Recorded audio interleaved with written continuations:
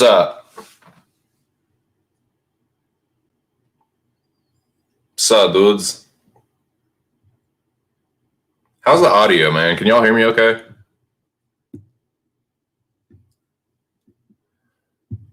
My computer's being really shitty today, of course. But let me know how the audio is, man.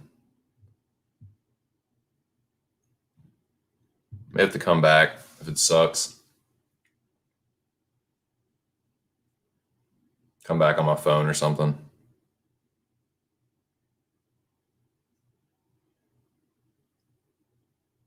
What's up, casual?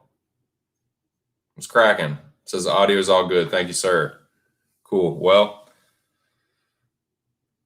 cool. What's up, man? What is going on? This is just my 2 cents. I'm going live in what feels like fucking forever. Probably more like a few weeks, but in any case, dude, it's UFC 266 this weekend. Got the weigh-ins coming up in a few minutes.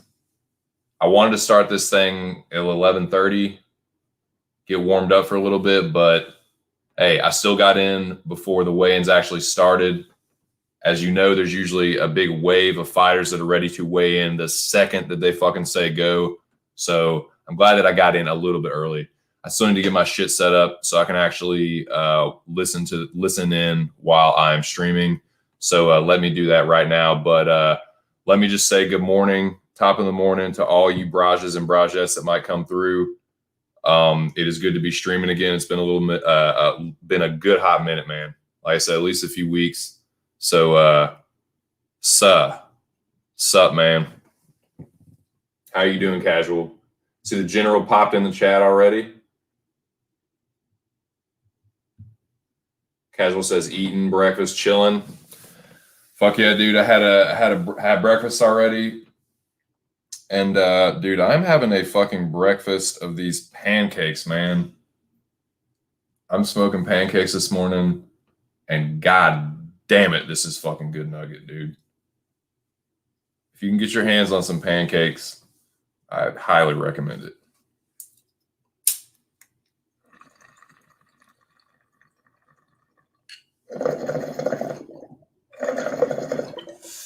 But yeah, man, weigh-ins are about to kick off here soon. I am excited for these fights. I'm excited for the weigh-ins themselves. Jackie boy. What's up, Jack? How are you, my friend? You ready to go? You got your picks in, you got your plays. Jack Attack MMA is one of two men that will be competing in the finale of Mr. Arkansas's Season 4 Mecha competition. It's the finale night tomorrow, boys. Jack Attack versus Touch. It will be a sight to see, and I will be there. Watching, waiting with bated breath to see who will emerge victorious in what I think has been the craziest season, probably. I don't really think you can argue that this season of Arcs Mecha has been the fucking craziest. We can definitely talk about that some more. But the weigh-ins are about to start. I'm really fucking pumped for him, man. But Jack, good luck tomorrow night. Dude, it's gonna be the last duel, man. I kind of want to see that movie too. But yeah, we can talk some more shit about some other stuff. Dude, I'd never heard of that shit either. I'd never heard of it.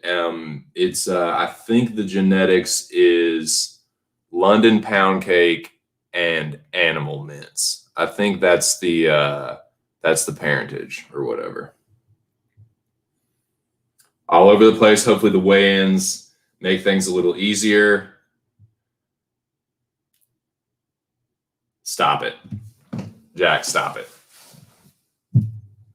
I know. You know what?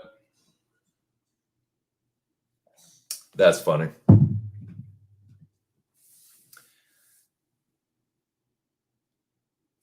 Yeah. Let's see. Okay, we got 4 minutes. Let me get this shit set up. Lauren Murphy. Jack, you ain't picking no fucking Lauren Murphy. That is some Jackie Boy. That is some Jackie Boy sleight of hand misinformation if I've ever fucking seen it. Like I'm stupid, but I ain't that stupid. You know what I'm saying? It's either you or me out there on the board. You get my drift?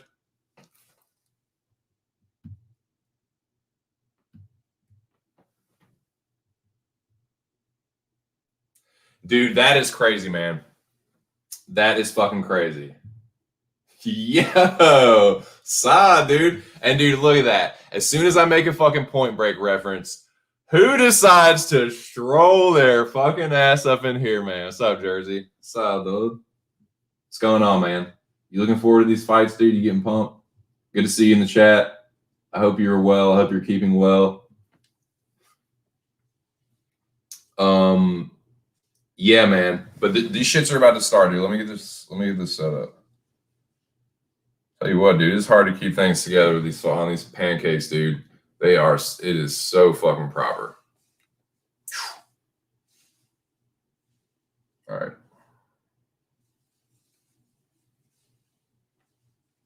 Let me get the headphones.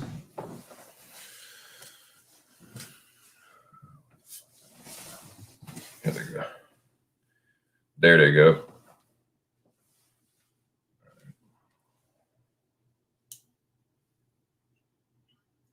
Power on.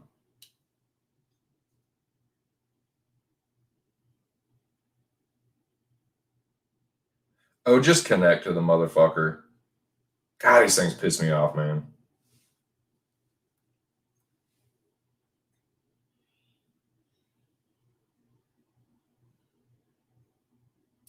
That's bullshit. All right, here we go.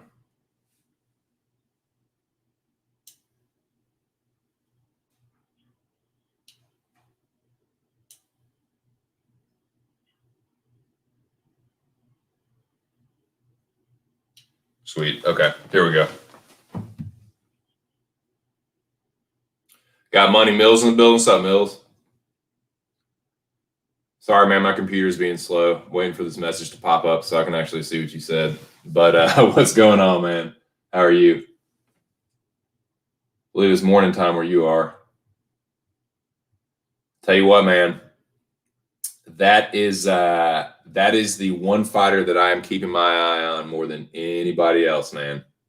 As y'all know, Nick Diaz is fighting Robbie Lawler this weekend, and he had the fight moved to 185 pounds. Now, there ain't just too many fighters that can pull off something like that. They can just be like, nah, we're moving the fight to 185. All right. And Dave's like, okay, yeah, sounds good. Yeah, we can do that. Like, there's not too many guys that can do that shit. So let me get this shit set up here. Boy likes to get it in right under the wire. All right, here we go.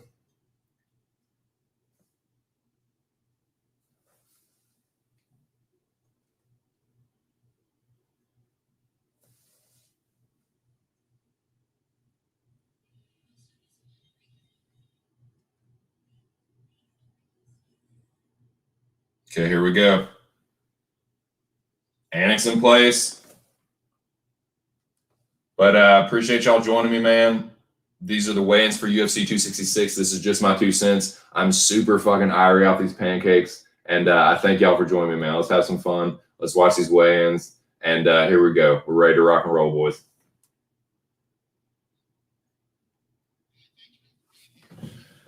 All right, I'm listening to the words of John Anik right now. He's wearing a light blue long sleeve shirt.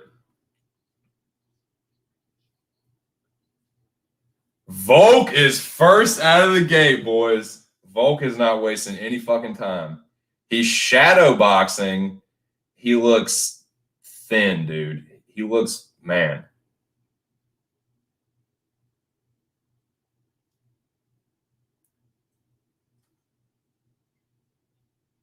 144.5, boys. And he looks it too. He's psyched though, man. Gave a big let's go, and he is off the stage as quick as he was on it. Holy shit. There we go. Right out the gate. There you are. Mill says, what's good, Sin? Stopping by just to see you live. I appreciate that, dude. Hope you're doing well. Yep, he's like one of only a handful that could pull some shit off like that. If anybody could do it, Diaz can, right? And, man, next up is the other champion, dude. Champ's out first. Champ shit only. 1-2 punch right out the gate. Vulcan Vow. Bullet is dropping trowel right now. She looks fit. She looks ready to go.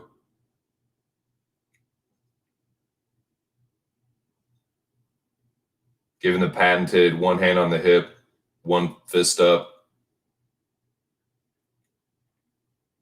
Talk to me, player. What that scale do? What that scale do? 124 for Valentina. Both champions coming in underweight, under the limit, boys.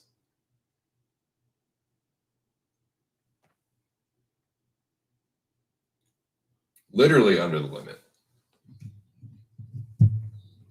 Not technically, literally. Valentina's 144.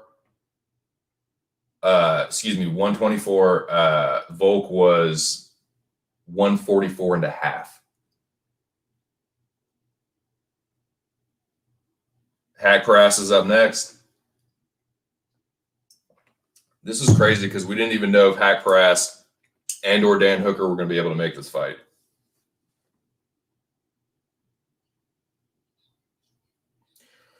$154.5 is the weight for Hack Parast.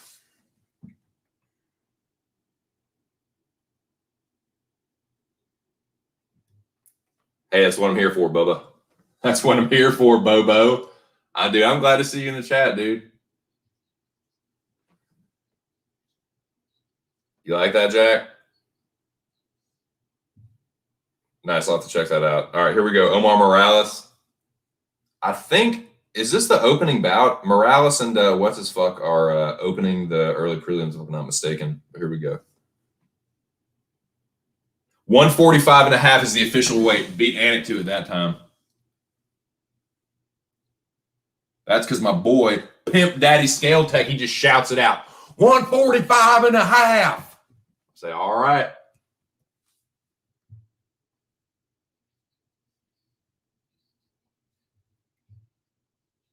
Mills says he's on the dog. Hooker going down, says Money Mills. What order is this? It's whatever order they just decide to step up. Pretty much whoever's ready to rock. 155.5. Man, I tell you what, Hooker looks thinner than he. Man, dude, he looked jacked in that Poirier fight. I don't remember how he looked on the scales in the Chandler fight, but he looks thinner than the last couple times. But here we go. Ortega on the scales. Looks a little sucked in. 144.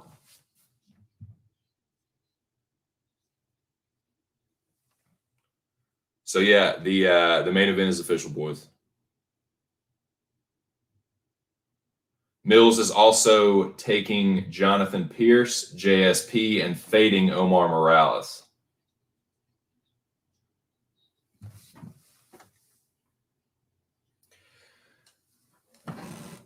Dude, this is crazy, man. This card is actually low-key pretty fucking stacked. Marlon Moraes on the scales now. A lot of big names on this card, dude.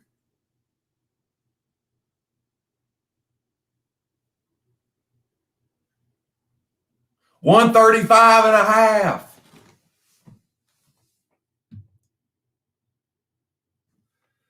Yeah, Moraes looks like Moraes. You know, he always looks a little rough on the scales, but I don't know. Hard to glean too much on the scales from Moraes. He's a big fucking bantamweight. He always looks a little sucked up. Here we go. Roxy making her 954th of no, I was playing. Roxy, you know. I mean, what can you say, dude? It's fucking Roxy. You know what am I fucking say about Modafferi, dude? But there's no frills this time. She's not wearing any like crazy costumes, you know.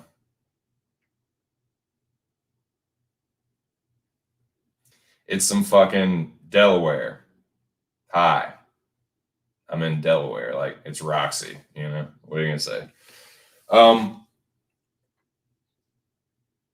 Here we go. The best submission grappler on planet Earth. You listening, Jackie boy? You got your ears perked up, Nick Maximoff. Good God. How was he fighting heavyweights? 185 and a half for Nick Maximoff. He has the greatest, I think he has the greatest record in submission grappling. I know he's the best on earth, if that counts. If that's worth anything, you know. But yeah, he is facing Cody Brundage. I think it was going to be late notice for the original opponent, but here we go. Marab approaching the scales, rocking a beard. Haven't seen that ever in life. 135 and a half. Gawalish Willie. I never want to pronounce his name like that. Is that weird? Is that weird that I always want to say Davalishvili? Davalishvili? But it's Dawalishvili, apparently. The Georgian. He's rocking one of those like combo flags, the American Georgian thing. Has he always done that? Has he always done the like split flag American Georgian one? You know where Delaware is. You just look right beneath you, Bobo. It's right there beneath you. Dylan Dennis, God. Dylan Dennis, yeah, no, he is actually the best. He got robbed versus that fucking security guard. He was cheating him. All right, Calvillo on the scales. 126 for Cynthia Calvillo. Calvillo.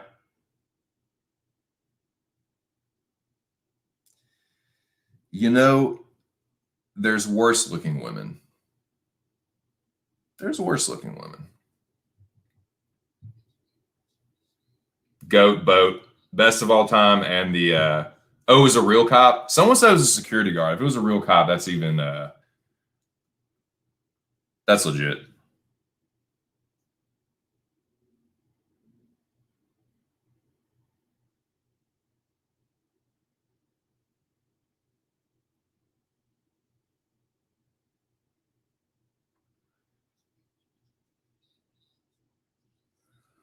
$125 for Talia Santos. That is the weight.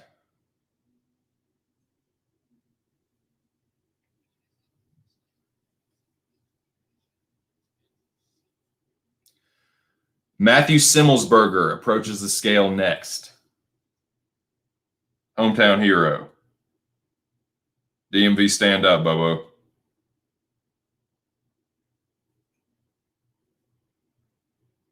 $170 and a half.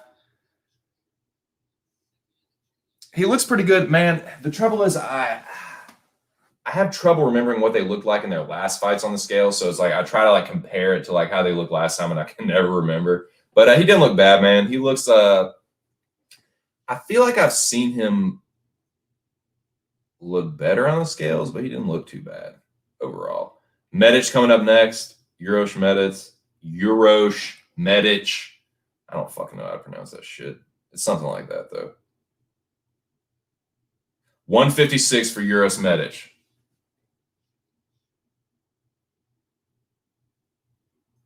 Looking shredded, dude. Rocking the shades. There he goes.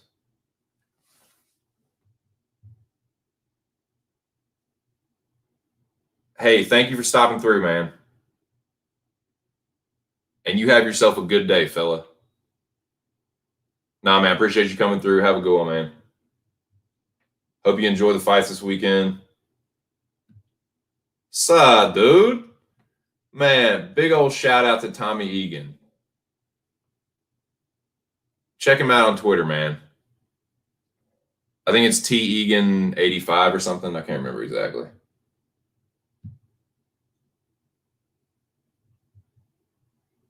What's good with you, man? How are you doing this afternoon? Dude, I think we just got through the first wave though, boys. The champions, Tommy, if you didn't see the start of the weigh-ins, God, I'm having a hard time keeping it together, dude. I'm smoking some fucking pancakes and it is just crushing my soul in a good way though. But yeah, dude, right out of the gate, Volk and Valentina both made weight. They were both under actually. Volkanovski was 144 and a half, I think, and Valentina was 124 and a half. But yeah, they both made weight. No one has looked like super incredible. Everyone has looked a little bit sucked up, if I'm being completely honest. No one has gotten on the scales and I'm like, holy shit, like they're definitely going to win because of how they look on the scales. Like, I haven't seen anybody. Everyone's looked a little like they're ready to get the fuck off and start rehydrating. You know what I mean? Volk was fired up, though, man. Volk was really fired up. I will say that. But yeah, what's up, Tommy? I hope you're doing good, man. It is damn good to see you in the chat. Tommy and New Jersey. I haven't been streaming that much, but, man, it is good to see y'all. Oh, dude. Always, man. You know what? Good shout, Jackie boy. He has looked the best. You know what? You're right. He was fucking, yeah, rocking the fucking 10-pack. That's a good shout. That's a good shout. You pumped for these fights, boys? I'm excited, man. I got a lot of fucking like nervous energy right now, man. These fucking weigh-ins are getting me fucking pumped. I haven't streamed in a while. Like, yeah, dude. I'm really stoned. But we got some activity here. We got some stirring. Oh, never mind. Never mind.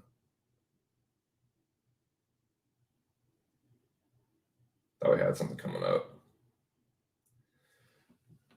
But yeah, man, I'm gonna give some picks too. I'm gonna give some. I'm gonna give my picks out for this weekend. Should we start doing that now, dude? There's a bunch of fights on this card. Like I said, this card is pretty stacked. Honestly, it's pretty stacked.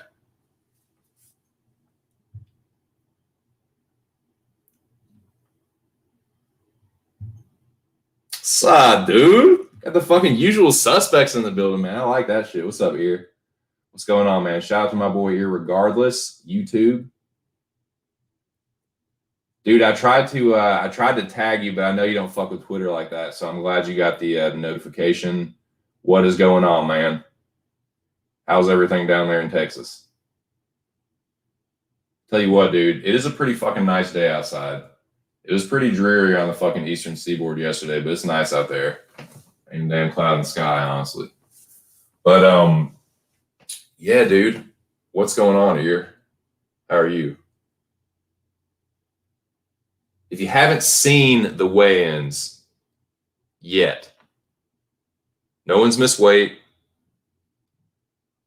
Everyone looks a little, other than Euros Medic, so shout out to Jackie Boy for pointing that out. Medic still look really fucking good. But everyone else has not looked bad, but they haven't looked like incredible. Ortega and Volk both looked a little thin, but Volkanovski was fired up, man. He was shadowboxing. He gave a big fucking like Derek Lewis, like, like, yeah, let's go. You know, he was pumped up. But yeah, no one has looked like super incredible other than Medic. But no one's looked like terrible either. Like, no one looked like really shaky. No one like, you know what I mean? It's just been kind of like, looking a little rough, but okay, you know. Nice. Dude, I haven't streamed in a fucking long time. Yeah, exactly. Like, he looked. All right, we got stirrings. Martin Sano, making his UFC debut, approaches the scales with a slow saunter. Rocking some crazy bird-like mohawk-esque hairdo. Excuse me. Talk to me, pimp. What that scale do?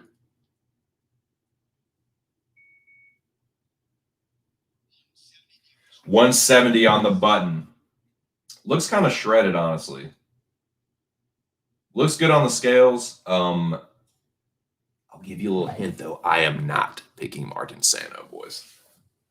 Give you a free one there.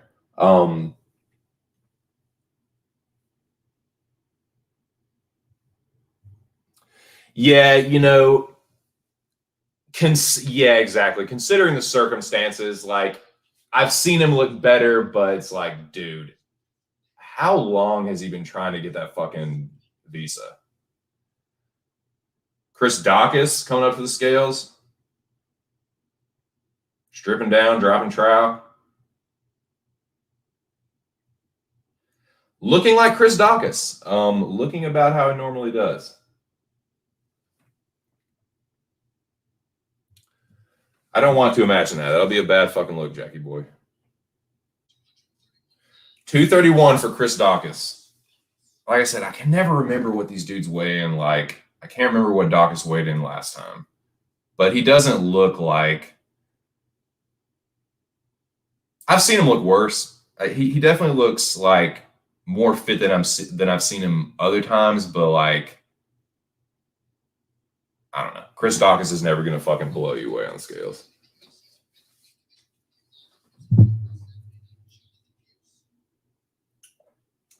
JSP. Mills is taking JSP. Jackie boy, you on Jonathan Pierce?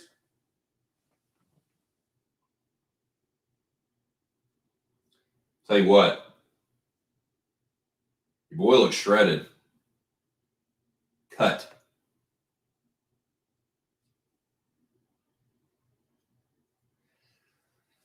$145.5. He has those fucking like plate tectonic looking abs. They're weird. They fit together like fucking, like, I don't know.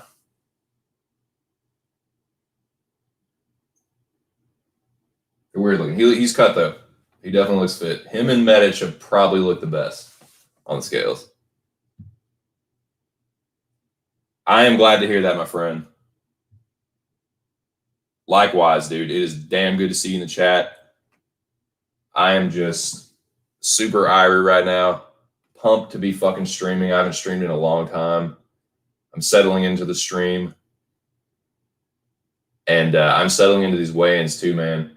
We got through the first wave, and yeah, it went quick, but there's still a bunch of fighters left to weigh in. Like, there's a lot of fights on this card, dude. I'm going to pull up the card right now and fucking give a few picks or something.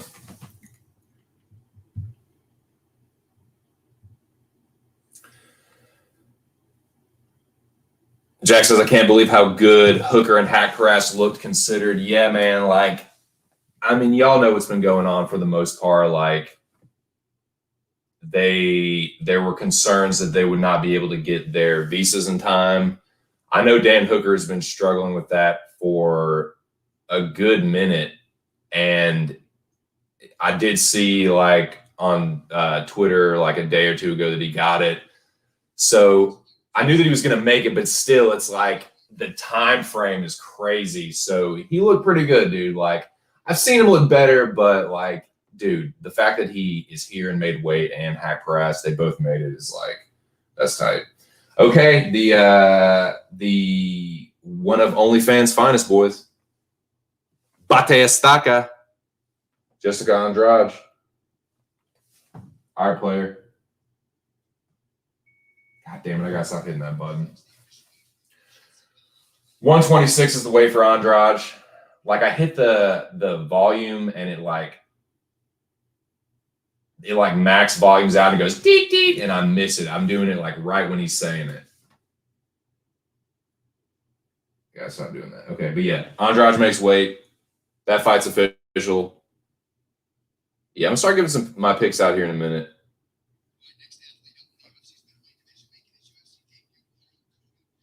Okay, Cody Brundage. Jackie boy. You dude. Looking fit. Brundage looks good, man. Rocking a pack.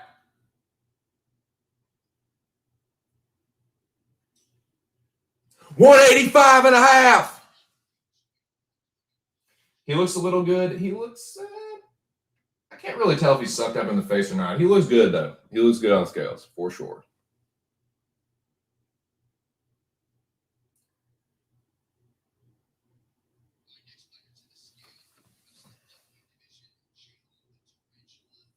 All right, Jalen Turner.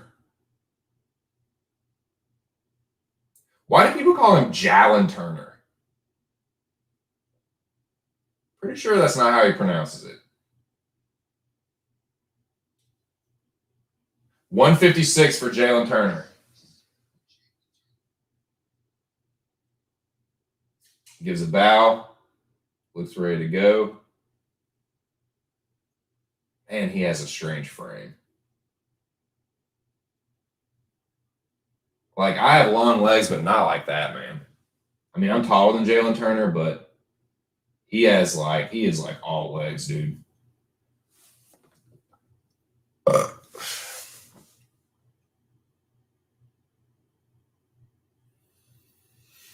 Now, let me see.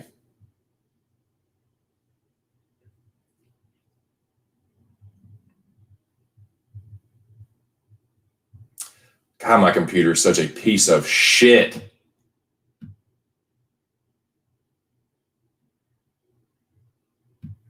There he is. What's up, Jay? Says he here for a short time, but a good time. Well, I'm here for that short, good time for you to have. What's up? How are you, Jay? I hope everything is well on the left coast. Hope the sun is shining. I hope you're not dying of smoke inhalation. I hope things are good, man.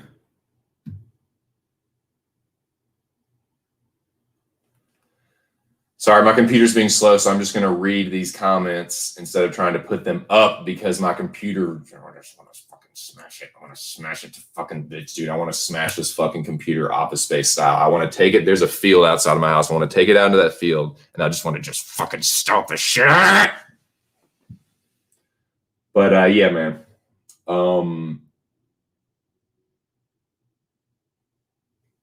Ear says he's on Pierce. Jack is on the fence. JSP and Morales look good.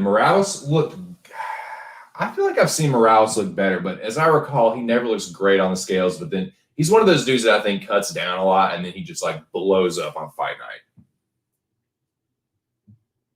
He's got like a weird frame. He's got like a mesomorph frame. The upside down triangle frame.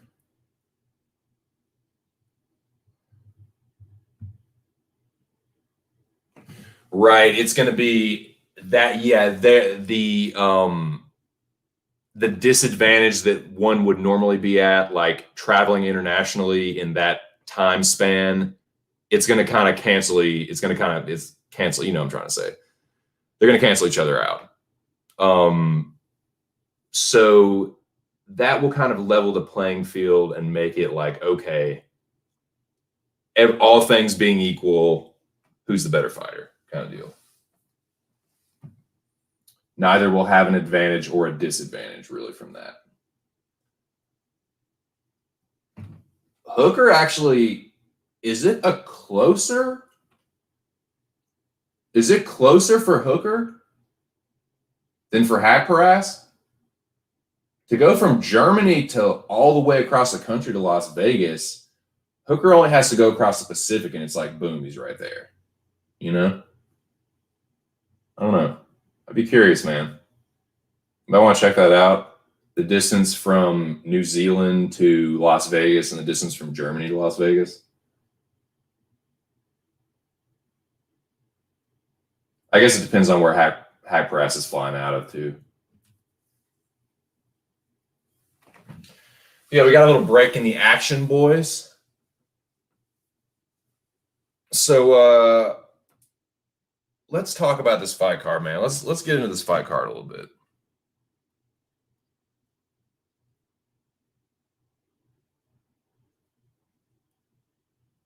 Pull it up right quick.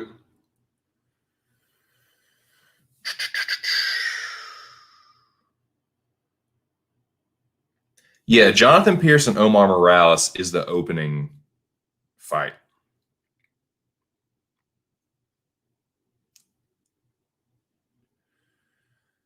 And it's actually a pretty damn close to a coin flip, dude. It's really close to a pick 'em.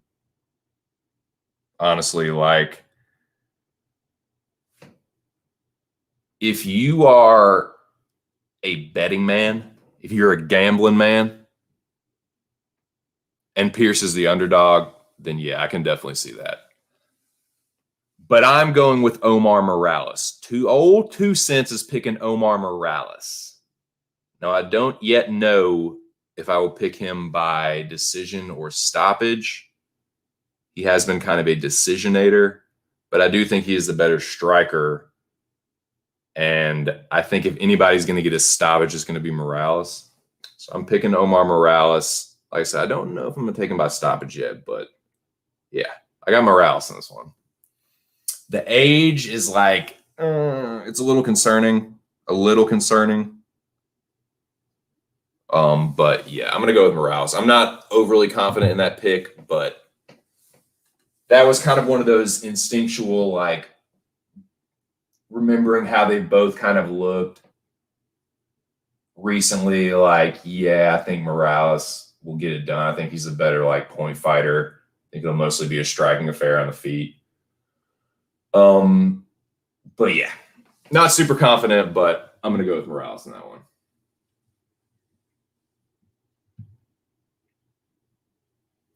Oh yeah, dude. Both guys made weight, and like right out of the gate, dude. Volkanovski, Shevchenko, boom, boom, made weight.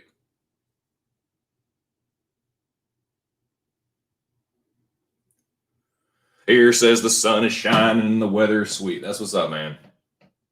Shit, yes. Shit, yes.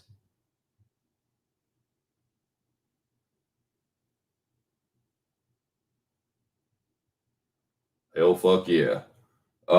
New Zealand to Las Vegas is 16 hours minimum. Good fucking God. No, thank you. Not sure about Germany. I'm not either, man. That's a long fucking flight. Like, if it was Germany to fucking like LaGuardia, like, yeah, that's, but dude, you still got to go a little bit to get to Las Vegas. I'm as confident as I can be in Hooker. Not high confidence, but that weigh in just help put me more at ease. Yes, I'm going with Dan Hooker. I'm going with Dan Hooker. I think he's the better fighter. I think he's had the experience is not comparable. It's just not. He's fought and beaten better competition. It's a 3-round fight. Like, I'm really, really tempted to pick Dan Hooker by stoppage. The thing about Hooker is like, look at when he's lost. You either have to put a consistent beating on him like Barboza and Poirier, or you have to just fucking smoke him with a big one. I don't think he's.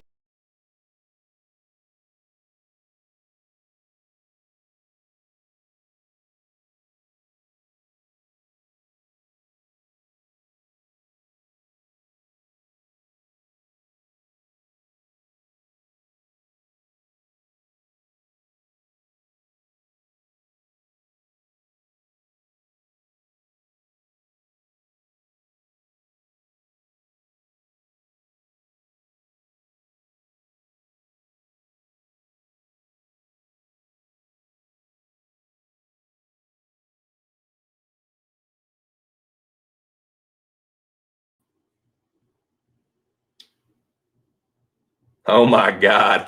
Can y'all hear me? God, I did go down. Mayday! Like fucking Ventura and that fucking rhino. They're hiding these rhinos. Mayday! Man down. I'm back though. I'm back. Can everybody hear me okay? I didn't even get a fucking warning, man. Usually they'll give you a little warning, like they'll show the fucking quality of the audio dropping, but fucking nothing, man. Back in action. Fucking shit show. Fucking Bush League slacker stuff. Okay, cool. Thank you. God, what a mess. What a fucking mess. Your boy just coming out of the gate, just fucking stumbling and bumbling and mumbling, all fucking like crushed off these pancakes, dude. This weed is so fucking chronic. Oh my God. It's definitely top 5 strains I've had in the last year or two, for sure. As far as like potency, it just makes me feel stupid, dude. Just fucking dumb. But like, you know, I kind of like it.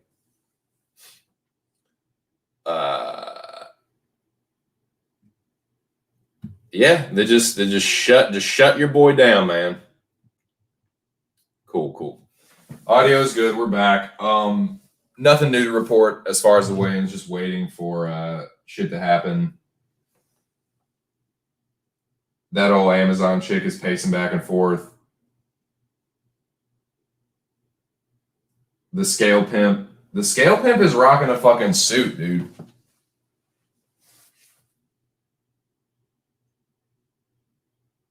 Pimp Daddy's rocking a suit, man. He ain't fucking around for 266. But yeah, okay. Let's move on up the card, boys.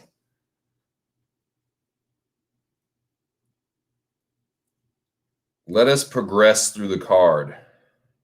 So yeah, I got Morales. About 60-40 is my confidence level. Next fight in the early prelims is Matthew Simmelsberger and Martin Sano. I am really biased on this one. You know, I'm not from this area, but I've lived in this area now for a few years. You know, I kind of consider it home now. And I root for these DMV fighters. And it just is what it is, you know, kiss my ass. I'm pulling for Simmelsberger. I do think he will get it done. I don't think much of Sano from what I've seen. It's not like Simmelsberger has some holes in his game, but he's a damn good wrestler and he is a powerful striker. And I think that will be enough to get it done against the likes of Sano. So I am picking Simmelsberger. Might pick him by knockout, but definitely picking him to get it done. Here he is, boys. The one you've all been waiting for. Nicholas Diaz approaches the scale with a Diaz-esque saunter.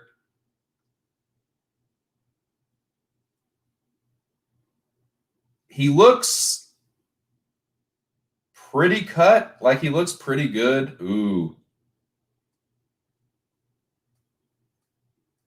Gingerly. 185.5. He makes it. Nick Diaz makes weight. Gives a double flex. And he's off. His body doesn't look bad at all. Like, I'll tell you what, though, he did move the slowest of anyone that's gone up to the scales. Not like necessarily walking, but as far as like getting on the scales, he did that. He stepped on the scale more gingerly than anybody else has. Not saying look too much into that. I'm not saying like, you know, overanalyze that. I'm just telling you what I've seen. Just telling you what I've seen. Peace, Jay. Have a good day, brother. Have a good weekend. Enjoy the fights. Good to see you in the chat. But yeah, man. I'm not saying, you know, look too far into that or, you know, overanalyze it, but Nick Diaz did step on the scale more gingerly than anybody else. So take that for what it's worth. It's just my 2 cents on it, boys. Couldn't find Simmelsberger inside the distance on my book, so I just took the no distance. Yeah, I mean, it ain't gonna shock me at all, dude, if Simmelsberger smokes this dude. I'm definitely picking Simmelsberger. I don't know if I'm gonna pick him by knockout yet. I probably will, you know. We'll see though. We'll see. But yeah, I got Morales and Simmelsberger so far. Now, this one. It's always fights like this. It is always fights like this. I don't know if Jack is still in the chat or not, but it's never like a main event. It's never like a, you know, a super important, like, you know, title fight or anything. It's always these low level, just debuting ass, one fight in the UFC having ass fighters that are just like the most contentious, like the most heated arguments. I don't know what it is, man. Because it's like you can't like it always, and it's the arguments are always consist of just like finding these fighters that you've never heard about and just like shitting on them, and like, because you can't really like big up any of their none of their wins are that impressive. It's just like who has worse losses, who's lost to shittier fighters. So it's just like digging back through like these fucking shit ass fighters and like who's beating them and how like bad they look. It's just, it's sad, but it happens all the time, dude. Dude, it's funny. It's funny. Skirt. What's up, Bo? What is going on, man? You stoked for these fights, dude? But yeah, Maximov and fucking Brundage. It's Maximov and Brundage this week. The low-level shit-ass fight that everyone's arguing, well, that Jack and I were arguing about in the Arkandome. I'm taking Nick Maximov. Like, it's a shit show. It is like that fight. Oh shit, there's a fucking hawk in the trees. Nice.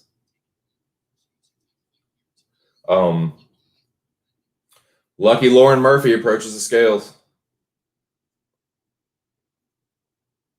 Here we go.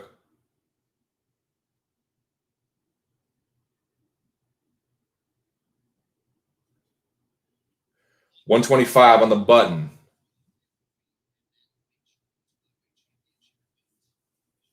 I agree, John Anik. The fight is official now. So yeah, both your main and co-main event are official. That's good for the pay-per-view. But yeah, like I get Maximov and Brundage, they're both good wrestlers. Maximov has better jiu-jitsu. Brundage has more power. There's neither one of them striking is how they're really going to win the fight. I don't think it's really going to be in the it's going to come down to the cardio and the grappling scrambles. And it depends on how much Maximov is just going to play guard.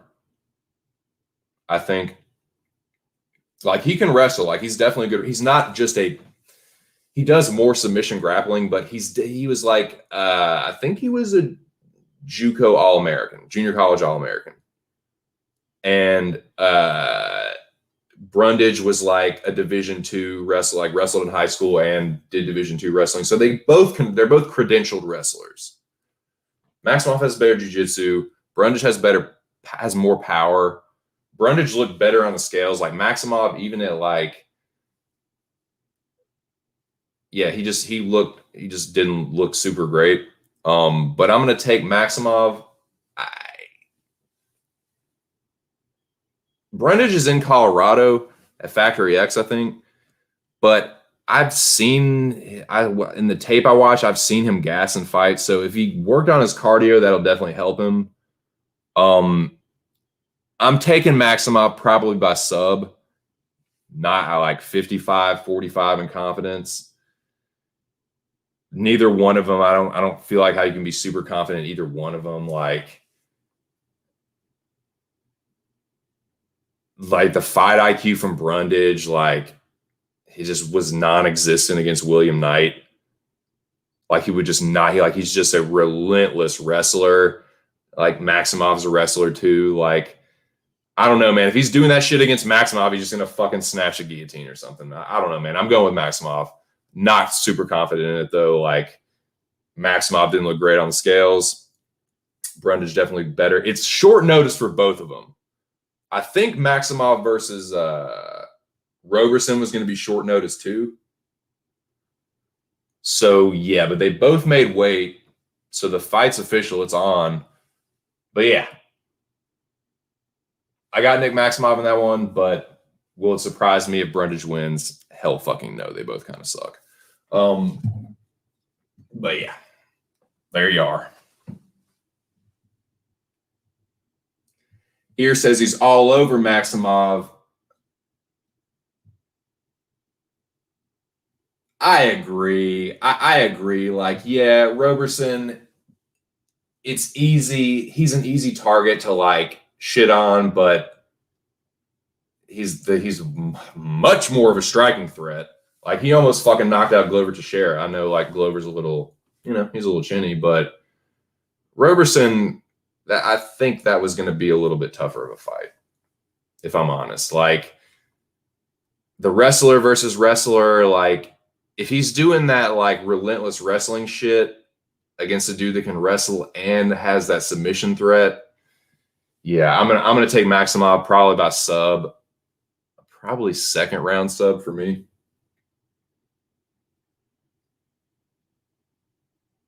Closer fight now, Maximov late sub. Yeah, I mean, I guess you could look at it two ways. Like Brundage is a way better wrestler than Roberson. Like Roberson's a better striker, but grappling, like, yeah, Brundage is way better than that.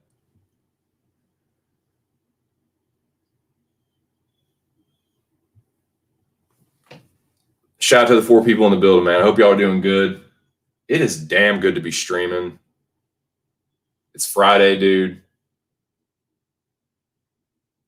It's a nice day outside. I'm fucking crushed off these pancakes. Holy shit for that. And yeah, having a good old time.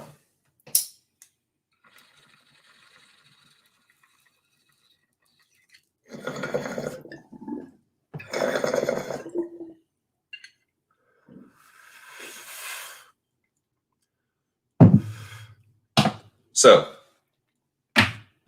next fight. I think it's going to be the early prelim headliner. Uros Medic versus Jalen Turner. Now, Jalen Turner is a good striker.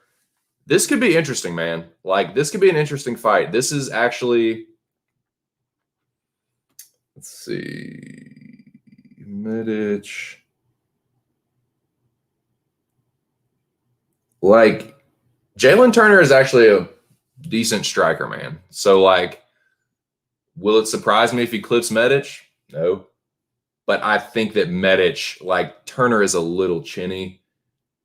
And I think that Medic is so fast. Like, I think he's going to catch him. I'm going to take Medic by knockout. If he doesn't knock him out, it'll get interesting because Turner is a good striker. Let me look at the reach on that. Let me get the reach. Turner's got a 6-inch reach advantage, man. So, but I can see Medic catching with a kick on the way out of an exchange or something. But yeah, I'm going to go with Medic. Like, I'm not calling him a lock. I probably have at some point this week, but I don't really think of him as a lock as much as some people do, but I am picking him. And I'm fairly confident about it. Like, I'm like 75-25. Some people are like 90 to like 100% lock on Medic. I'm like 75-25. Feel pretty good about it. Like, feel like, yeah, he'll catch Turner. Like, I feel like Turner will have some success in this fight, and I feel like that success will lend him to like opening up a little bit more, and then Medj will just boom, catch him with like a counter, something like that.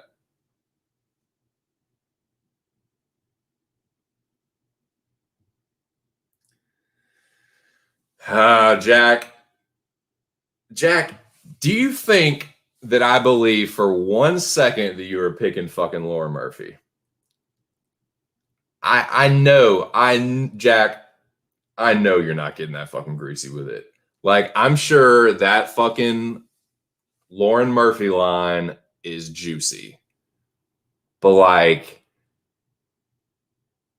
she was getting lit up by JoJo. Like, what's the Valentina inside the distance line? Man, dude, if I had a bankroll, I would be all over that shit. If I was, this is 2 senses, because I was looking at this one, man. Because I'm getting close. I feel like I'm getting close to just starting to dip my toe in that pond. But just as like kind of a mock, like if I was like a mock parlay kind of thing, Valentina inside the distance would be on that. So yeah, no, I'm kind of going out of order, but I think she'll take Lauren Murphy and crash this.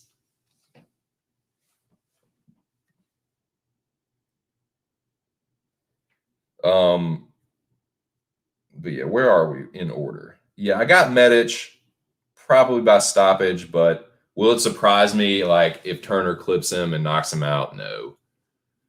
No, dude, we just saw Muradov get fucking choked by GM3. Anything can happen, man. But yeah, I think Turner is a little chinny, and like getting into a kickboxing fight with a guy like Medic, like he's just like, what is that fucking that bit in like Eddie Murphy's Raw, where he's like he's about to fight the Italian guy, and he's like thinks he can psych him out, but the Italian guy's just like, come on, like that's what Medic is. When you like want to kickbox with Medic, he's like, come on, like yeah, dude, like let's fucking do it. So yeah, I think that he's gonna knock him out.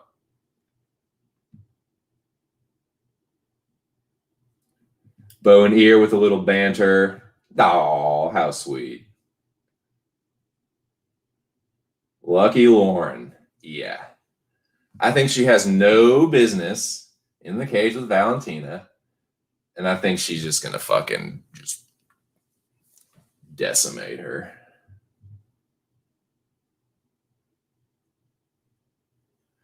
I don't hate that Turner pick, man. I don't hate if he's like a nice underdog, a nice tasty little underdog. Like I don't hate that. Looking like yeah, he did look a little like Renato. Yeah, man. Like you can lay Murphy open pretty easily. Like and Valentina too, just she's like pure boxing isn't like her wheelhouse, but goddamn, her kicks are so devastating. Her ground and pound, dude. I really see that being how it's going to finish. Like, I think she's going to, like, Murphy's going to be tough the first round, maybe the second round. But when she gets taken down in that third round and Valentina starts putting it on her, yeah, I think she's going to be so fucking bloody and just, nah, man. The luck is running out. Ooh, I hear the soothing Texas musings of one John Morgan. Just getting caught up to the chat here, you know, just being the goat.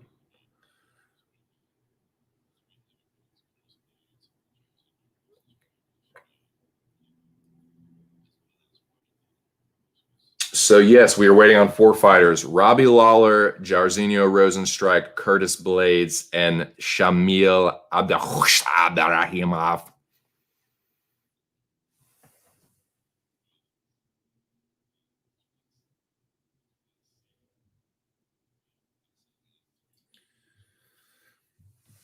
Yes, that's true. That is very true. Um, but and I considered that. I was like, Lauren is tough. She's never been finished. And I just kind of like look at who she's been fighting though, and like I don't really see many people that aren't like point fighters or like submission bitches, you know?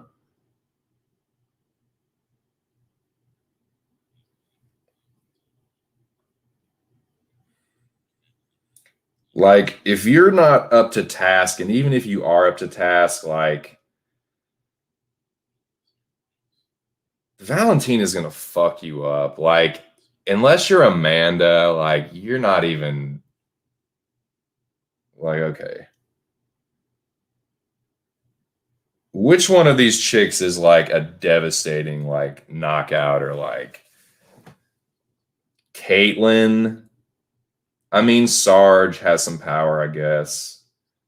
Romero Barella, like KGB, Roxy, Joe. Nah. That's those are pity pat point fighters. Valentina is just Lauren Murphy has no business in there with her. Like she's just going to get obliterated. Like it's going to be, I'm going to say probably a second or third round stoppage, like ground and pound stoppage. Like Valentina's so mean in there, dude, and Lauren Murphy just cuts so easily. Like, yeah, I can see a doctor stoppage. Like there is going to be, dude, there's going to be fucking, there will be blood like fucking Daniel Day.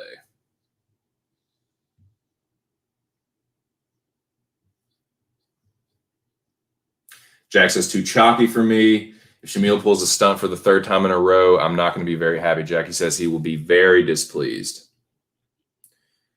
Need to see Biggie Boy and Blades. Way says ear. I'm gonna have between 1 and 3 dogs on this card, and Biggie Boy may be one of them. I don't hate that pick at all. I don't hate that pick at all. I'm definitely gonna get into that pick, that fight here in a minute.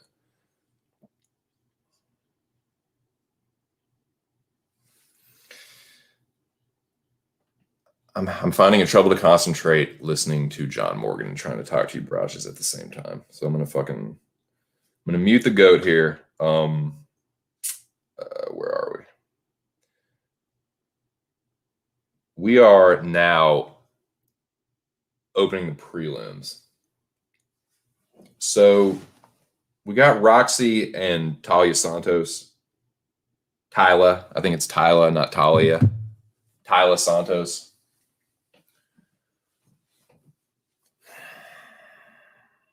I'm gonna try and be respectful, but I'm gonna be honest as well.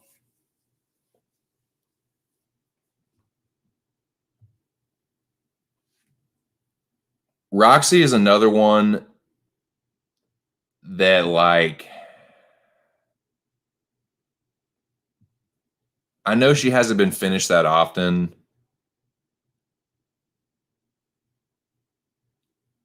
And she's been in there with some bruisers, man. Like she did beat Macy, who can crack. Like, I don't know, man. I don't know if Tyla's gonna knock her out, but I think she's just gonna get fucking dominated. Like, I know she's win one, lose. She's been on this win one, win one, lose one since for 4 years, for about 4 years.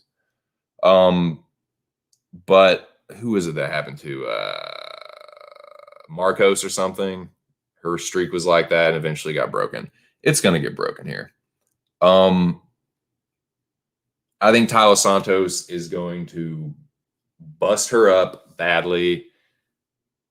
I don't know if she's gonna knock Roxy. Like Roxy's pretty tough, but like again, like yeah, Jennifer Maya. She took Antonina down a lot. But dude, I don't know, man. She's almost 40. She just hasn't really evolved. Someone is gonna. My point is that someone is gonna fuck her up really badly. It could be Tyler Santos, but someone is gonna knock her the fuck out really, really badly. And it just there hasn't really been anyone that can really do that. I mean, Murphy, like Murphy has some decent power, like KGB, point fighter. Even Antonina's like a point fighter. I don't know, man.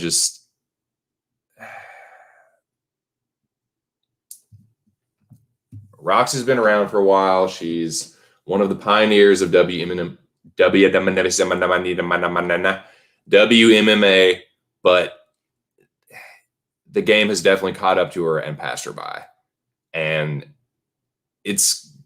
someone's going to really fuck her up. Like, it could be Tyler Santos, but she's just been kind of hanging around, like gritting out these like tough wins where she's getting the shit beaten out of her, but she gets it to the mat. I don't know, man. I think Santos is going to put her on her. Definitely cannot pick Roxy here. I don't know if she's going to get finished, but yeah, give me Tyler Santos pretty much 7 days of the week.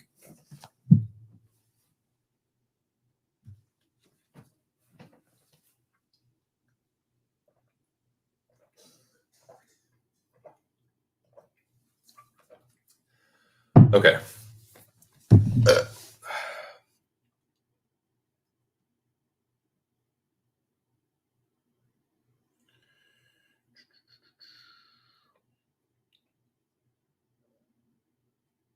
Where are we, boys? Where are we? I think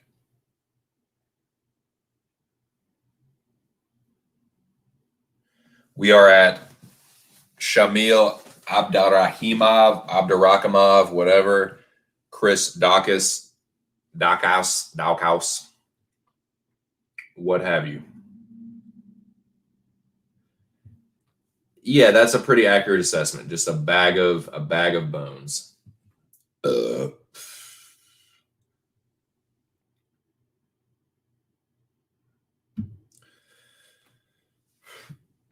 Yeah, dude, Lewis did him really dirty.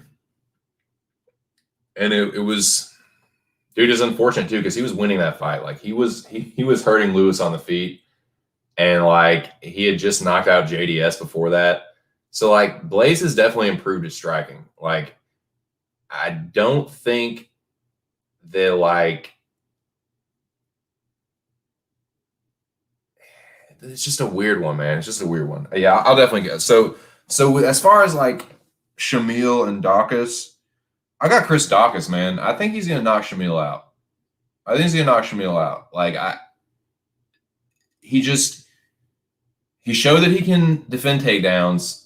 He's got nasty boxing, and I feel like this is just like a perfect matchup for Daukaus. A dude that can't really strike with him.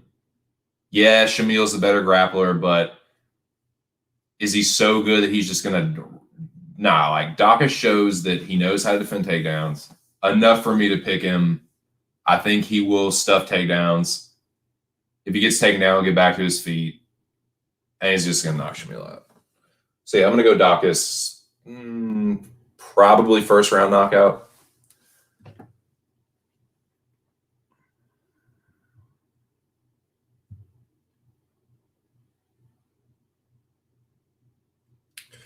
Man, it's funny. Like, I like Adrian Yanez a lot. He's a nice dude. He's a good dude. He was really cool. I watched that interview. Shout out to Mills, who was in here earlier. Like, Mills did an awesome interview with him a while back. I think it was last year, or it might have been earlier this year. But anyway, yeah, he was a really cool dude. I like Adrian Yanez a lot. He's a very popular fighter. He interacts a lot with the fans. Still waiting on that follow though, Adrian. No, it's fucking. But yeah, he's a very likable dude. He's very fan friendly. He's chill. He's a cool barrage. He's cool, handsome, gnar, all that. But dude, like, people are like kind of getting carried away with him. And I was a little bit too, but, and I know, Costa's a good fighter. Randy Costa is definitely a good fighter. He's super dangerous. But when I think about like Yanez versus some of those dudes at the top, man, I don't know, man. Dude, I'm telling you, like, someone is gonna fucking clean his clock. I'm sorry, Adrian Yanez is a cool dude. Someone's gonna fucking clean his clock. I hate to be the one to tell y'all that, but I will definitely say it. I'm just gonna say it. Someone's gonna knock him out. Someone's gonna knock him out with that defense. Someone's gonna knock him out. If he fights O'Malley, he'll get knocked out. I'm sorry. He just will. Like, I like him more as a person. Yes, of course.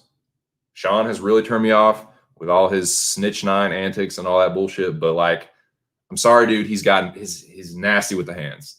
And the way he was getting touched out by Costa, nah, O'Malley is way crisper, way cleaner. He can do it for longer. Like, yeah, dude. Yeah. I will definitely be looking to pick against Yanez if he goes up against a really seasoned striker. But I like Adrian Yanez. He's a good fighter.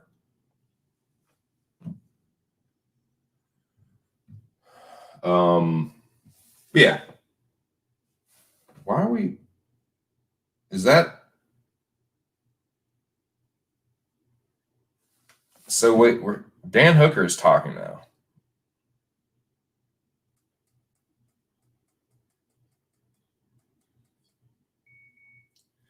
Yeah, so Dan Hooker is saying something now. I'm gonna check this out real quick.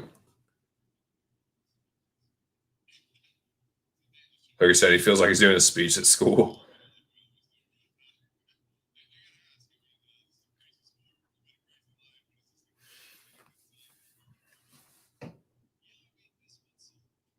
So I'm listening to Dan Hooker.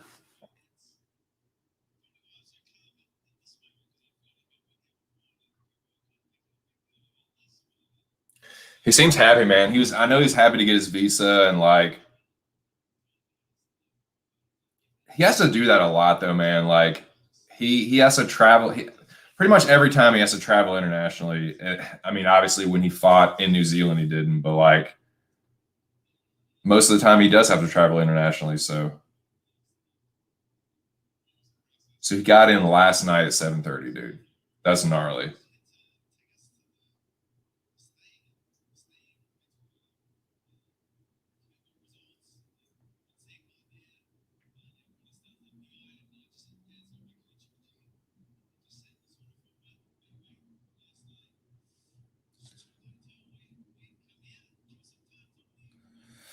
Man, so it's just been that's crazy. So he like got in 7:30 last night, had to wait to get his COVID results, got him, went to the PI, hit pads, got in the sauna, made weight.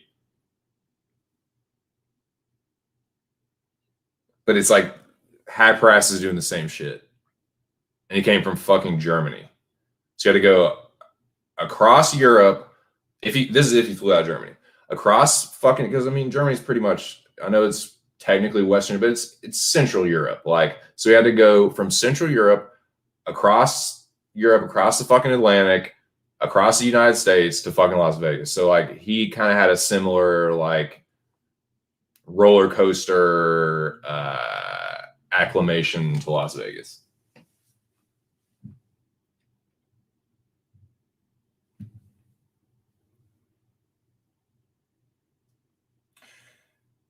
Morgan just asked him if there was any consideration of changing the weight class, and he said nope.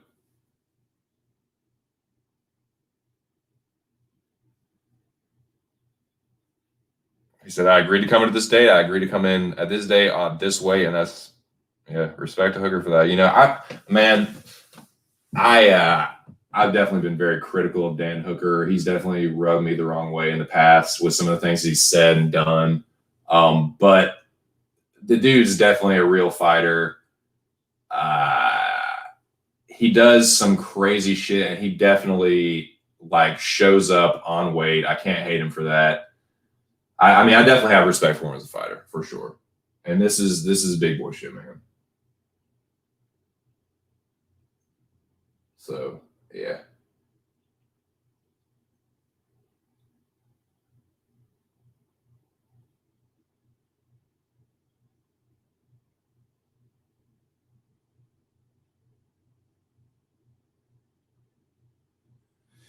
Yeah, the first round, I mean, Hack Press does have a nasty left hand. He just does. Like, so Hooker will have to watch out for that. Is gonna have dude, he's just he fights with his hands down, man, and he doesn't have like super great head movement, so that's always a concern. But I feel like if they're in that range, he is going to be just lighting Hack Parast up. Like offensively, Dan Hooker is a fucking buzzsaw, dude. He will chop saw the living fuck out of you. Like you cannot, like you have to, you either have to have that one hitter quitter. I mean, and Hack Parast does have a really powerful, potentially fight ending left hand, or they can at least stun Hooker. But Hooker's pretty tough, man. Like, I'm sorry, he does not crack like Chandler. And I don't know, dude. Hooker's just a better fighter to me. But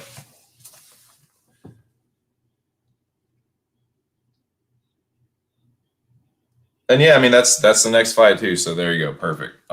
Yeah.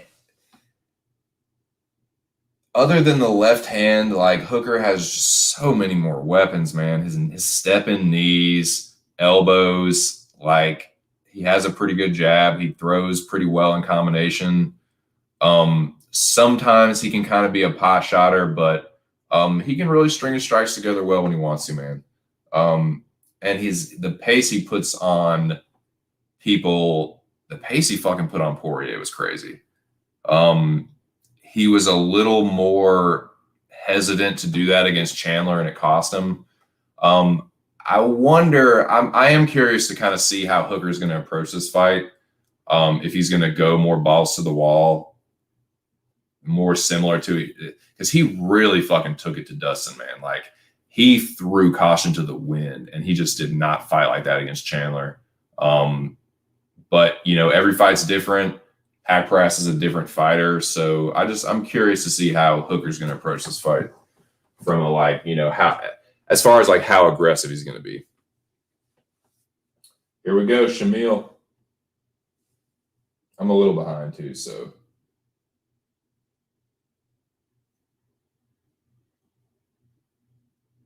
Oh yeah, don't lose your lanyard, Shamil. Here we go.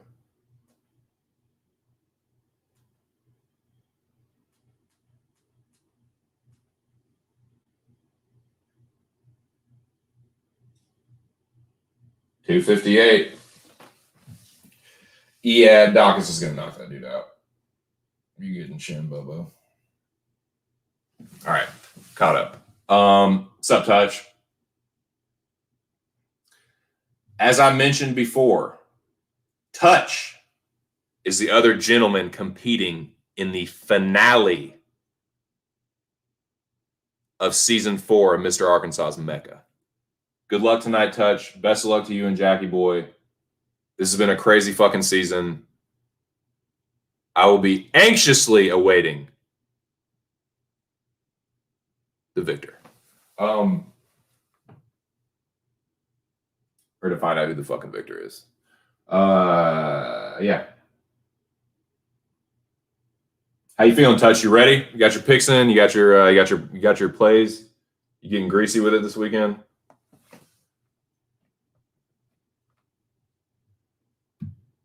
Looks like Touch is on Shamil.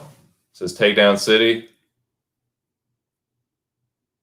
Yeah, he's definitely the better grappler. I think Dawkins will be able to stuff takedowns though, and put the mitts on him. We go Dawkins by first round TKO.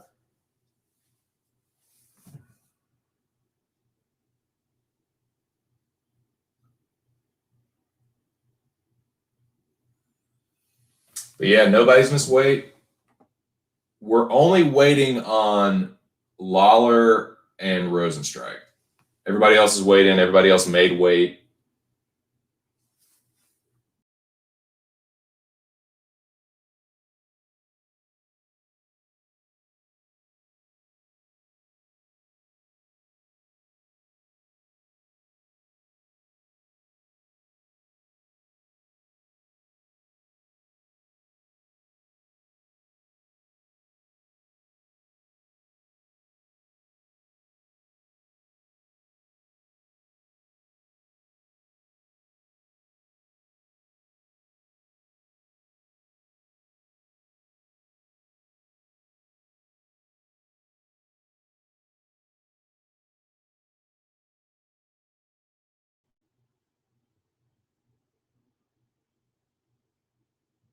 I'm back. YouTube is putting the fuck to me today. Nah, it's probably not YouTube, man. It's probably just my shitty fucking the Wi-Fi connection can get a little spotty here. It's usually pretty good, but every now and then it gets shaky. I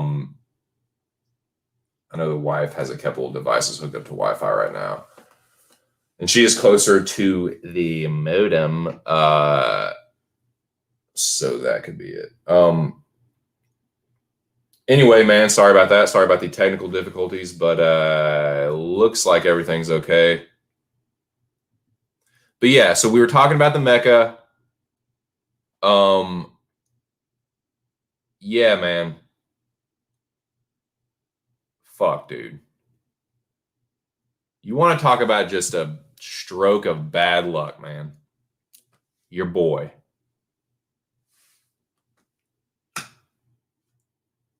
Well, let me first just say congratulations to Touch. I haven't gone on air since it happened. But yeah, congrats, Touch. I'm not crying foul at all. You beat me fair and square. You picked a little bit better. The Manus pick was great.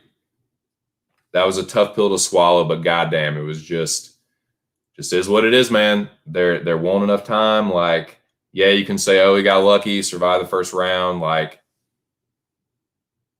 yeah, I mean, he was, but like, it just happens, man. There's only 5 minutes per round. He clipped him really late in the round, couldn't finish him off, and yeah, he got chinned in the second. So, I mean, ultimately came down to that, really. A couple of others, like, nah, like, that was the only real spot that it could have really switched. But fuck, man, I lost by 5 points. I would have beaten anybody else that week. If I'd been matched up against anybody else, Jack, Alex, or Bro Picks, I would beat him. Touch beat me by 5 fucking points. It was crazy, dude. It was fucking crazy. But yeah, congrats, Touch. Yeah, best of luck to you and Jack, man. It's gonna be, dude. This season has been the gnarliest for sure, dude. Like, all the twists, all the the resets, and the fuck, didn't even know if it was gonna happen. Like, it almost got shut down at one point. I mean, y'all fucking know, y'all were there, but it's been crazy, dude. Had a good run, didn't work out, fell a little short. The Mecca's brutal, man. The Mecca's brutal. You can have incredible picks, and if your opponent's picks are a little bit more incredibler, then that's how it goes, man. That's the way the fucking cookie crumbles, motherfuckers. But I will be back. I will be back. Ark already announced season 5. Pretty sure your boys got a spot, so shout out to Ark for that. Appreciate it. I'm going to be back. I'm becoming for Mecca blood, you fucking greasy fucks. Nah, man, best of luck, Jackie boy. Best of luck, Touch. It's going to be a good dude. I will definitely be locked in, man. I will be locked in, man. I'm going to be hyped for that shit. Started with 28, dude. Started with 28. It's down to 2 Rajas.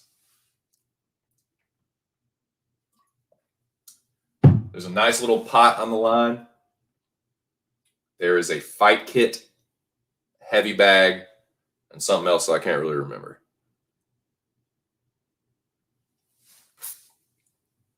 So yeah, I'll get back to my picks here in a second, but and of course I'm gonna look to. I've done pretty well the last 2 weeks as far as my picks.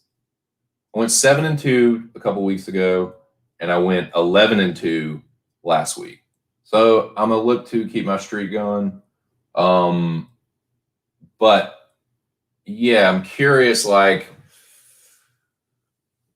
what the Mecca is going to come down to, what fight's going to come down to this week. Touch, I'm not trying to get you guys to reveal any picks or anything like that, but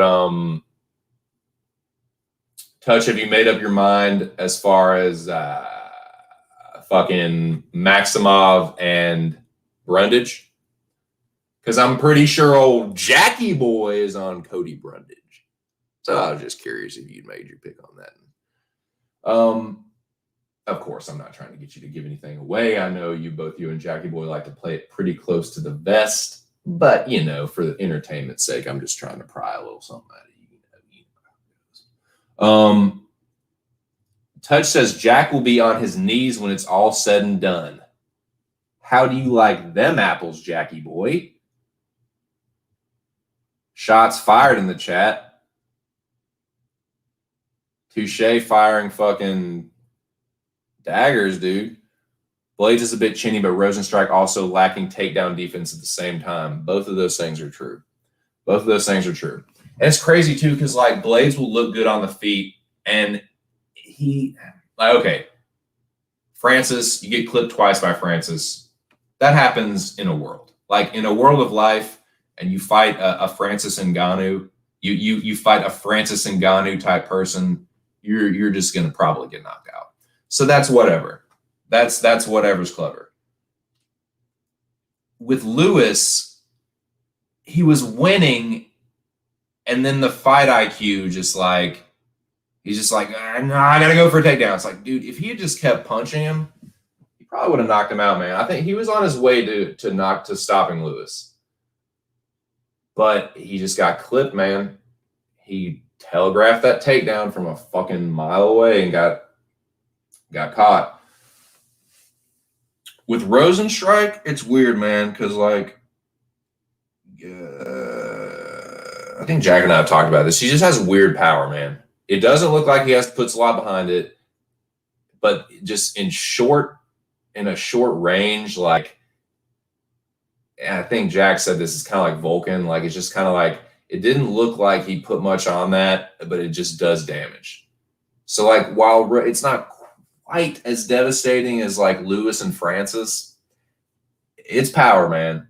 Lewis or Curtis is not going to be able to just keep eating punches from Rosenstrike because Jairzinho does crack. But if he decides to just wrestle him, considering it's 3 rounds, that's where it's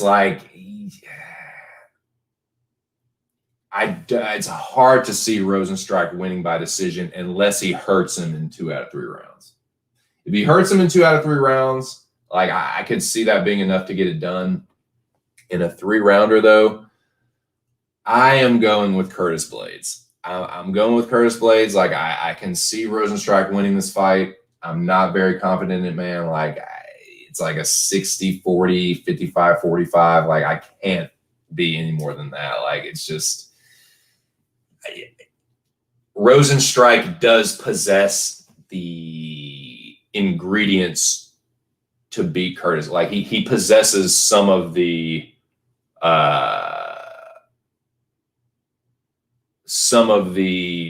skill that requires to knock Curtis Blades out. And let's face it, that's how you beat Curtis Blades. He's knocking the fuck out. He's not going to out-grapple him. Curtis will take him down multiple times. I don't see Curtis getting any less than, if it goes the distance, Curtis isn't going to have anything less than probably 4 take. He's going to get at least 3 take. He's going to get 1 takedown per round if it goes the distance, at least. So we'll see. All right, Robbie Lawler's coming up, boys. My dude, Ruthless, son. Ruthless motherfucking Robbie Lawler, man. This dude is one of my all-time favorite fighters. I don't know why him versus Nick Diaz is happening now. It's the most random time shit. Both of these dudes are almost 40. Robbie's 39, I think. It's okay, just randomly make this fight before they both retire, but here we go,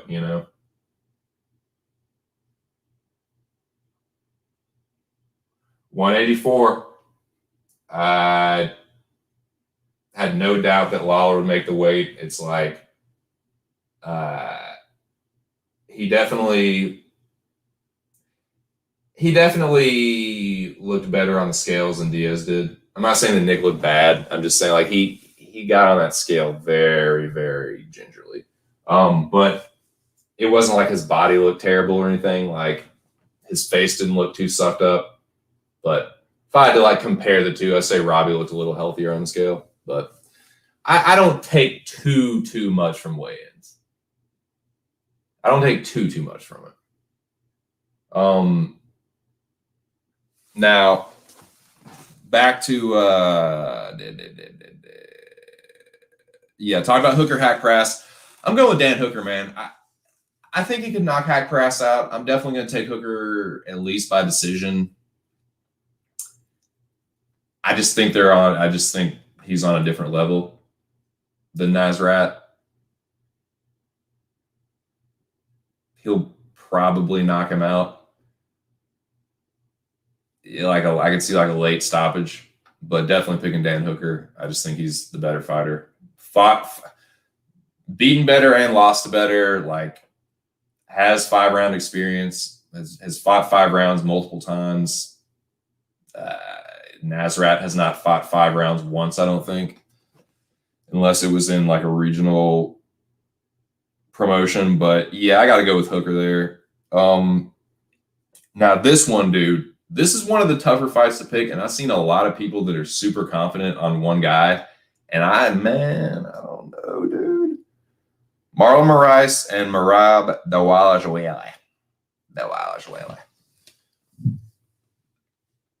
Dude, I will not be shocked if Marlon Moraes chins Merab in the first round.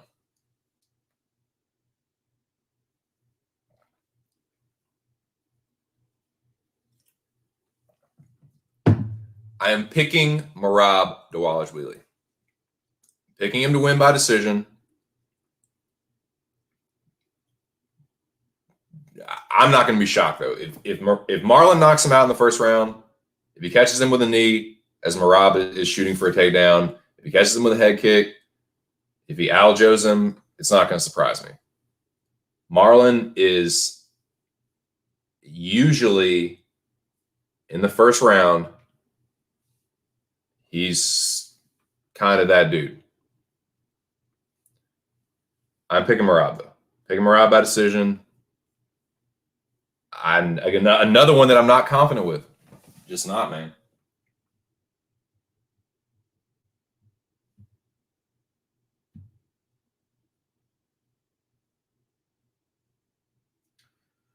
When our turn comes, we shall not make excuses for the terror. Your next touch. Your next touch. It comes down to the main event, and I'll win, says Jackie Boy. Jackie Boy. Yes, I have a few dogs that Jack won't be on. That's fucking interesting, man. That's fucking interesting. Here we go. The last man to weigh in, Biggie Boy Rosenstrike, walking up there quick. So get the fuck out of my way. Dude, him and Robbie are like fully clothed. They're not taking shit off. Well, no, he's taking his shirt off. Never mind. Biggie Boy looking a little thick.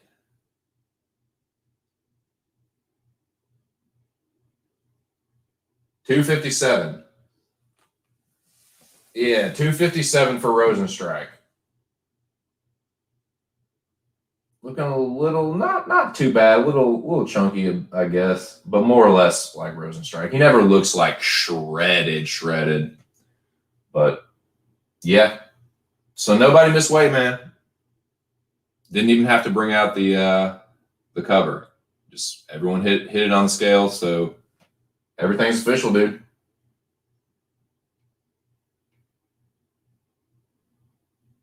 I think that was everyone. Pretty sure it was. Oh, no, Blades. We're still waiting on Blades. Still waiting on Blades. I forgot about that.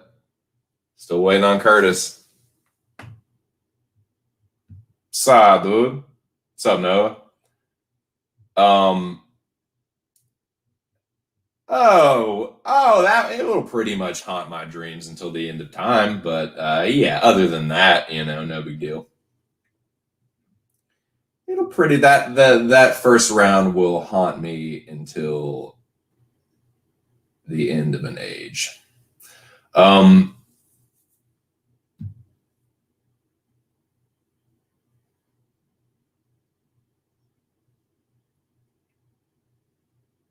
he coached you? Like your wrestling coach or something? That's awesome, dude. Dude, yeah, Lawler's man. When I was when I was a big time casual dude, Lawler was my boy. Like in the mid 2010s, like Condit, Lawler, Bisbing, Machida, like I'll even say Connor. Like I'll throw Connor in there too. I mean, obviously he didn't come around to like what 2014, 2015, but yeah, man, that's who I fucked with heavy, dude. And Lawler is like, he was my dude, man. That was like, I was crying robbery so bad. I was like, no, dude, he fucking beat Hendricks in that first fight, dude. But yeah, that both of his fights with Hendricks were awesome. Of course, the fucking wars with McDonald and Condit, but yeah, Lawler's my dude, man. He's probably my third favorite fighter of all time. So yeah, little spoiler there. I'm gonna be rooting for. But yeah, man. I'm picking Marab, but if Marlon wins by stoppage in the first round, it won't surprise me. But yeah, I got to go Dawaj I think in a 3-rounder, he'll just get the better of the grappling. He'll get takedowns. Like he's just so relentless with it. Like I can't see him not winning 2 rounds. Plus Marlon tires. We've seen Marlon tire in multiple fights. Shout out and salute to the motherfucking general. What's up, General? How are you this afternoon? Damn good to see you in the chat. Of course.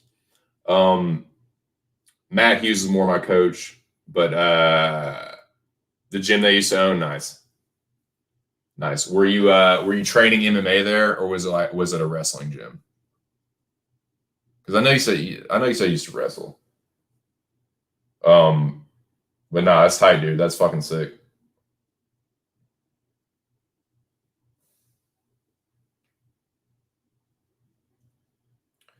Yeah, I'm trying to remember.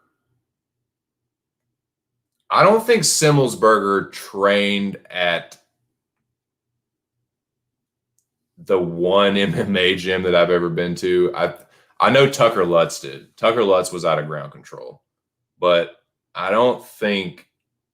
I know Simmelsberger trains in Maryland, but I think he might be out of Lloyd Irvin's. I can't remember though.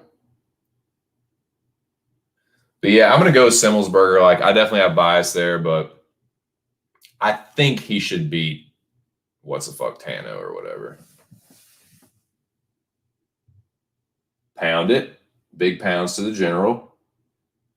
MMA, nice, dude. Nice. Yeah. I've been itching to do that shit. Just talking about getting the itch for something. I've been itching to do a little MMA gambling. I've been itching to do some fucking get back and do some training, man. Never really done much pure MMA training. Like I've never sparred MMA. I've done boxing sparring, a lot of karate sparring, but that's like I've never sparred MMA where you can mix everything up. So I'd definitely like to do that at some point.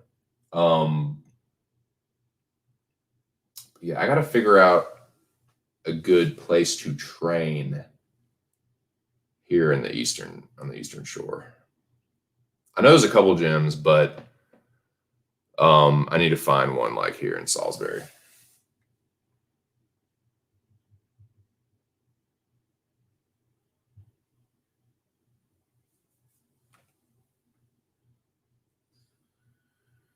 But yeah, man, we were just waiting on Curtis Blades.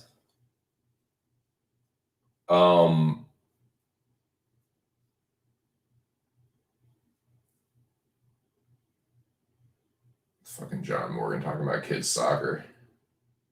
Fucking micro soccer. Did y'all ever play micro soccer? I did when I was like a really fucking young dude. But okay, back to the car. Back to the car.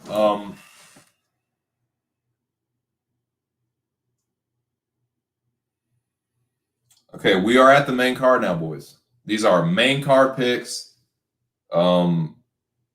Yeah, my picks so far, I got Morales, Semi, the Jedi, Simmelsberger. I'm gonna take Maximov in a close one. Euros Medic. I'm gonna take Tyler Santos, Daukus. I'm taking the Hangman and Marab Dawajwele. Now, main card time. Main card time. Refill the binger time. I need to take a piss time. I need to get a snacky poo time. Yeah, I'll be back. Give me 1 second.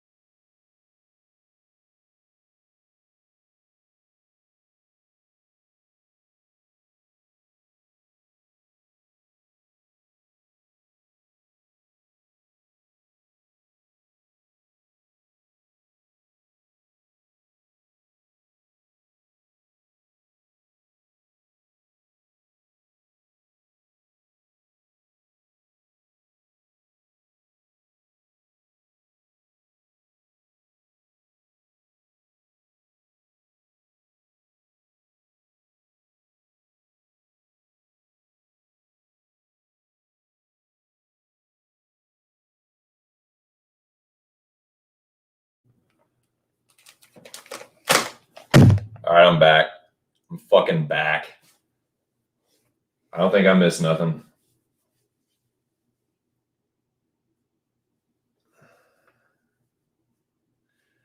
I just see the Amazon chicken, 2 security nerds. So I think we're good to go. We're just waiting on Curtis Blades. If you're just joining me, this is just my 2 cents. This is my live reactions to the UFC 266 weigh-ins. These are the official weigh-ins. The ceremonial weigh-ins where they stand off, and all that is at 7 p.m. Eastern Standard Time. And I'm not going to eat these on stream. I'm just going to fucking mute it real quick and scarf these.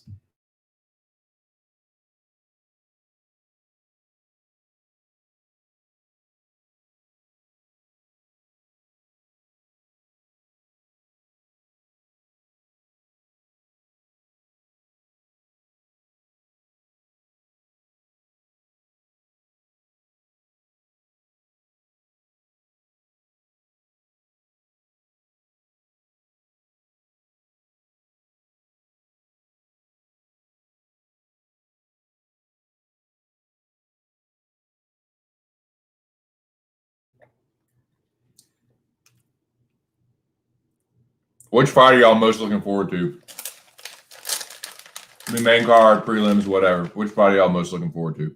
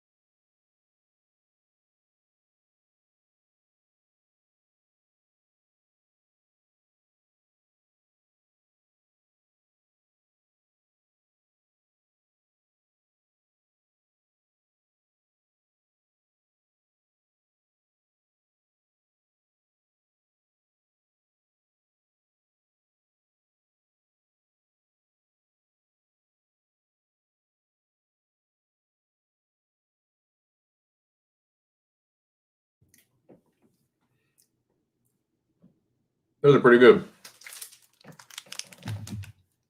Chick-fil-A's waffle chips. Those are pretty chronic, actually. It's fucking Friday, boys. I'm super pumped. It's fucking nice outside. There's UFC fights tomorrow. It's a fucking pay-per-view, so there's a bunch of fights. Pretty good fights, actually. I got some fucking danky diesel fucking nugget chilling in the grinder. I'm about to fucking pack up the binger here. Just listening to a little John Morgan. We are waiting on Curtis Blades to weigh in, but everyone else has made weight. All the fucking main card fights are official, except for obviously Rosenstrike and Curtis Blades. But I don't think that Curtis is going to miss weight. I hope he's not going to. How fucking, wouldn't that be some shit? Everybody fucking makes weight except for the last dude to weigh in. It's a fucking heavyweight. Like, dude, I'm sorry. If you miss weight as a heavyweight, you're just a lazy fat fuck, and there's no two ways about it, dude. 265, I'm sorry. Like, if you are an in shape professional martial artist, there is no way you should not be 200. You should not be hitting 265. There's no way. Curtis is not some fucking lard ass. Like, he never looks super fat. Like, what? I don't know, man.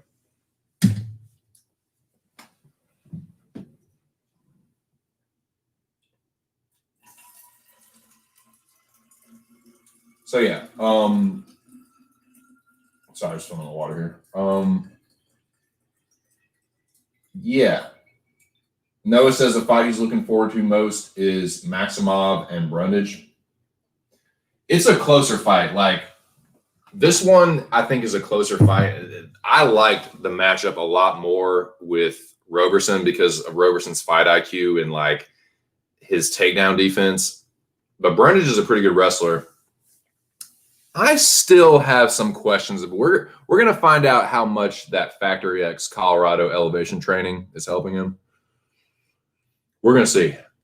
Because Maximov's a good wrestler. He's kind of relentless with the grappling too.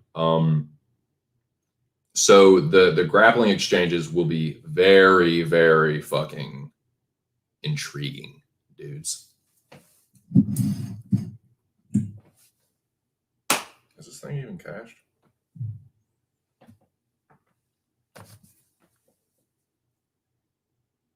You think you're fucking funny, John Morgan? You're a little funny, dude, but you're not as funny as me. Definitely not.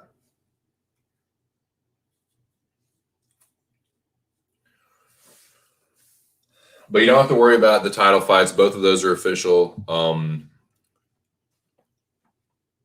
We've not talked much about the main event, but I'm going to do that here in a minute. I'm going to let that kind of marinate just a little bitty fucking bit.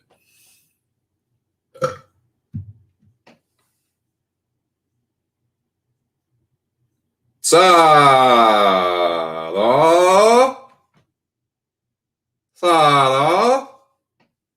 So Spicy.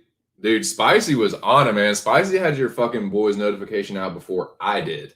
He like saw that I put it up on. So shout out to fucking Dried Spicy, man, for helping get the word out about the stream. That's a cool ass dude. I am every weekend hoping that Spicy hits one of those fuck you parlays and just has enough money to just slap people in the face with it and laugh maniacally. Yeah, so best of luck to you, Spicy, and your plays, and everybody else this weekend.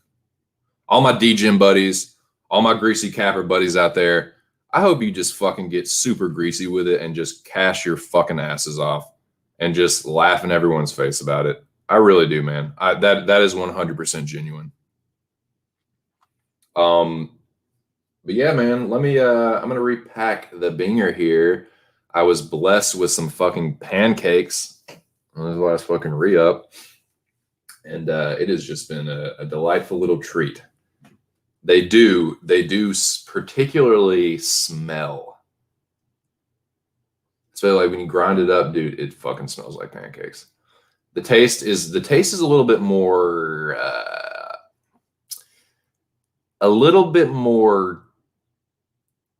berry, kind of, not citrusy, but kind of like a little Not as like earthy as you might think it would be based on the smell, but goddamn, it does smell like fucking buttermilk pancakes. Which an old Southern boy like me just really likes. But dude, it's fucking chronic. Like it just super, super heady bum bum. So just chilling here, man, waiting for Blades to weigh in, and then I'm gonna finish giving my picks, and I'll probably stream for a little bit, not too long. But then we'll have the ceremonial weigh-ins. Maybe I'll go live for the ceremonial weigh-ins later. I don't know. We'll see how that goes. Maybe not. But good to see y'all, man. Good to be streaming again. Sitting here fucking running my mouth, talking shit, getting poofed out.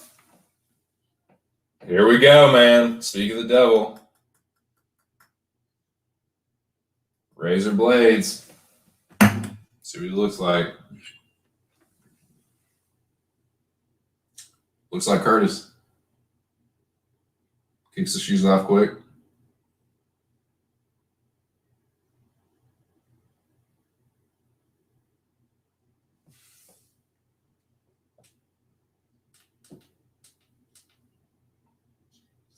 $261. There you go. 4 p.m. That's local time. 7 p.m. Eastern Standard Time. So there you go, boys. Everybody made weight without issue. Several people were underweight. Not technically under the limit, but literally under the limit.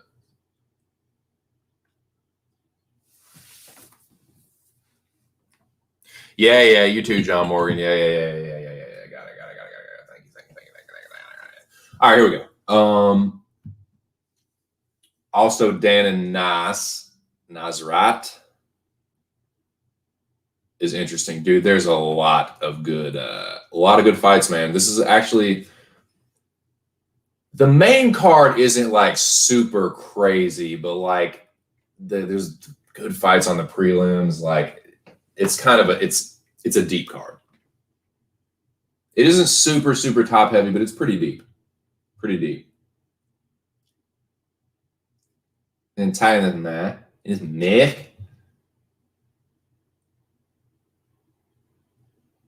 Nice, dude. Oh, yeah, dude.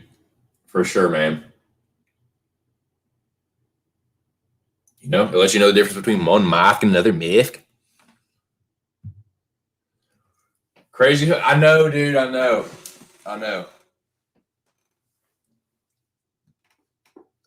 I mean, and it was just no issues. Not like they needed the fucking cover or anything like that. It was just like, boom, stepped up, made the weight like it was nothing. And they fucking took international flights that arrived like last night. That's got to be crazy, man. The anticipation of a fight like that.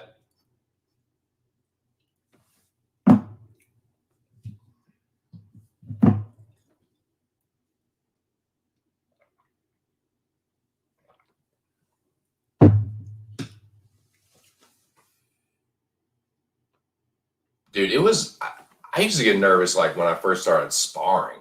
Couldn't imagine like not only fighting in front of people, but fighting on a UFC card, not only UFC card, a pay-per-view card, traveling internationally. I wonder, dude, does that help with the nerves or hurt it? Like if you're so distracted by all the shit that you're having to do that you don't have time to sit there and like tumble it around in your head and overanalyze everything and get into your own head. I wonder if it helps with that or not. Just curious, like the mental side of the game. Because I know every fighter is different in how they approach things mentally and psychologically. Like some guys are just like, whatever, like it's fun. Like I just go out there and fight. Some guys, it's like, it's really a task for them to like focus, and there's a lot that goes into it. I mean, I know GSP used to get really nervous. even in boxing, man, like Carl Froch apparently used to get really used to like throw up and shit when he first like started pro boxing. So I'm just curious, is like if something like that, circumstances like Hooker and hack press, where it's like you have this international flight, then you get in, got to go through COVID protocols, then you've actually got to get ready and make sure you make the weight, and then like crash the fuck out and recover and recuperate and then fight. That's fucking insane. That's insane.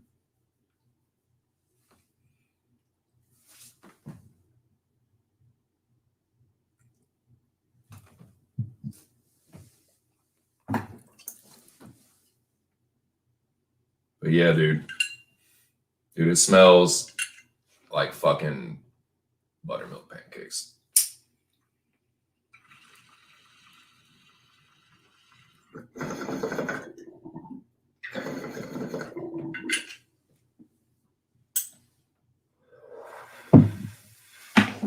Where are we, boys? Where are we? Okay. This is what most people would probably call the people's main event. What most would call the fucking Department of Redundancy department. People's main event, Nick Diaz and Robbie Lawler. It's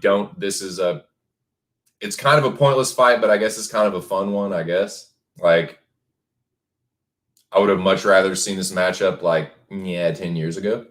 And it would have been, if this matchup had happened 10 years ago, it still would have been almost 10 years since their first fight. You know what I'm saying? Like, this is, this fight is like almost 20 years in the making. Like, it's just kind of like random as fuck to have the rematch so far down the road. I guess, like I said, I guess they want to squeeze it in before they both retire, but like why? This is just such a random fight, such a random rematch, but we got it, man. It's here. Diaz and Robbie Lawler. The Diaz Army's been going crazy. Shout out to the Diaz Army. They're definitely one of the most loyal fan bases. I know. Shout out to my dude Tommy. I know he is Diaz Army strong. But yeah, man, like Diaz is a fan favorite, dude. They just always will be. And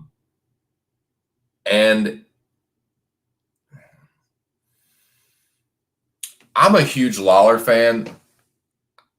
I'm picking Lawler to win this fight, but I really don't know how this fight is going to go. I mean, I guess you can look at it. I guess you can look at it a couple of different ways. Like, okay, Lawler's been way more active. Nick Diaz hasn't fought in fucking 6 years, literally.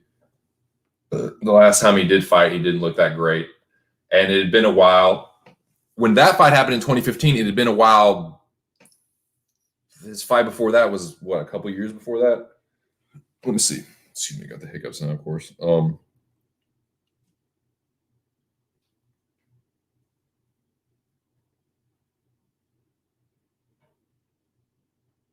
Yeah, like it was like his fight before that was in 2013 with George. So yeah, I got Condit. I mean, Condit. I'm just looking at the record. I got Lawler in this fight because, like I said, you can look at it two ways. Like, okay, Lawler has been in there taking damage. Diaz hasn't. So Lawler has been getting busted up more recently, but he's just been more active. Like, and he's still fighting like legit competition. Like, he's still fighting like Neil Magny. Like, he fought I think he fought RDA in there. So like, and the whole like, a lot is being made of the shadow boxing for the media spot or whatever. Like when they introduce the fighters, like they show the that little clip of them doing their moves for the camera with the UFC background or whatever. Like, yeah, like, and I even posted something about it, like, the fucking with the Diaz Army a little bit, like, oh yeah, them trying to explain how Nick doesn't look like shit. He does. Like, they both don't look good. Neither does Lawler. They both look like shit doing the shadow boxing.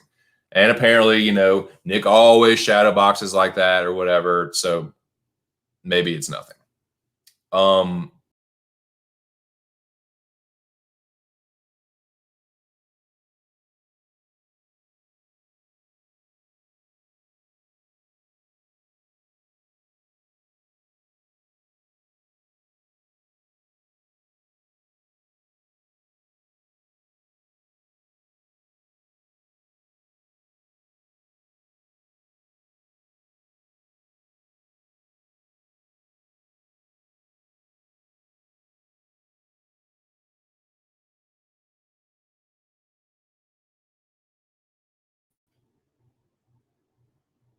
Man, not liking the scent stream today. That is the third time I fucking dropped off. And that's never happened. Like the audio has, I've had it where like it says like experiencing audio issues, but like it's never just dropped off on me. And it's happened 3 fucking times today. So I apologize for the technical issues, but I'm back, I think. But yeah, man, this is a shit show of a fight. I don't know what Nick Diaz is going to look like. Lawler has not been looking super great lately. I'm taking Lawler based on the recent activity, and I just don't like Nick Diaz is just a huge question mark, man. It's a 3-round fight, pretty sure. I want to know what happened and why this fight is now at 185. Because Nick, and you know, this is not the first time something like this has happened. You know, Nick Diaz in particular can be very difficult to work with. What the fuck? Like, why? That's a big jump, man. Like 15 pounds. Like, what? What the fuck? Why is it now 185? Of course, Lawler's a sport about it. He's Lawler will play ball. He ain't gonna have no problem making 185. It's like, why? What's the issue? Like, and then he's just saying that shit about like fighting Usman. Like, what the fuck are you talking about, dude? Like, first of all, if you're gonna fight Usman, that is a championship fight. You have to make championship weight. You can't. You're like, you didn't even make 185 on the button. You're like 185 and a half. And that's just crazy talk. Because it's like, what? What? You think beating Lawler in 2021 gets you a fucking title shot? That's, man. Anyways, yeah, I got Robbie Lawler. Like, it's not gonna like. I won't be like super crazy surprised if Diaz wins. If he wins it's gonna be an ugly fight.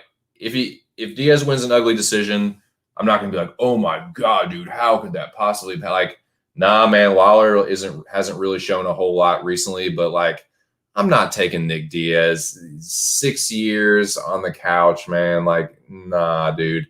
I know that he like keeps himself in shape and he does triathlons and stuff, but what's the reason, dude? Why is it 185 now? And I've heard the rumor around the campfire is he got fucking sparked in sparring. He got knocked out in sparring. I don't know if that's true. That could be all rumor and speculation, but there's some reason, and I don't think it has to do with the actual weight cut. Something happened. He got injured. He got fucking knocked out. He wasn't able to like. Something happened. Gotta be. I want to know what it was.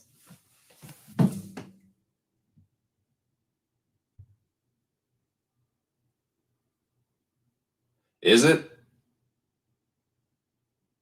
I don't fucking know. It could be. Let me see. Hold on.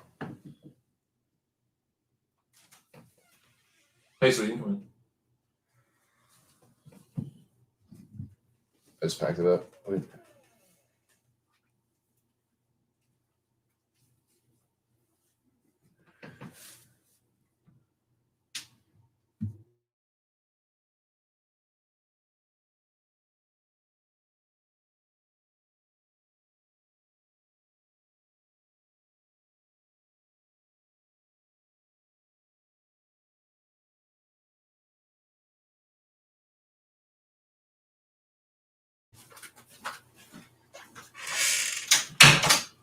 Sorry, I talked to the missus for a second. So yeah, let me see. Is it a 5-rounder? Let's see.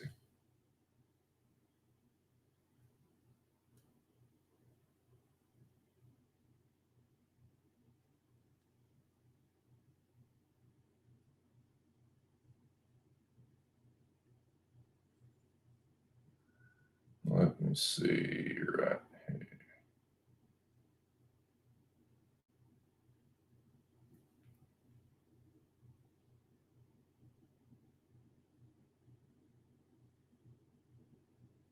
Yep, 5-round will be contested at middleweight. It will be a special non-title, non-main event 5-round bout. So yeah, I mean, that definitely makes it closer. The Diaz cardio will never wane. Robbie has pretty good cardio too, though. Like Robbie works at a ridiculous pace. I don't think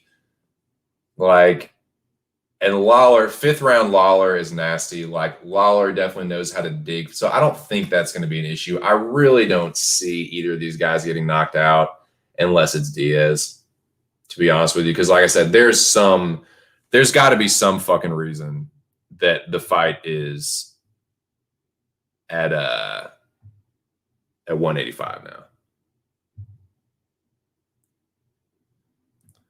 So yeah, I don't like that. I don't like the late weight change. I don't like the crazy shit he's saying. And I'm just kind of biased. So yeah, I definitely got Lawler. Definitely War Ruthless. But yeah, I can't pick Nick Diaz here. The inactivity, he's just saying wild shit. I don't know, man. No good for me.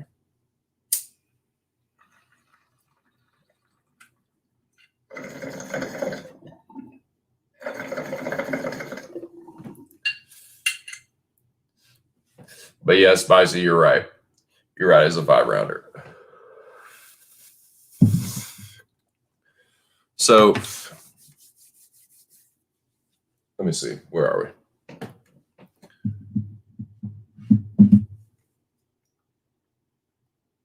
think we're at the co-main now. I think we're at the co-main event now, boys. Yeah, I went over this earlier. Valentina and Lauren Murphy. I think Valentina is actually going to stop her. I think she's actually going to knock Lauren Murphy out. Maybe a doctor stoppage, but I think she probably gets a TKO, a ground and pound TKO. And I'm going to say it's going to be in the 2nd or 3rd round. Lauren Murphy is in these 3-round fights against these point fighting chicks and getting tuned up, man, getting her face busted up. Dude, that's not gonna. You cannot take that kind of punishment from Valentina. If you're getting laid open by some of these other girls, Valentina is gonna fuck her off. So yeah, I got Valentina putting a stop to it in the 2nd or 3rd. Yeah, that's how that's gonna go to me. Don't see. Can you imagine what Lauren Murphy's face is gonna look like after 5 rounds with Valentina? I don't see it. I don't see it, man. It'll be. She will be. If it does go the distance, I cannot imagine her face. Her face will look like a doctor should have stopped it, like a doctor being irresponsible. Nah, man, it's not gonna happen. I got Valentina stopping her. Now we get to the main event. I haven't talked much about it on the stream. It's 2 hours in, have not really touched on the main event too much. But now's the time, boys. Let's talk about this featherweight championship fight. It's the most important fight on the card. It might not be the one that everyone's looking forward to the most, but it is, I would probably say, honestly, this is the one I'm looking forward to the most. I will be the most excited. I will be the most tense about this one. I am a huge Max Holloway standboy. I will be paying very close attention to this one. Max has fought both of these guys. As you know, he beat the living Christ out of Brian Ortega and got a doctor stoppage. I mean, your boy's eye was just swelling shut rapidly. Had to stop that one. But, and then the two with Volkanovski, the first one, Volkanovski won. Second one, I think Holloway won. It doesn't matter what I think. But it has implications. This fight has implications. If Ortega is to win, it will probably be by stoppage, by a submission. I can't really see a world in which Brian Ortega outpoints Volkanovski over 5 rounds. I just do not see that happening. I've been wrong plenty, so it could. It could. Well, if it isn't the carousel owner himself, how deep, Hard? How in the hell are you? Good to see you in the chat, Moyes. I hope you're doing well. Shout out to the whole Scandinavia. I wish you well this weekend, Moyes. Good luck to you. I hope you hit all your picks, your plays, all your greasy little spots. I mean that in a good way. I hope you cash the living shit out of them. I hope we both avoid the carousel this weekend. I hope we both avoid the carousel. But yeah, shout out to Moyes. Yeah, so you're just in time talking about the main event, Moyes. If Ortega wins, it will be by submission. I feel like he does have potential to clip Volkanovski. It hasn't happened often, but Volkanovski got dropped twice by Holloway. He got dropped by Chad Mendes. There is a possibility that he will get dropped by Brian Ortega.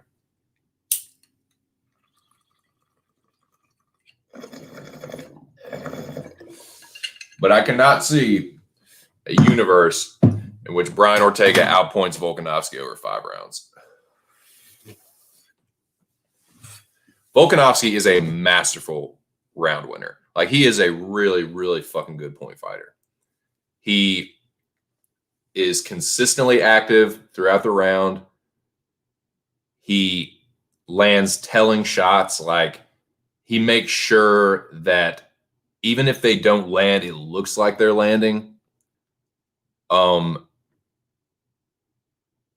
his cardio is impressive, man. It really is.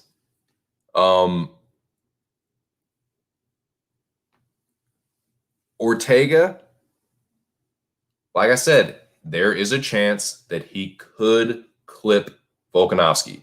And I'll tell you what, if he does clip Volkanovski and Volkanovski tries to panic wrestle, he's getting fucking guillotined. He will get fucking guillotined. Brian Ortega is definitely in the top 5 most dangerous submission artists in the UFC, unquestionably. If you give him that fucking neck or a limb, he will fucking take it.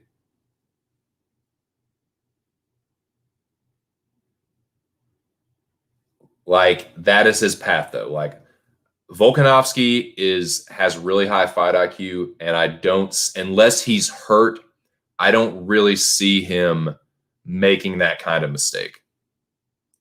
It's going to have to be a situation where he's hurt, because as an outfighter, like, Volkanovski plays that game so well, dude. His feint game is Matrix level. Like, someone that like makes their feints, like weaponizes feinting, like Volkanovski does that just about as good as anybody. The leg kicks will be a big factor. Ortega, he's mixed it up more. Like, he's shown improvements in like his striking, where he is a little bit more well-rounded now, but he still like walks forward primarily on the front foot. Like, his attack is off the front foot. And Volkanovski is a nasty leg kicker. And he knows how to point fight on the outside, feint 1-2, feint leg kick, jab, circle out. Like, he's just so good at that. And will do it every single round.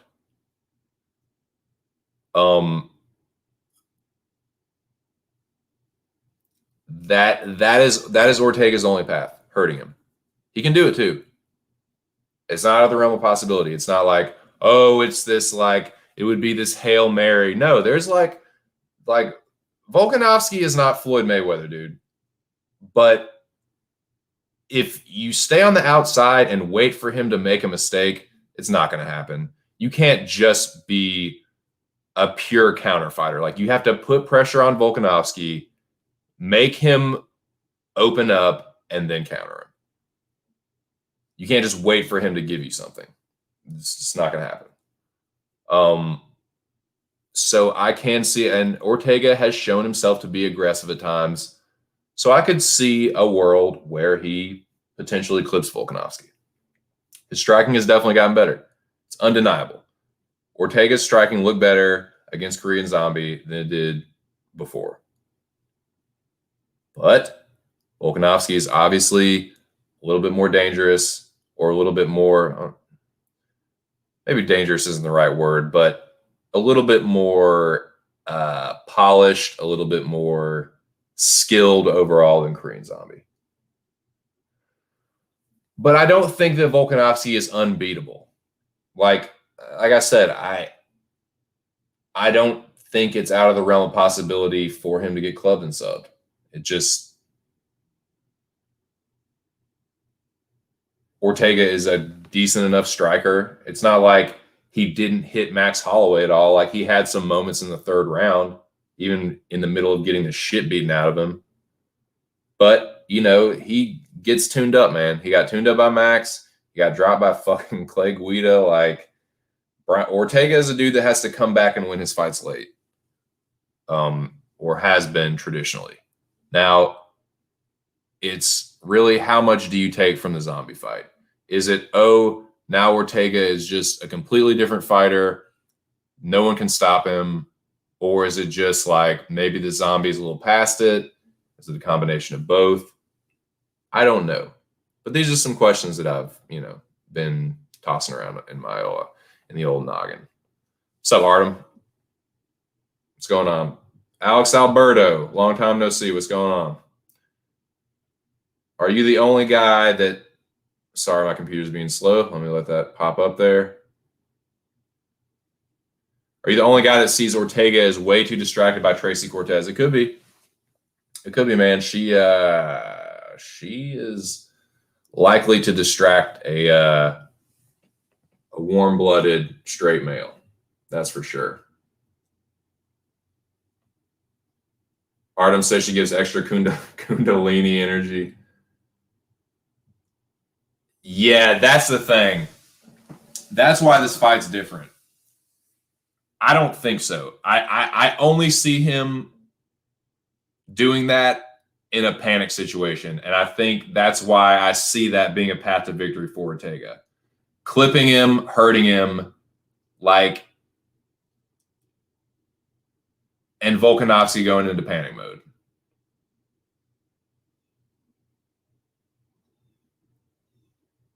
Like, it makes it a different dynamic. Like, Ortega isn't worried about Volkanovski taking him down. I think it would be a bad idea for him to wrestle him. Not a bad idea. It's just dangerous. It's just way riskier. Like, I think a very clear path to victory for Volkanovski is to just stay on the outside and do what he did with Holloway. I don't think Ortega quite has Holloway's pace. I don't think he's quite as sharp of a striker as Max Holloway. Like, offensively, Max Holloway is really accurate, and his cardio and pace is ridiculous. I don't think Ortega is quite on that level, but he's made improvements. So, we'll see. But I think if you're Volk, just stay on the outside, kick the fuck out of his leg, keep your guard high, like, watch out for the uppercut if you clinch up with him. Like, from the outside, Ortega's, like, some of his best weapons to me are like his uppercut and his elbows and stuff. And, like, at long range, man, you're taking away both of those. So I see that being a very clear path to victory for Volkanovski. Just stay on the outside, feint, jab, leg kick him. Maybe like blitz in, counter him when he starts to move forward, rush in, hit him with a combination, and then circle back out. I can see Volkanovski doing that for 5 rounds easily.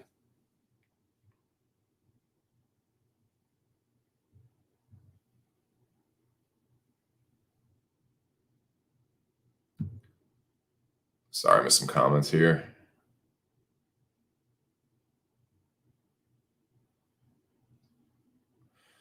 Does Ortega still have hair? Fade him. That's funny.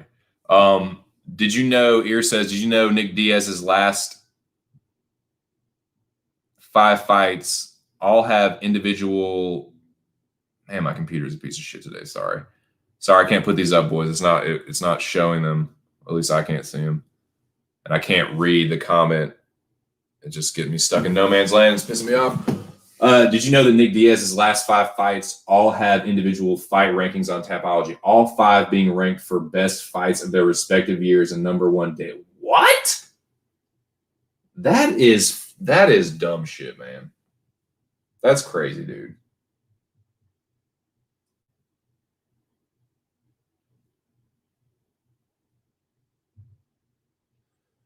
This might be pretty close to free money. My bookie has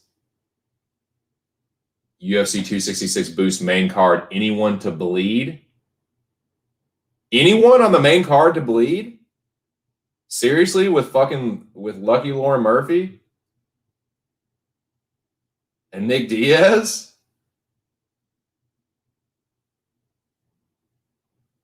Oh, it's max best 25. You could clean the fuck out. Yeah, I was gonna say you could clean the fuck out with that. That's crazy. No shit.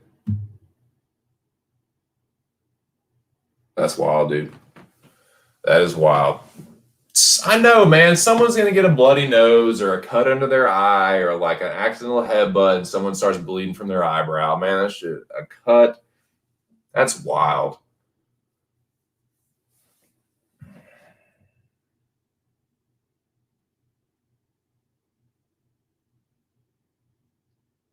Boom, 325. Yeah, fuck it. So, yeah, I'm gonna pick Alexander Volkanovski. I don't like Volkanovski. I don't like him at all. But I just can't see him losing this fight unless he gets clipped, and I will take the chance that he won't. He doesn't make a lot of mistakes. He's only like Mendez is a lot of things, but he definitely has hands, and he definitely is live to catch people. So him getting dropped by Mendez, like I don't hold that against him that much, I suppose. And Max is Max. Can't hold getting dropped by Max Holloway. That's just ask Jose Aldo about that. Max beat on Jose way worse than Volkanovski did. It's just a different style fighter. He just doesn't. He's just more of a point fighter. He's consistent, but he's not like as aggressive as Holloway. So I just feel like he could play it safe and just outpoint Ortega like and get a 50-45, 49-46, something like that. I can't see Brian winning a decision. I just can't. I can see him clipping Volkanovski and submitting him. So I would say my confidence for Volk is like 70-30, 65-55, or 65-45, I mean. What is it? 35, yeah.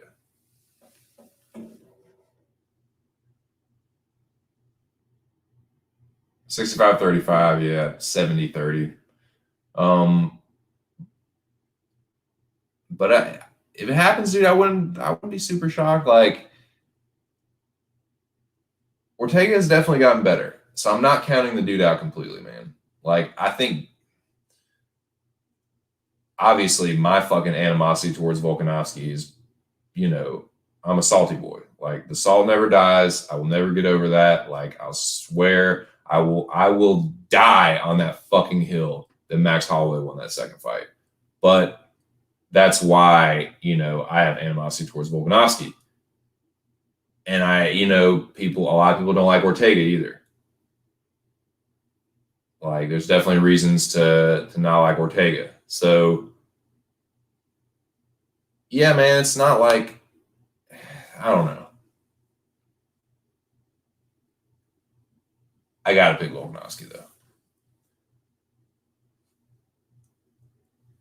I don't know how I feel about Ortega upsetting him, man. Like, I'll be on the one hand, I'll be like, yeah, I'll be glad that Volkanovski lost, but it's like, fuck, man, this dude that Max beat the fuck out of is now the champion. That will make me sick. That would make me sick. So it's like I'll have mixed feelings if Ortega wins. Just feel like it's better if Volkanovski wins. We can get the trilogy, hopefully. Like, I don't know, man. But will there be a part of me that's like happy if fucking Ortega like clips him, hurts Volkanovski, and then chokes him out? Fuck yeah, there'll be a part of me that's happy about that. But I don't know, man, because then if Ortega wins, they'll probably like make the rematch or something, further delaying Max's chances at reclaiming gold. So, I mean, pretty much that just sums it up. I mean, that's the long and short of it, Bubba. If we gonna get down to the brass tacks of it, you know.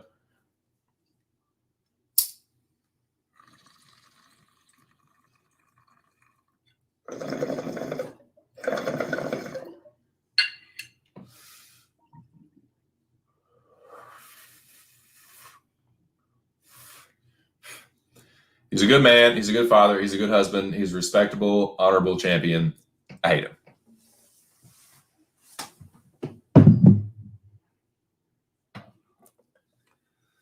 This kid's an incredible player. He's the best player that's ever come through this school. I hate him. Nah, man. Yeah, I mean that's pretty much it. But I have to pick Volkanovski here. I have to. I think he will win this fight. I think he will outpoint Brian Ortega. I don't know if he'll knock him out, but it wouldn't surprise me either. Like if Volkanovski was to get like a late stoppage, like I said, 3 rounds against the Zombie versus 5 rounds against Volkanovski. I don't know. We'll see how it goes. I guess it depends on how much Ortega can take the leg kicks and how aggressive Ortega is going to be. I mean, how aggressive Volkanovski is going to be. Because Volkanovski, I mean, he is more or less, with a couple exceptions, I consider him to be a point fighter, more of a GSP type. He knows how to win rounds. He knows how to secure the victory. He doesn't always do it super duper impressively. Some people, fucking nut in their shorts at the mere mention of Alexander Volkanovski. It is impressive that he's able to do it against the people that he's doing it against, but is it like visually impressive? I'm not just blown away. No, he fights very conservatively. It's point fighting, leg kicks, like I said, very good use of feinting, very accurate, and he just wins fights. I don't like him. But yeah, I think he's going to win this. I think he should get it done. I think he's just going to outpoint him. Like I said, could get a late knockout. Like that won't surprise me, but I got Volkanovski by decision.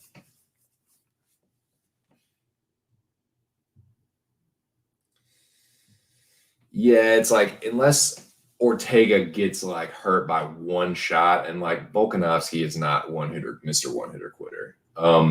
It's just hard to see him like. I don't know. I just don't see that. Yes. I can see a world where that happens though. Like I said, I can see Ortega clipping him with something nasty, a knee, like a right hand or something. They get in a fucking wild exchange and Volkanovski gets clipped. If he's hurt, God, Ortega is alive for that sub, dude. Like, I can only think of a few people that will snatch something quicker. Oliveira, Moicano, maybe like Damian Maia. I can only think of a few people that are like more dangerous if you give them your neck. So yeah, that's live. I think that's live. Definitely, like at least the first. I mean, goddamn, it's probably the whole fight. If he hurts him at any point, he's live for a submission. So, but Volkanovski just doesn't make that many mistakes.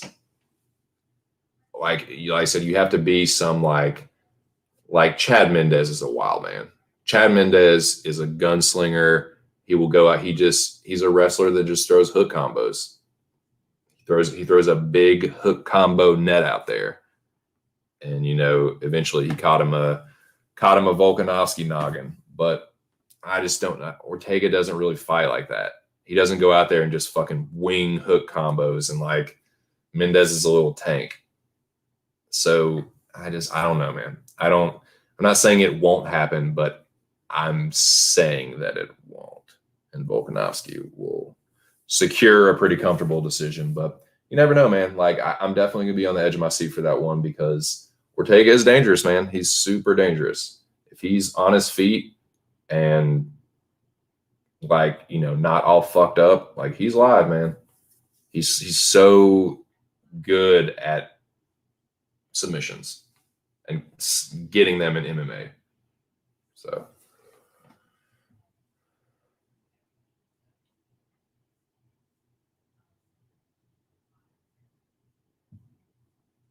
yeah, I was saying that earlier, that one of Ortega's best weapons is his uppercut.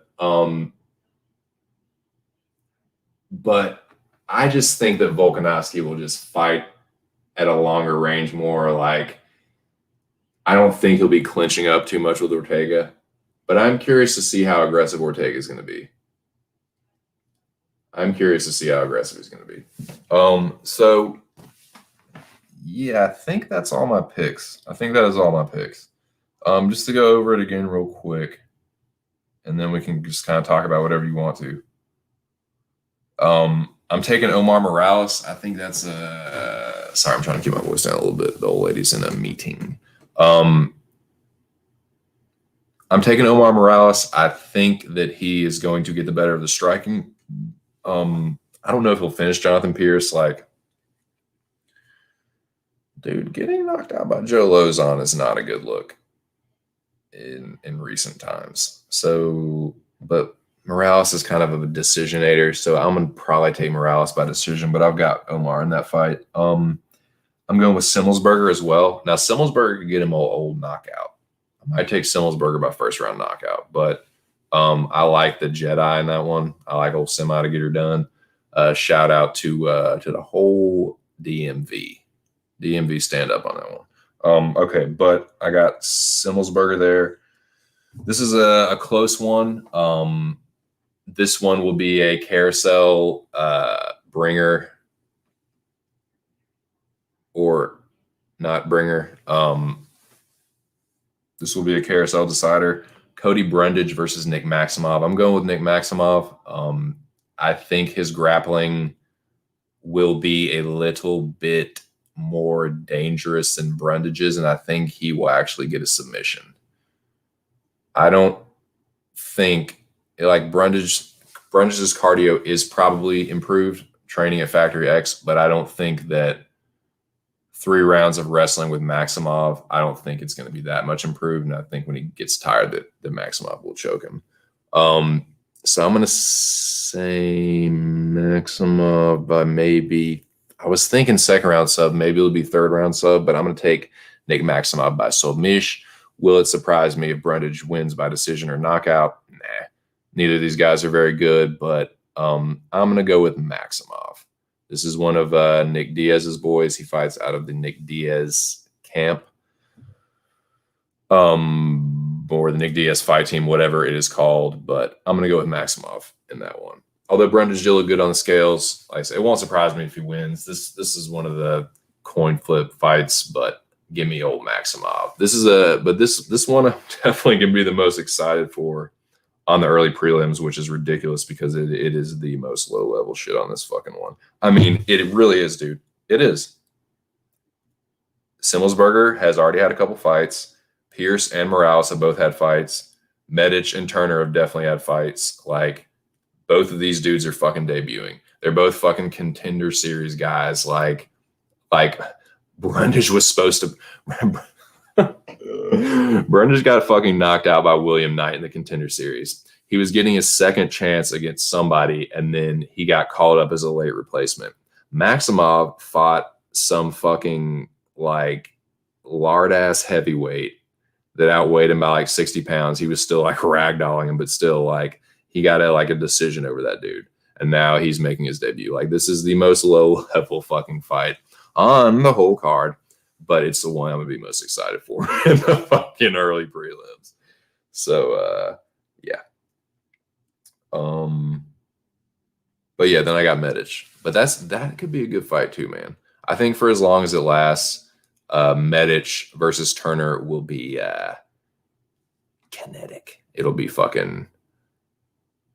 electric.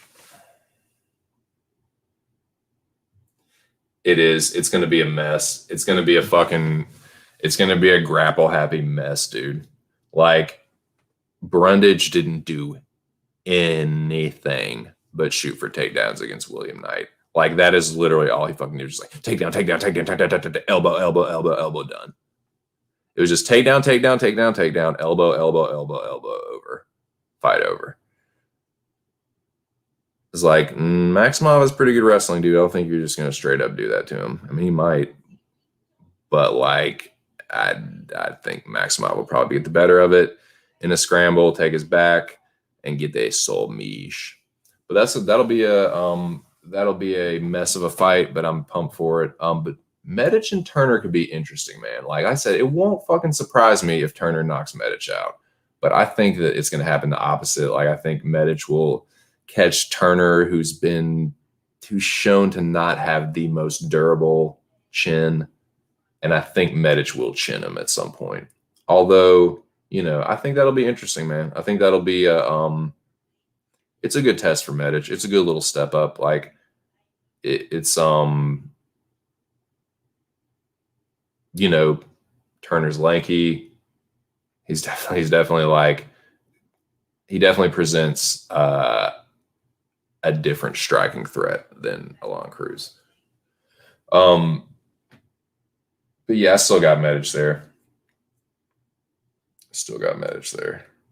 Probably by knockout. I got to take Tyler Santos. I think she might actually knock Roxy out, but I think she's going to put a whooping on her. Roxy is another one of those people, not for the same reasons necessarily, but it's kind of like a fucking Sam Alvey. It's just like, you've been around forever. You're a company man or woman in this case. Like, it means so much to the company. Like, I'm not saying that to like shit on her. It's just like, man, she's just not it anymore. And she probably will never be it. It's just, she's just there. She's there to get fucking beat on. And to like test newcomers, I guess. She's a litmus test for newcomers and just gets beat on by the legit prospects. And it's just, those are just annoying. Those fighters are just like, what can you fucking do with them, man? Like, they're just there. They're just fucking punching bags. They're there to just get fucking whooped on. But yeah, I think Tyler Santos is just going to fucking knock Roxy around a little bit, maybe knock her out, but I got Santos in that one. Yeah, I got Dawkins to knock out Shamil Abdurrahimov. Yeah, I think Dawkins is going to stuff them takedowns and put hands on Shamil, knock him out in the first. That's what I think. Hooker and Haqparast. I think Dan Hooker is the better fighter. I think short of him getting caught with a left hand and knocked out, I just don't think he's just like, Chandler is so fucking fast and powerful with his punches. Like, yeah, Haqparast has a nice clean left hand. He is quick, he is powerful, but it's just, I don't see Hooker getting caught like that twice. And I think that Hooker could be live for a knockout too, man. There could be some knockouts in this motherfucker, dude.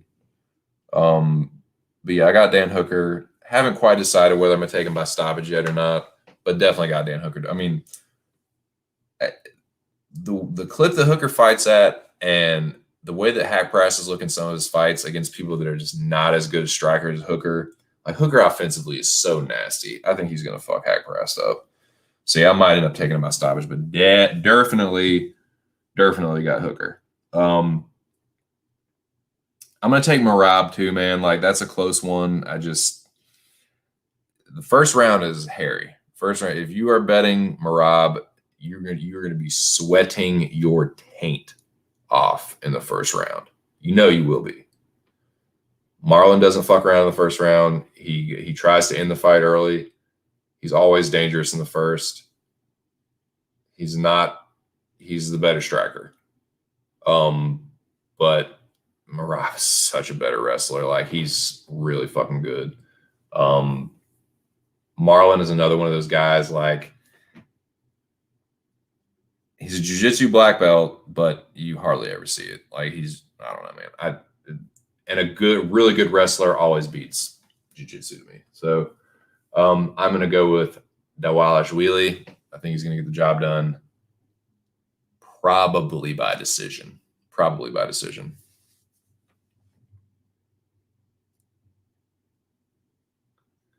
Oh, hello, Brian. I mean, Scott Brown, a.k.a. Scott Brown. No, what's up, Brian? What's going on?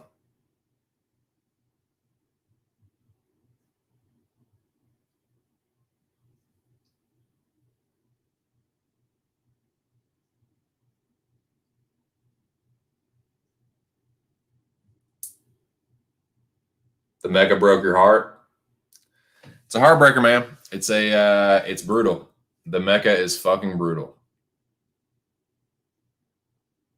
Dude, the season 4 winner will be crowned tomorrow night, man. I'm fucking pumped for it, dude. Jack and Touch have both been in here. I wish them luck. It's been a long fucking road to this finals. But someone's gonna get it, man. Someone's gonna get that pot. Someone's gonna get the fight kit and the heavy bag, and I think there was something else too. There's something else. I can't remember. Like HBO or something, some shit like that. She's just annoying, man. She's annoying. Like, I don't hate her, but she's just there. She's goofy. Like, she's not that hot. Like, she's not that hot. She's not hot. And she just gets her ass whooped every other fight. And the one she wins, she barely wins. And she looks like shit striking. She's just annoying. She's annoying. And I hope that the streak, her win one, lose one, win one, because let's face it, if she'd been losing all these fights, she would probably be gone, but she keeps hanging around because she'll win every other fight. I think that streak gets broken, dude. She's been win one, lose one for 4 fucking years. It can't possibly keep up forever. I think Tyler Santos is going to break the streak.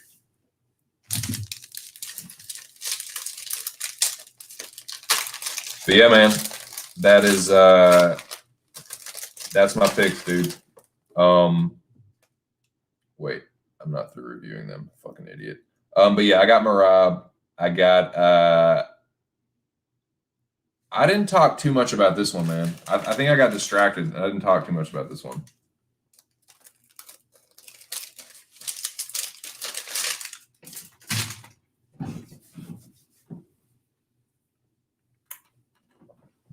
Well, I'll talk a little bit about it.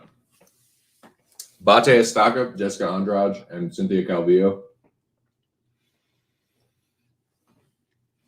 Excuse me. I know that's rude. I apologize. I think Jessica Andrade is going to fuck Cynthia Calvillo up. Like, Cynthia Calvillo fights these, like, point fighting chicks and goes to decision with them. Jessica's like knocking out Kaylin Chikagan and fucking slamming Rose on her head and fucking carouseling the living shit out of her. Jessica Andrade is way more dangerous than anybody that Calvillo has really fought. Like I said, she's fighting these point fighting chicks. Andrade is on a different level than that. She's super dangerous. She's not really that old either. I think that Andrade is going to fuck her up. So I have Andrade. I'm probably going to take her by stoppage. I know that Calvillo hasn't been stopped before, but she hasn't been fighting people that can put it on her like Jessica. Jessica's a motherfucker, man. And she will fight that way for 3 rounds. Especially in a 3-rounder, man, she's going to be putting it on her. So yeah, I'm going to take Andrade probably by stoppage. I think Ear said he was on Andrade too. She was a parlay piece for him, maybe. I don't want to misquote him, but I think that's what he was saying earlier. Yeah, man, I'm all over Jessica here. But yeah, Andrade. I didn't talk a ton about this fight. I talked a little bit about it, but I'm taking Curtis Blades. I think in a 3-rounder, he won't gas out too badly. And he was, man.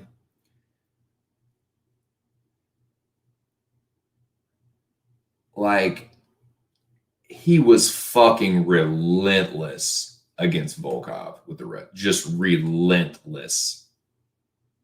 He can do that for 3 rounds with Rosenstrike too. Just wrestle fuck him for 15 minutes. Oh yeah, big time.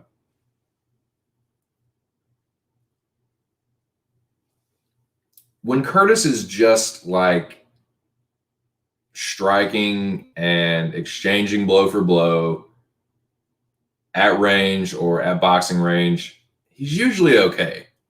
And he does pretty good work. Like, he fucked Junior up and knocked him out. He gets caught in moments where he has like a mental lapse. I don't know, man. I just don't think that's going to happen against Rosenstrike. It could. I'm going to say it doesn't, though, and pick Blades probably by decision. I could see him getting a TKO, maybe like ground and pound stoppage, because Blades' ground and pound is really fucking nasty. Like, there's no doubt about it. He does have, he's really aggressive with it. Like, he fucked Alistair Overeem up with that ground and pound, man. So yeah, that wouldn't surprise me too much, but I will take Blades. Probably by decision. Probably.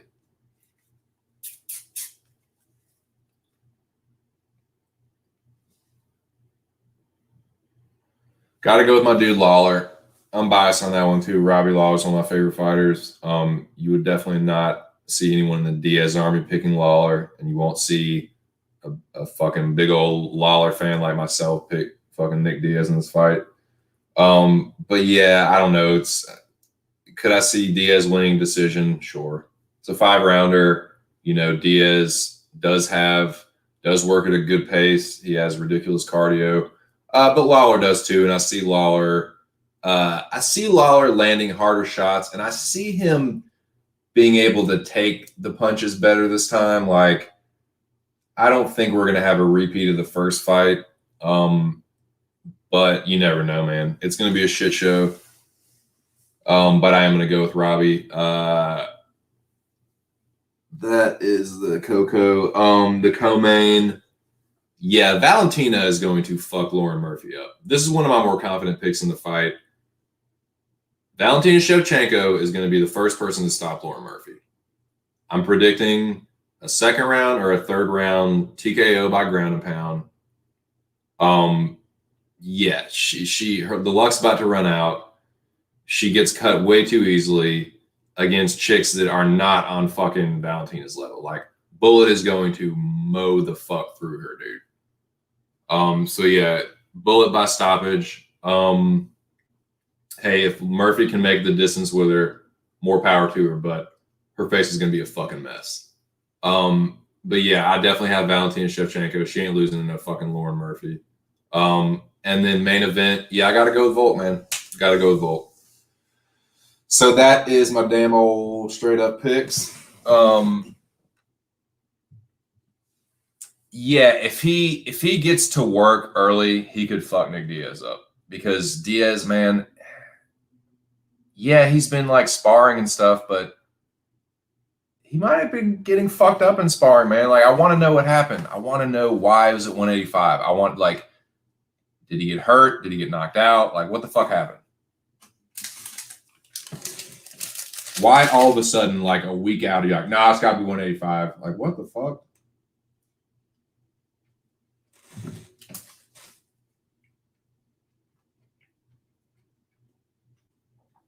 Chick-fil-A brownies, dank.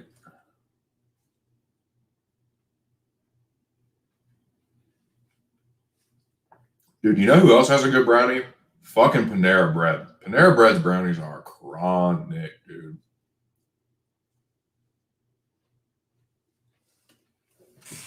They put the little powdered sugar on top of theirs.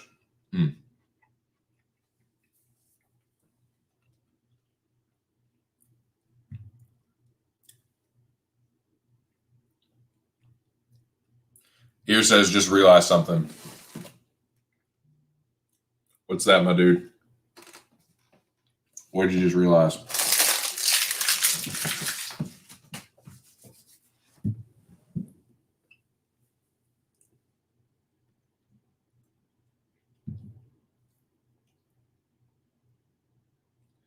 Jesus fucking Christ. Well, yeah. I mean, I'm not going to be right.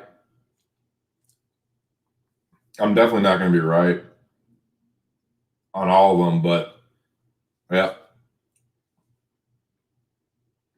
That's just how I feel.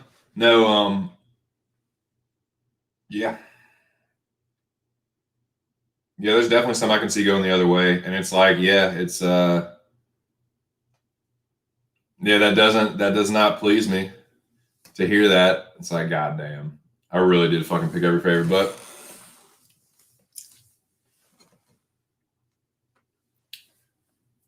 I like last week, I did get the only underdog right that I hit. I picked Hannah Goldie as an underdog, got that one right. And then I only got two. It was chalky last week. I only got two picks wrong, and they were both underdogs. I mean, I picked the favorite. So, yeah. Seems like another chalky week. I'll probably get a couple wrong, couple few, maybe 3 or 4, you know. But Andrade is not losing to Calvillo. Valentina is not losing to Lauren Murphy. Like, Ortega could beat Volkanovski. Rosenstrike could beat Curtis Blades. But, yeah. I definitely don't make picks based on the odds. I just make them based on who I think is going to win. And, yeah. Do I have the most amazing picks? No. I've been doing pretty good recently, though. Been doing pretty good recently.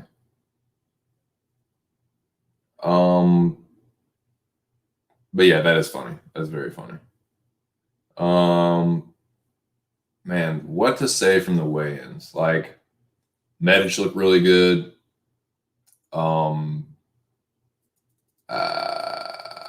Brundage looked pretty good.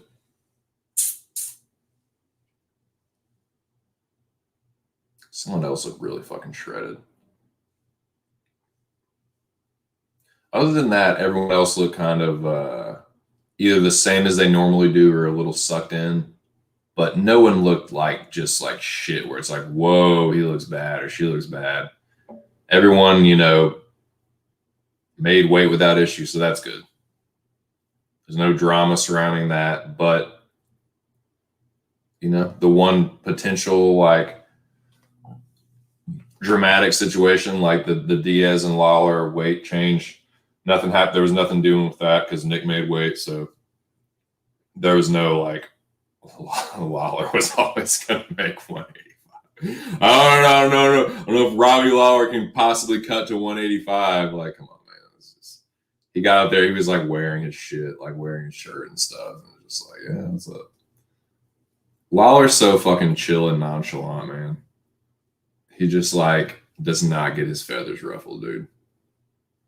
In the fight, he's fucking crazy. In the fight, he's a madman. But like before and after, he's just kind of chill, like, just sitting there, like, I don't know, it's a good opportunity for me, It's like he's just kind of like whatever, like he's just, rolls with the punches, man. I fucking love that dude. I really hope he wins.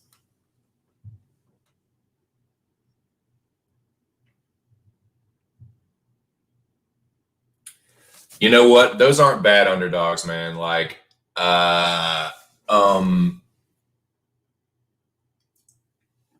Morales, but I get the Pierce pick, especially if he wrestles him. But Omar has pretty good. Omar has pretty good wrestling. Good enough, and the takedown defense is good enough where, yeah, I think you should outpoint him for at least 2 rounds. But I'm not overly confident. Like I said, I'm like 60-40 on that one. But Pierce is a good underdog. Rosenstrike's a good underdog. I don't think Marlon Moraes is the worst underdog, although I am picking Merab. Ortega is not the worst underdog. I think Brian Ortega is a lot more live than Volkanovski stands would have you believe. I'm still picking Volkanovski. I think he will get it done, but Ortega is not a bad underdog at all, in my opinion. Brundage isn't a bad underdog, even though I'm picking Maximov, And it's, yeah.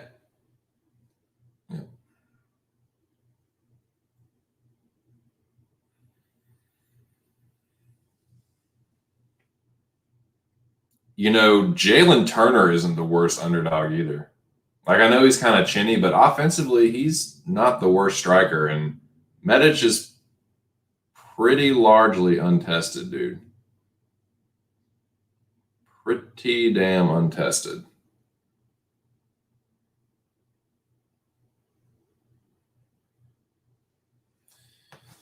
So yeah, that wouldn't be, the worst underdog.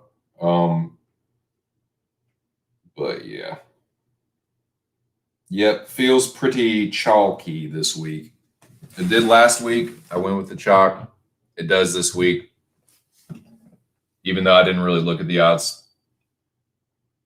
I was gonna say I didn't like to look at the odds too much. I don't think I did at all. Yeah. It just seems that way.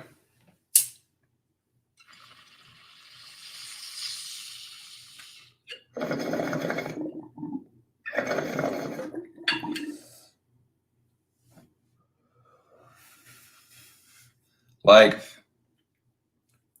they don't taste exactly like pancakes, but like when I smell the nug like burning off the bowl after I take the hit, like, how you take a bong hit and you put the slide back in and like some of the smoke like poofs out. When you smell that, it just smells just like fucking pancakes, man. It's crazy. It feels like I'm in fucking IHOP or something getting brunch or like late night fucking all drunk. But nah, man, these fucking pancakes are so dank.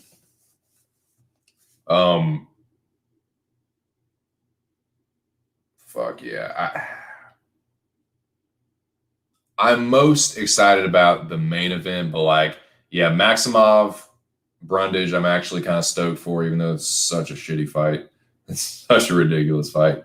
But like that one, Medic and Turner could be fucking good. And Merab and Marlon Moraes, dude, that first round of Marlon Moraes and Merab Dvalishvili, that is going to be, that could be fun.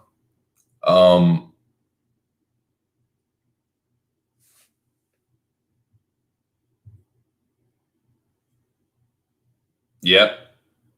Flip it, dude. I wish I was flipping some fly. Oh my god, dude. Now I actually want to eat some fucking pancakes, man. Dude, I fucking love pancakes. I did just eat, but I fucking love pancakes, dude. Maple syrup.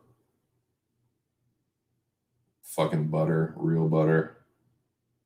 Oh yeah. But no, man, like pancakes has got to be in like the top 5 strains I've had this year, or the last couple of years. So say pancakes like what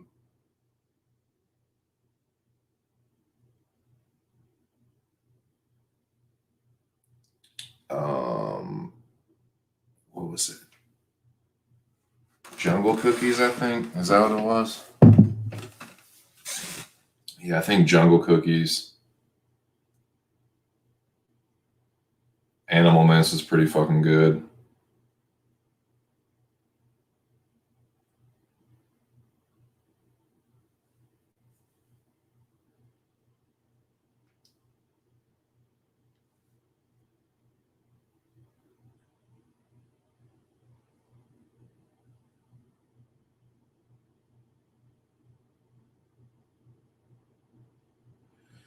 Yeah, Jungle Cookies, Animal Mints, this fucking pancakes here.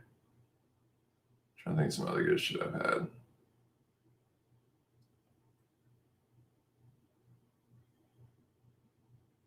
Dude, that fucking cake batter I just had was really, really fucking good.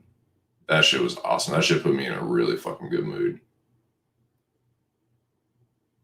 This shit here is good too. This shit here is like more spacey though. I definitely feel more like out there and euphoric on the pancakes than the cake batter. But the cake batter is really fucking proper too. I really like that shit a lot. Anything, man, anything like Girl Scout cookie family is really dang. But dude, I just yeah, cheers here. Just got back from the beach, but we had some fucking chronic at the beach too, man. We had some really good Jack Herrera, Cindy 99, like I said, that cake batter, some Jesse's Girl. Yeah, some good nugget, man. I've been blessed recently. Definitely feel blessed with the fucking chronic. Dude, there's in addition to UFC 266, there's also Anthony Joshua versus Alexander Usyk, what have you. So yeah, there's 2 UK versus Ukraine matchups. The other one, of course, being Jackie Boy versus Touch, respectively, in the Mecca.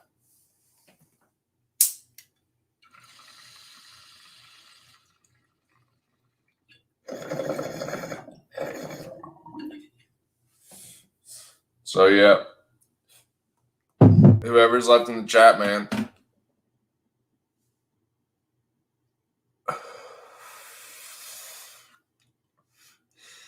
Ain't that the way they're supposed to be?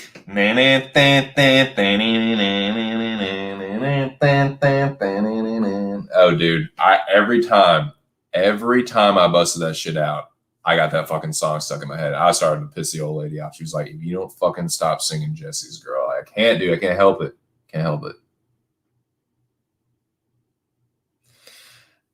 Rick Springfield is like the worst friend ever, dude. Is there like a worse friend than Rick Springfield? The dude literally made a song about wanting to fuck his friend's girl, like breaking the ultimate like dude code. Like, is there a worse friend in the history of human existence than Rick Springfield? Literally made a song like, dude, I want to fuck your girl so bad. I gotta write a song about it. I gotta write a hit song about it. I want to nail your fucking girlfriend so bad that I'm gonna just write a fucking masterpiece. My fucking piece de resistance is about me fucking pounding off to wanting to fuck your girl. And damn it, if it isn't a catchy song too, man. I fucking love that song. The fucking bridge, the bridge with the guitar, it's so good, man. I love that song.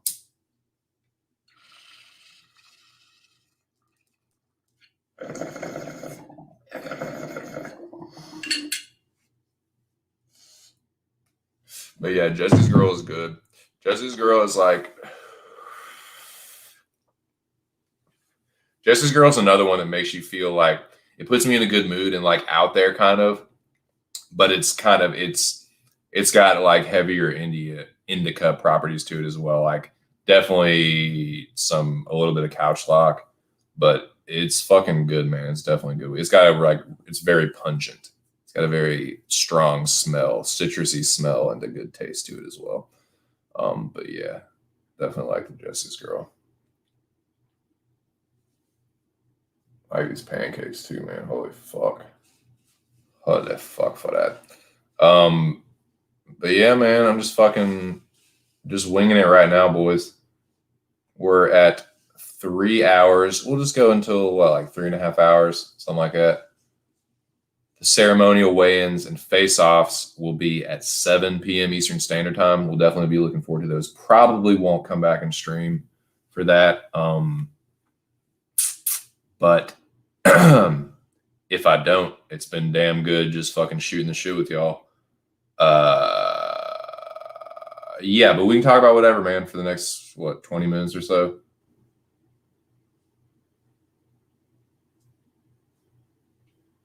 Yeah, definitely. Oh, so Joshua and Usyk. I was going to talk about that for a second. AJ and Usyk. Now, on paper, this is a very interesting matchup. Y'all don't know, Usyk is the former undisputed cruiserweight champion. Excuse me.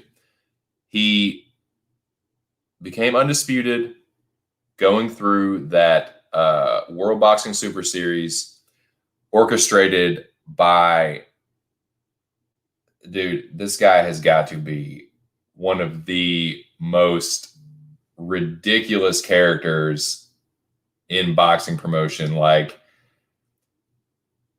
if you can name me a bigger fucking coke fiend than Collis Sauerland, I will just eat my fucking hat, because that dude is so fucking ridiculous. Like, he is so wild. Anyway, he's the guy that was behind, him and Richard Schaefer were behind the World Boxing Super Series. It produced the likes of Josh Taylor getting his belts, or most of them. There was a super middleweight Super Series in which Callum Smith beat George Groves, which Canelo now has that belt, but that was how Callum Smith got his belt.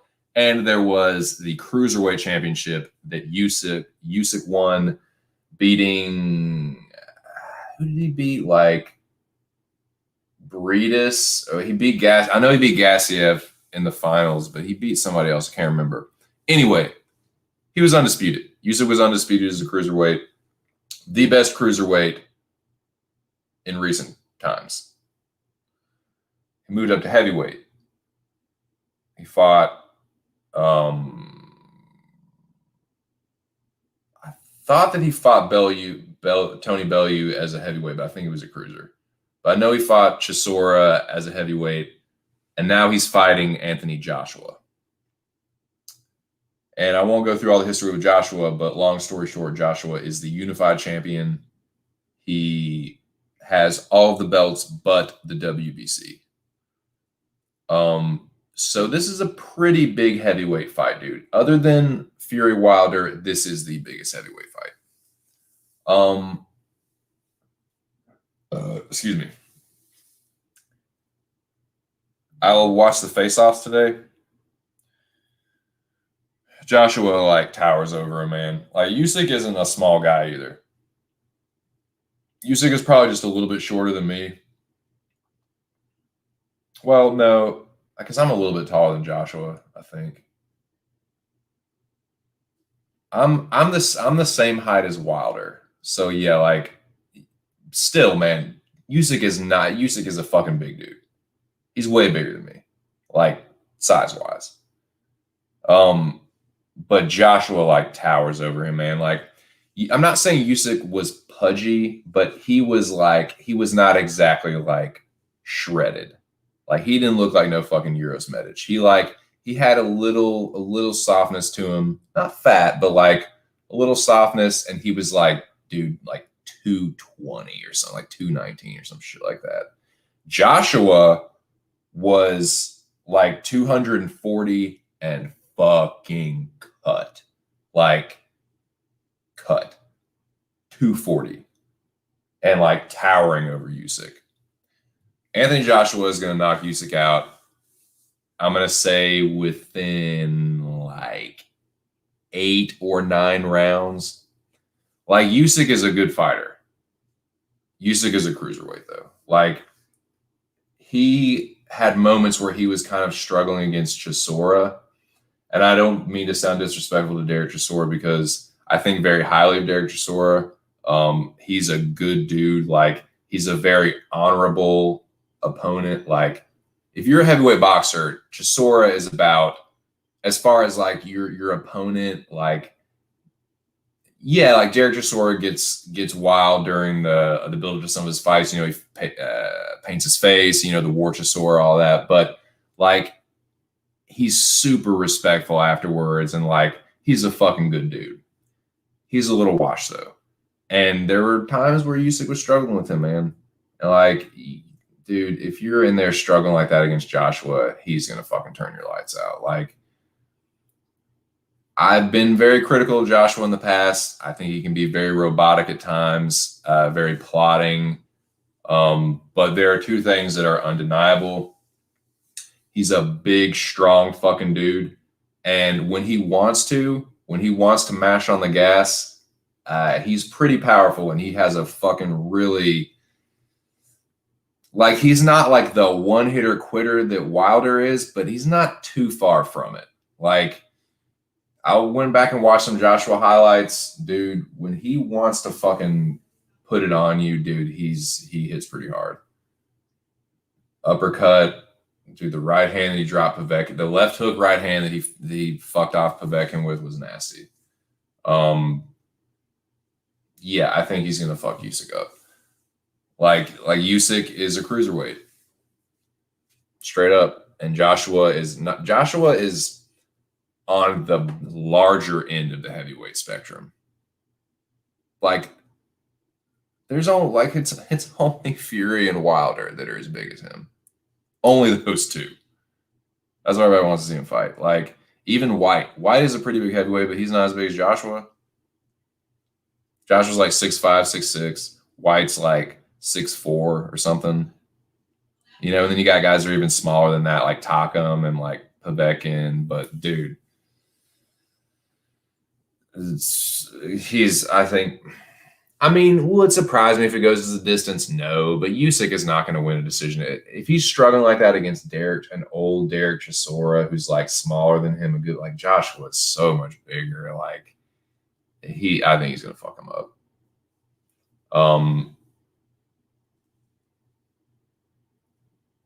Yeah, Joshua has gotten better at cutting off the ring and not chasing as much. Like, I don't really like Joshua necessarily. I'm not like a big AJ fan, but I can admit that the dude has made some improvements, and I don't see Usyk winning this fight.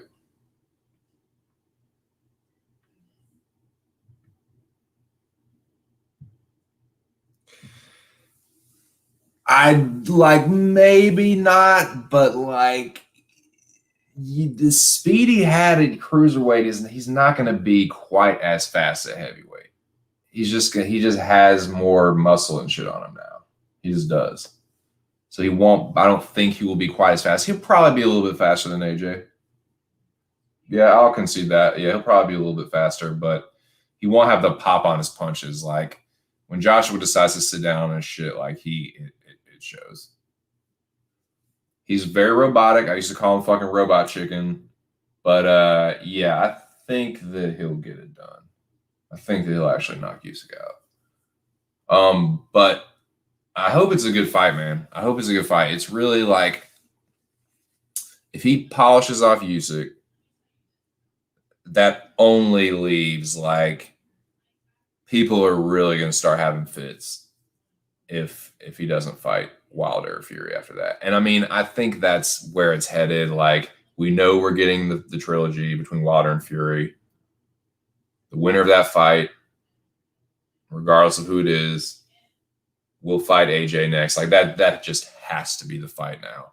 And I actually like that it's happening this way, because this way Joshua won't take the loser.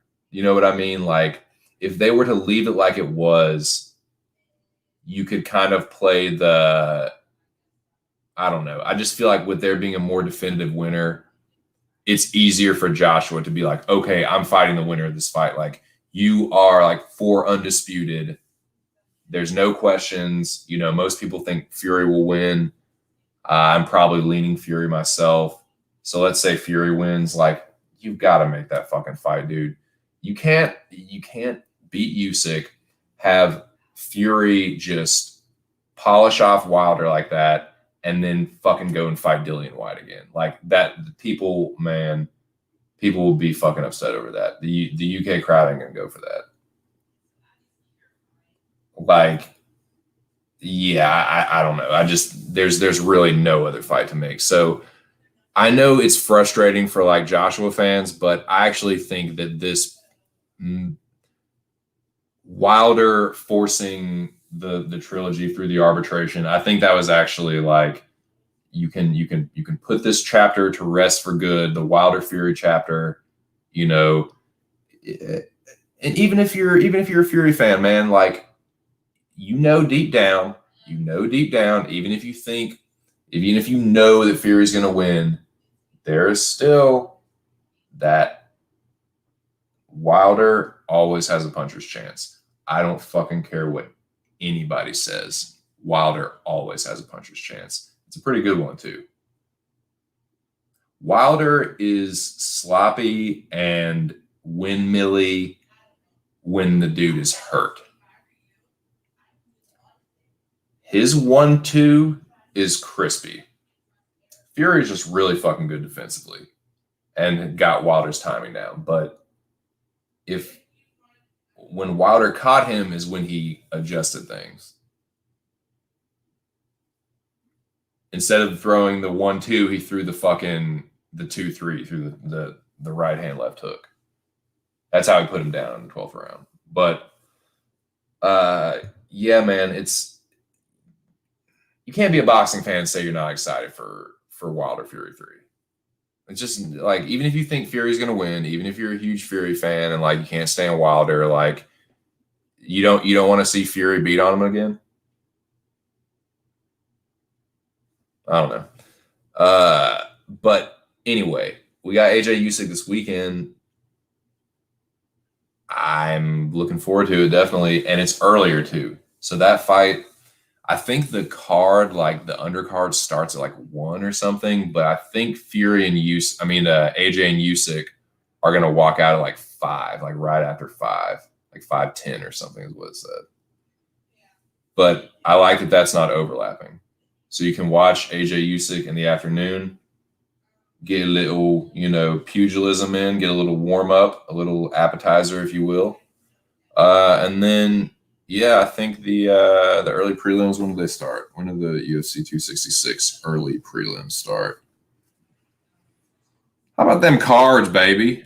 I tell you what, man, my St. Louis Cardinals been making a little late season push. I'm pretty sure we're going to make the fucking playoffs, dude.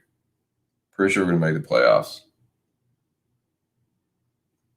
Can't remember if we won that game last night, but tell you what, this last series with Milwaukee, we stomped a fucking mud hole in those motherfuckers. Fucking Brewers. But yeah, we gonna make the playoffs. But anyway, all right. So this card, early prelims. Sorry, just got an ESPN update. Had to go on a little baseball tangent for a second, but I get excited about baseball late in the season, getting towards October. Playoffs. The early prelims start at 6 p.m. So you get AJ Usyk, you get a little taste, a little teaser, a little something to get the juices flowing, and then early prelims at 6. So that's fucking sick, man. That's a nice afternoon, evening of combat sports, of violence. Tight.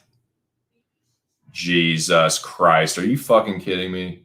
John Jones charged with a felony. Good fucking Lord. What didn't they just report that? Didn't Helwani just report that he's like as big as he's ever been? He wants to fight the winner of Gane and Francis. Man, that dude, the guy just cannot fucking get out of his own way, man. I mean, I'm a fucking certified Jones hater. I have been for years.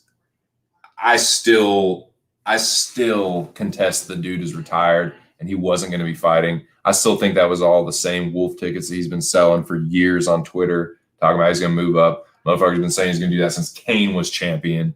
But yeah, anyway, that's crazy, man. Like goddamn. I mean, what can you say, dude? It's fucking John Jones. Like he's God. What was it? Do you know what the charges were?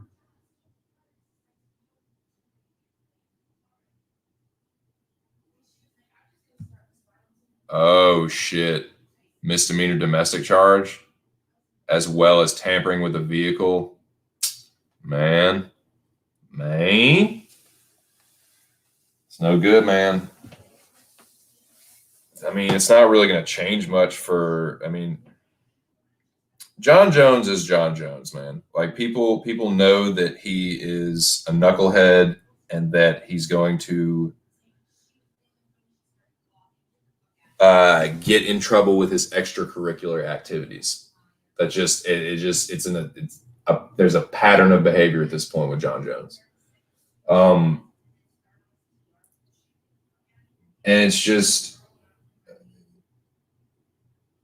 the really sad thing is if I was wrong and he actually was trying to make a comeback, is he actually was like, no, I'm really going to put on this weight. I'm going to be a solid heavyweight. I'm going to go in there and I'm just going to fulfill my destiny. You know, I'm just trying to use my John Jones choir boy voice. And then he fucking, puts his hands on his wife and, the vehicle thing, I don't know, maybe he was like fighting with her in the car or something. And I don't fucking, who knows, dude? Who fucking knows? Misdemeanor.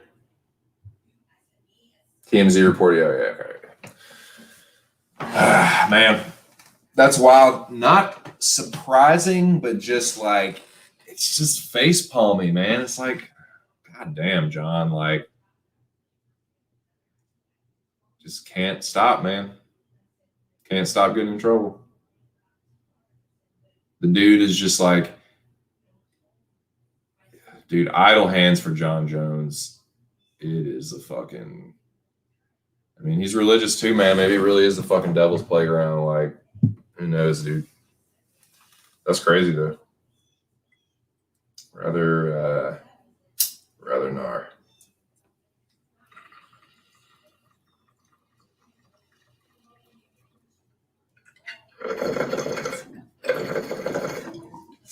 So,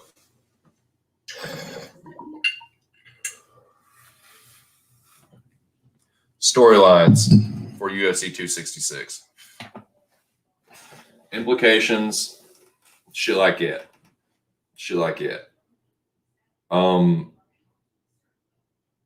Now I kind of touched on it with the main event.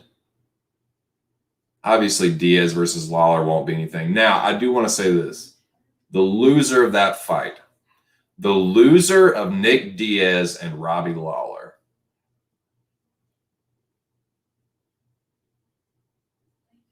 like, who do you fight if you lose that fight, dude? Like, if you're Nick Diaz and you can't beat 39-year-old Robbie Lawler, like, is this, let me ask this question. Is this a one-off for Nick Diaz? Is this like going to be, regardless of whether he wins or he loses, do you think this is the last time we see Nick Diaz in the octagon? Let me first ask that question. Is this the last time we see Nick Diaz in the octagon?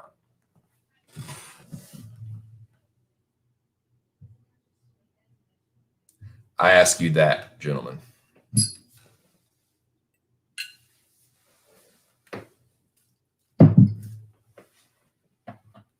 Or is it conditional? Is it the last time we see him regardless, or is it conditional?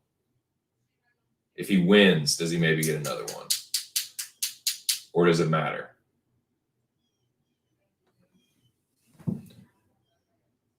Here says maybe one more fight. Like if he wins, maybe give him one more fight. Do you think if he loses, he gets another fight? Or do you think if he loses, does he want another fight? It sounded like he may not have 100% wanted this one. I don't know. Just asking questions. Just curious what y'all think.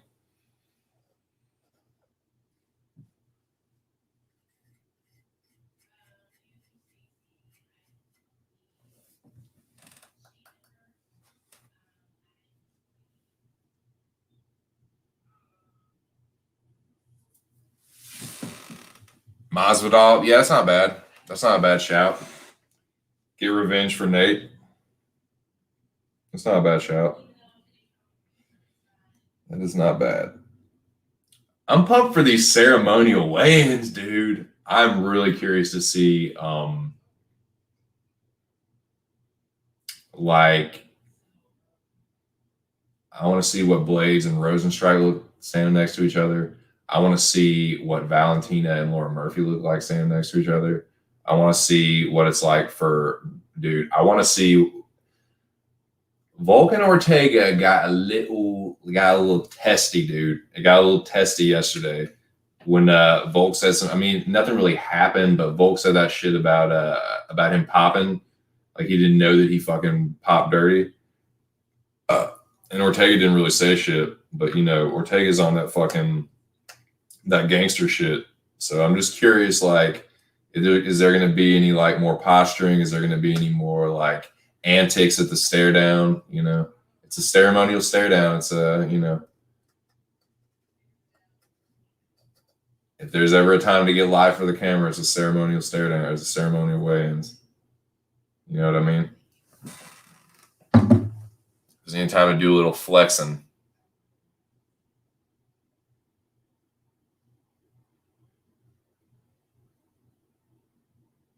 I'll be right back, boys. Hold on.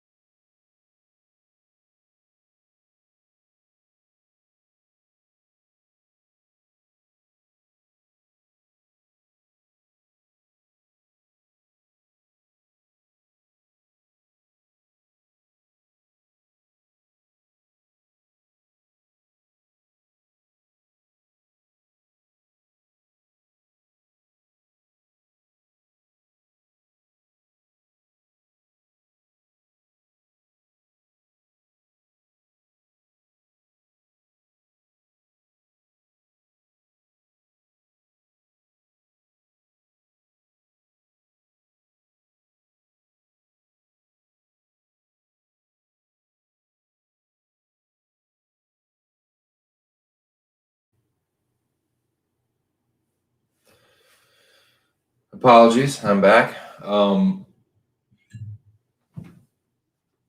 yeah, man, I'm kind of curious to see what happens. You know, because fuck, man, Lawler is 39, Diaz is 38. Maybe one more, because like the draw is still there, man. Like people still go crazy for fucking Diaz, man. Anything Diaz related. It's like you just about done squeeze all the juice you can out of that one. Like there's only so many. Yeah, like Masvidal is actually a pretty good matchup. There's not too many more that make sense. Now, we already discussed it a little bit. The main event, but this is the other one I want to talk about. The implications for Curtis Blades and Jairzinho Rozenstruik. Now, the heavyweight division, to me, has gotten really fucking interesting recently. Like, the light heavyweight too, but heavyweight has I feel like the last couple years, like 2 years in particular, there's just all these fresh faces. Got a new champion, a new challenger, new contenders, new prospects. Like I feel like the division's getting a little younger. We're seeing guys in their late 20s, early 30s instead of guys in their mid 30s, late 40s kind of deal. Like I know Francis is like pretty much in his mid 30s, but still like I feel like the division's getting a little bit younger, a little bit. It's just changing a little bit, man. It's getting more competitive. It's not just straight up old fucking dinosaurs. Like I feel like that's kind of a dead narrative at heavyweight. Because two of these are, I can't remember what their exact ranks are, but you know, Rozenstruik and Blades, I know they're both top 10 heavyweights. I think they might both be top 5, but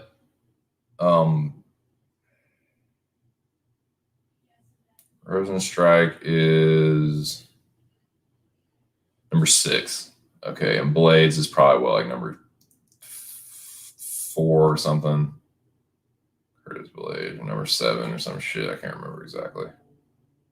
Number 4. Okay, so number 4, pretty much top 5, right? The winner of this fight.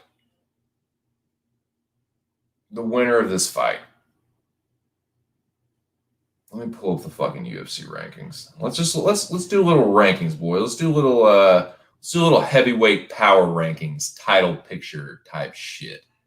Let's talk a little UFC heavyweight title picture. What say?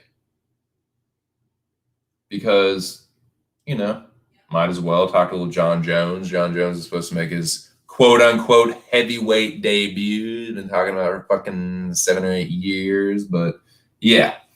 Anyway, UFC rankings.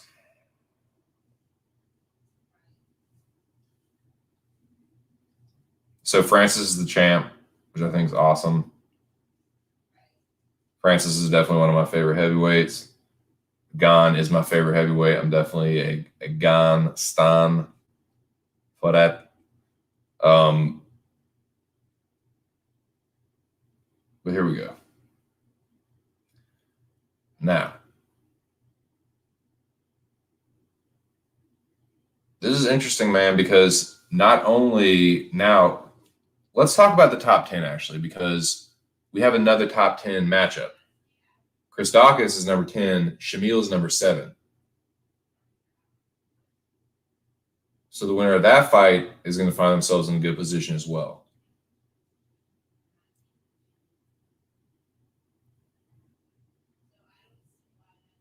Rozenstruik is coming off the win to Sakai.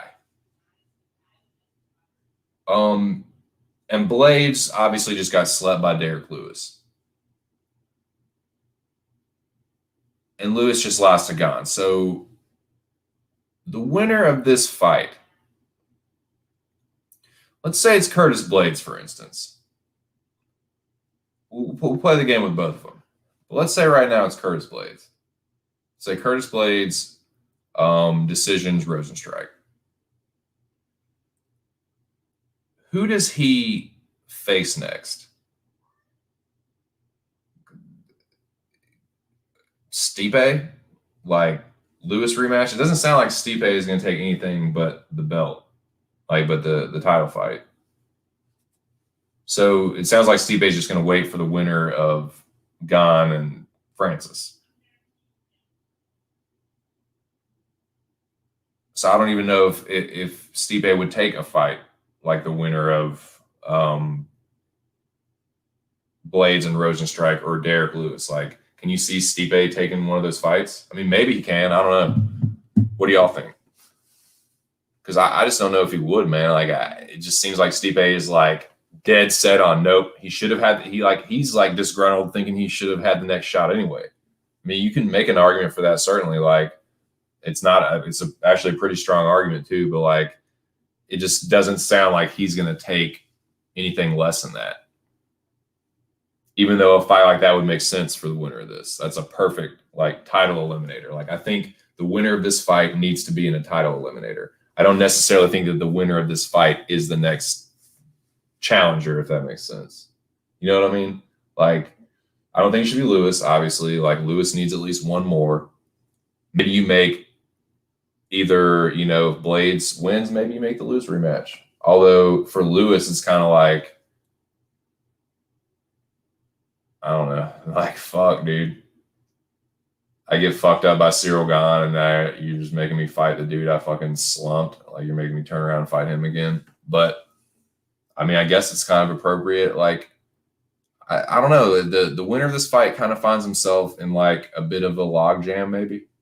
Are we having a logjam situation at the top of heavyweight?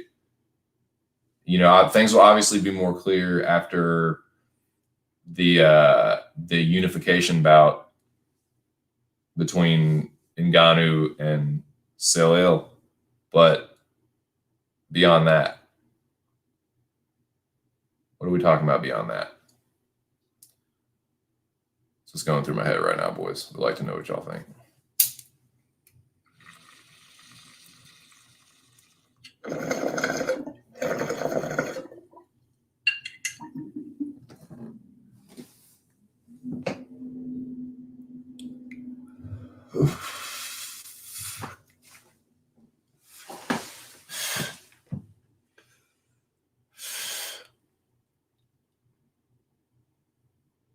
I'm gonna try something.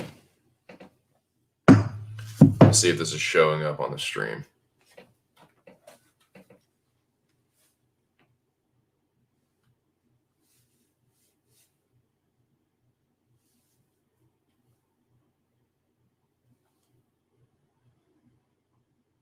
Oh, nice. It's still showing up. Good. Okay, cool. So he says, if Robbie wins, I like him versus Alex Morono, and if he loses, give him Perry. That's actually a pretty good fight, man. That's actually kind of a winnable fight for Robbie and for Morono. Like, that's a pretty, it's a coin flip fight. And dude, Perry versus Robbie Lawler will be fucking entertaining and violent for sure. Like, Perry versus Lawler, that is like kind of a dream matchup, dude, for just like just fans of fist fighting. They're not going to be tip-tapping it out, Lawler and Perry. That was actually some good shots, man. I'm actually pretty stoned, man.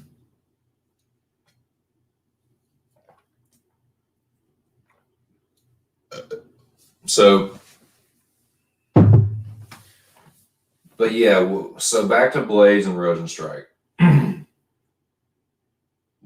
I don't know, man.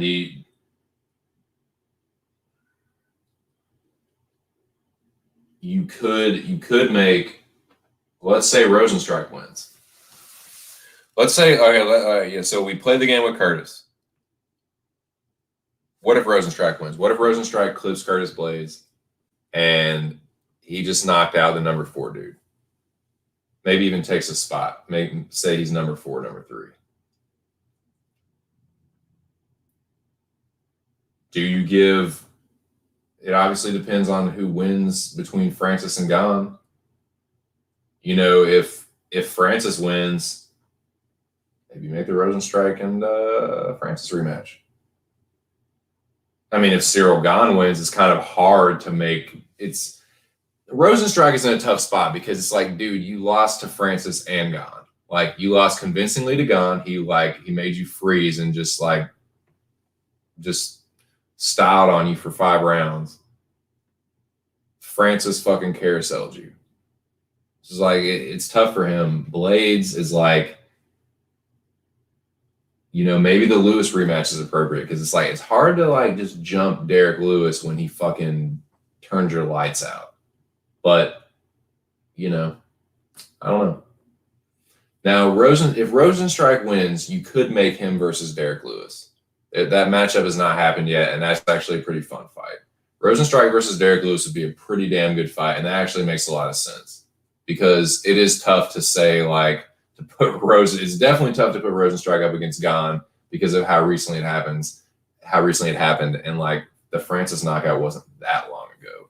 So it's like Gane would be in a tough spot to like push for a title shot, but if he fought Lewis and beat Lewis, like that would be pretty good, man. So you're looking at like a 3-fight winning streak. So you're beating Sakai, Curtis, and Lewis. If he was to come out of that one, like that justifies. That's kind of like Whitaker, like especially if Francis wins, it's like okay, you got knocked out by Adesanya, you go on and beat 3, contenders or whatever, or like top people in your division, you can justify a rematch even if you did get fucking destroyed in the first one. So that would actually kind of make sense if it was Rosenstrike versus Lewis. If Rosenstrike wins, if Blades wins, I mean that actually wouldn't. I mean, if Gane beats Francis, Blades is not a bad fight. That's actually not the worst, but the problem is Stipe. Stipe is going to be there to put a thorn in someone's side, and that is just still the big question mark to me is what's going to happen with Stipe, because he's just, I don't know, man. He's just there, fucking like what's going to happen with him, dude? Is he just going to wait it out? Is like I don't know. That's the one thing that I just can't put my finger on, like what's going to happen with Stipe.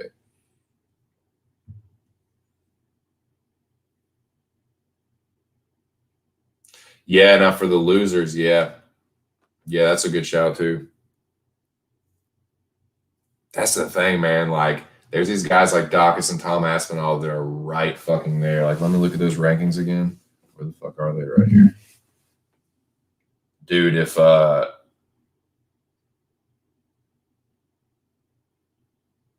Aspinall's right behind Dawkins. So you got Sakai, who just lost to Rosenstrike. Tybura's at number 8. He's about to fight Volkov. Shamil is fighting Dawkins.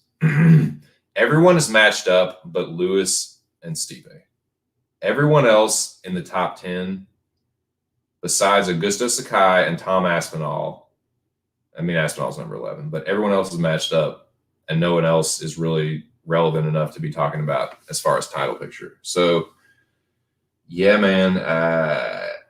As far as immediate, obviously, we're going to get the unification probably at the end of the year, I expect.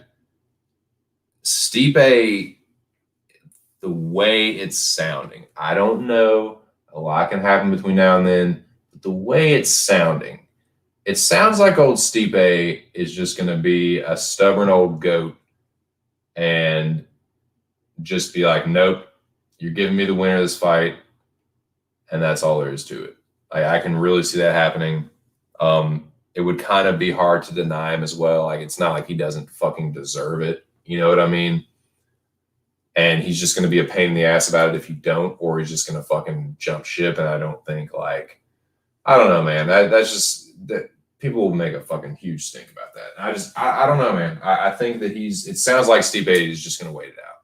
Like, he's just going to wait for, like, get right. And honestly, I think it's probably the best thing. Like, I don't think Stipe needs to be getting back in there with fucking Francis or Cyril Gane. Like, dude,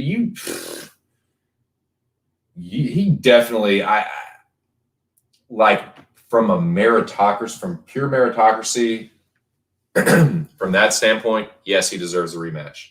Do I think he should be getting in there with Francis Ngannou less than at least 6 months after getting completely knocked unconscious by him? Hell fucking no. I think Francis is just going to fucking clean his clock again. But at least if the fight is, let's say Francis wins, even if the fight is early next year, like, excuse me, like February or March, like that's more time to recover. You know, I don't know, man. I'm definitely more conservative about that than some other people. Like, I just feel like it doesn't hurt to take a little extra time to recover from a really bad knockout. Not just a bad knockout at the hands of pretty much the hard, other than Deontay Wilder, like the hardest punching human on earth.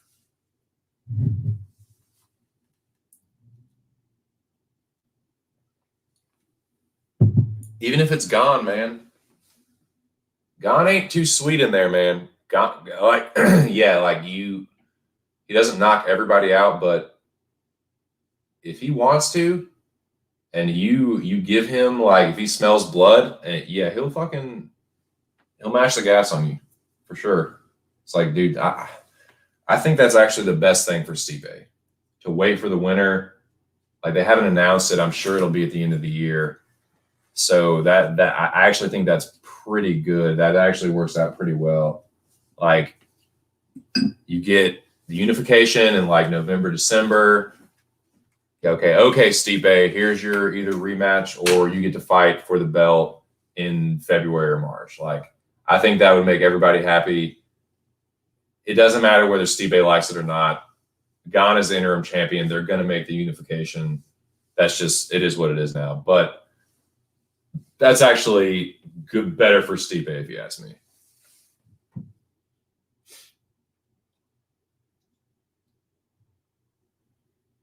If Rosenstrike wins, I like him versus the winner of Volkov and Tybura. That's not bad either. That's not too bad either.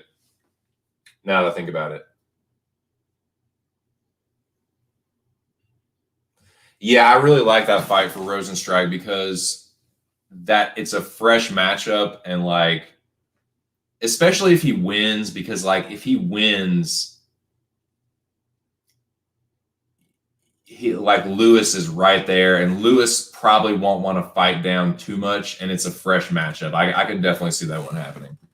But Volkov versus Tybura, the winner of that isn't bad either, because you got to do something with the winner of that. They're both in the top 10. That's a keep your spot kind of fight.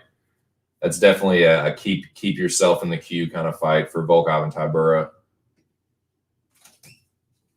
Lewis Rosenstrike.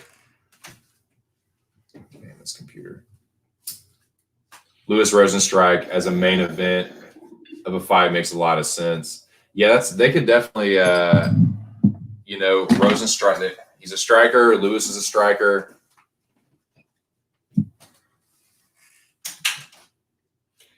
Yeah, man. Curtis does usually call somebody out.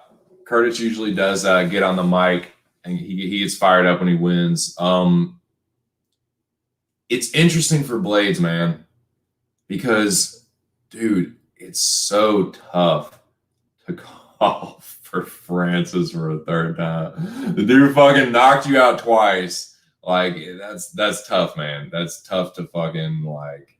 But if it's Gane, now if it's Cyril Gane, that's a little bit different. Gane winning helps Curtis way more than Francis winning. Because, like, dude, what if he called out Stipe? Yeah. Yeah, like you said, dude, what if he calls out Stipe? That's a pretty good fight. That puts the pressure on Stipe. Like, oh, you're just gonna sit around. You're just gonna sit around, sit pretty, and wait for the winner of Cyril and Francis. Okay, or you could fight me. You know what I mean? Like, you think you're a good wrestler? Fight me.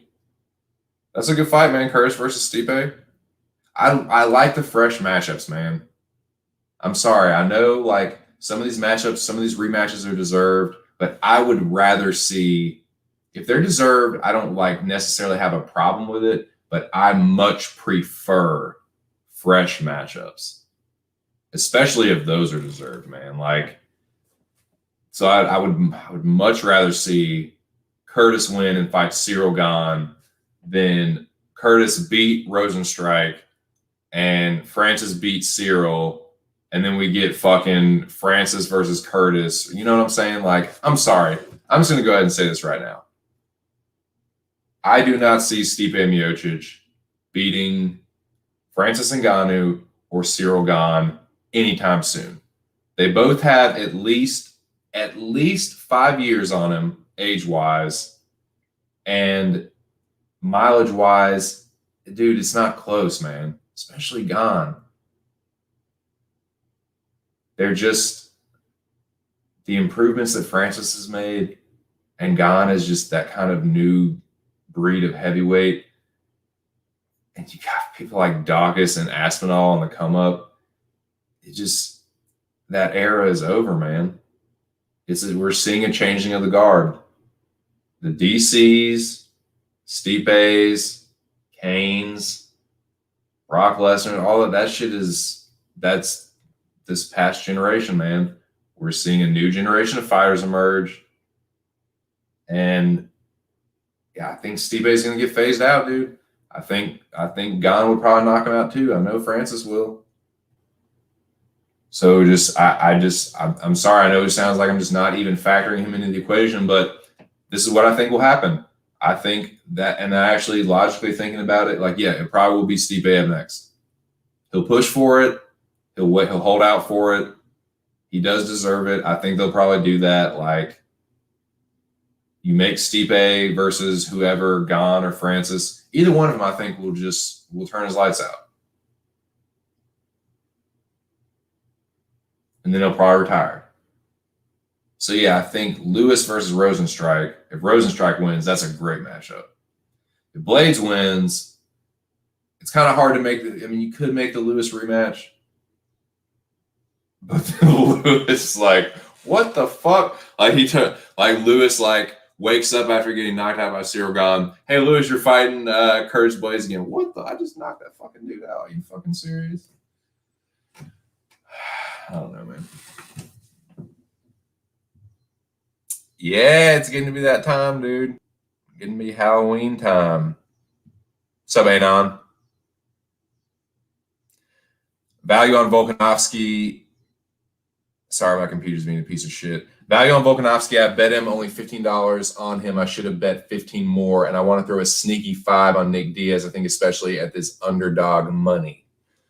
I mean, I don't hate the Nick Diaz pick. I think it's pretty close to a pick 'em. I'm going with Robbie based on the activity, and I'm a Robbie Lawler stan. But, yeah, Nick isn't a terrible underdog pick at all. There's actually some good underdog picks on this. So I'm not going with any of them. I'm going varied. In fact, I think I picked all favorites this card. I'm not expecting to get them all right. I know I'm going to get at least like 3 or 4 wrong, but there's a lot of fights on this card, so I don't care. It's still pretty good. But like the dogs that I think are kind of live are like, and mind you, I'm not picking any of them, but Moraes, Ortega, Brundage, Jalen Turner, who are some other ones? There was another one I thought was pretty live. Let me look at some other ones. But yeah, what's going on, Anon? Shout out to the north side, to the great wide north up there.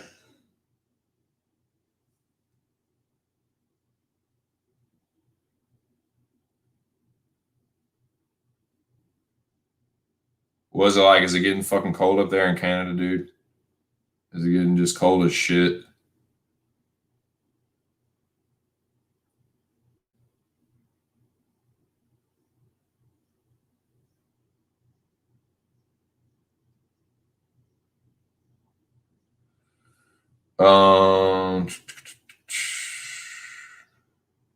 Sorry, I'm just pulling up this car right quick.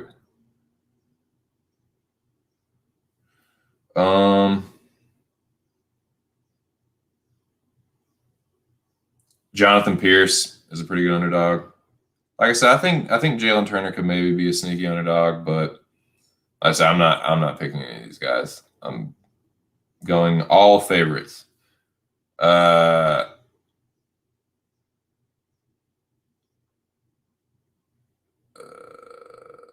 nah, I mean, like I said, Marais is live in the first round, but I think Marab's going to get it done. Rosenstrike is a pretty good underdog. Rosenstrike's a pretty good underdog. I mean, it's like I've seen the narrative around that fight being, oh well, Rosenstrike doesn't have the one punch power that Rosenstrike and Lewis have. That's true. That doesn't mean that fucking Rosenstrike can't knock Blaze out. Like, if you are a powerful puncher, you can knock Curtis Blades out. Rosenstrike definitely has the power to do that. Even if it's not, the one hitter quitter. But I'm going to go Curtis Blades. I feel like he's going to just out wrestle him. And it being a 3-rounder, like I just see him just winning through, just wrestling him for 3 rounds. But my most confident picks, let me go through this now. Like my least confident pick, let's start with my least confident picks. My least confident picks are Nick Maximov,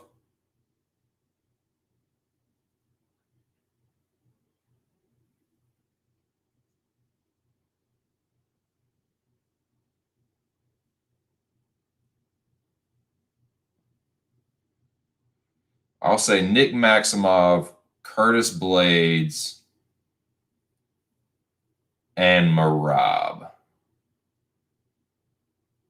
Those are my least confident. My most confident are Bullet. I mean, I'd say Lawler is probably one of my least confident too, just because I don't know, just because Diaz's cardio is never a question.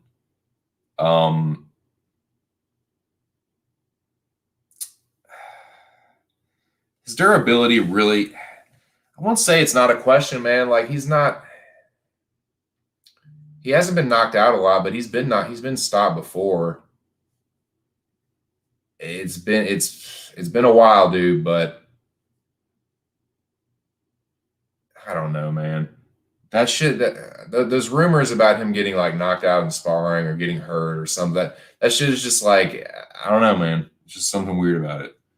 But maybe he's not. Maybe he comes back. He's not the same super durable. Like I don't think his cardio is ever gonna like wane like that. But maybe he's not the most durable guy anymore. I don't know. I'm not saying he's chinny or anything, but maybe he doesn't have. I don't know what to expect from Nick Diaz. That's what I'm trying to say. I don't know what to expect from him. But Lawler's almost 40, dude. He's just not the same dude. That's been very clear. So it's hard for me to have a ton of confidence in him even being as big of a stan as I am. And like it's just been so easy to pick against him recently. It's just like I love the dude, but I know he's not going to win these. This is one it's like, yeah, he could win this fight, but he could lose it too. So I don't know. That one is just like sort of, I would say, yeah. So least confident, probably Lawler, Maximov.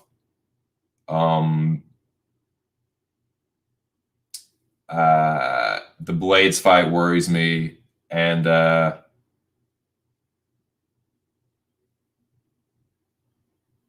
yeah, Marab. Now, most confident, like I said, Bullet, Andrade, Dawkins,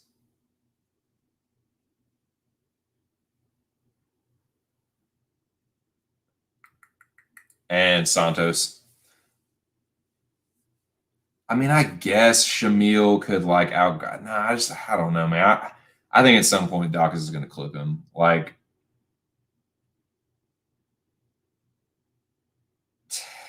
dude, Shamil's been knocked out 3 times. I'm sorry. I know, like, yeah, like Dawkins doesn't punch like Blaze, but like, dude, he's as dangerous as fucking. He's definitely as dangerous, if not more, than Timothy Johnson. Like,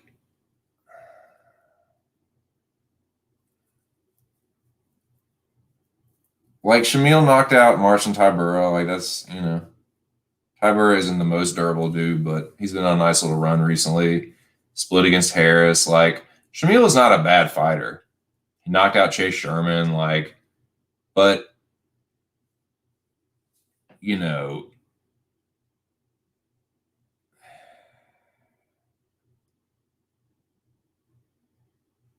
I don't know. I know he hasn't fought him, but I think that Dawkins would knock out Arlovsky.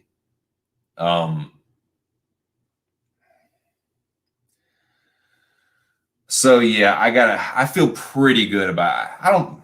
Dawkins might not be my most confident pick, but he's one of my more confident picks. Most confident are definitely Valentina, Andrade, and Tyler Santos. As crazy as that is, women, usually WMMA fights are the ones that I'm not the most confident about, but like, yeah. Medium confidence, Simmelsberger, Hooker,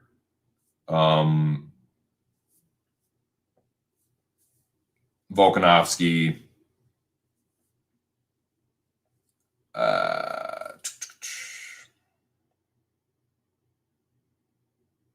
yeah.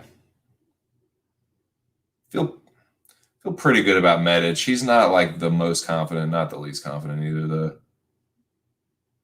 Same with Morales. Like I feel pretty good about Omar Morales winning, but if Pierce won, I wouldn't be too surprised.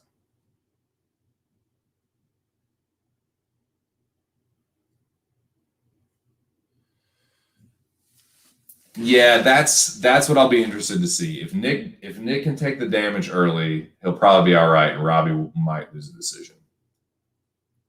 Robbie can go for 5 rounds, though. Robbie can definitely go for 5 rounds.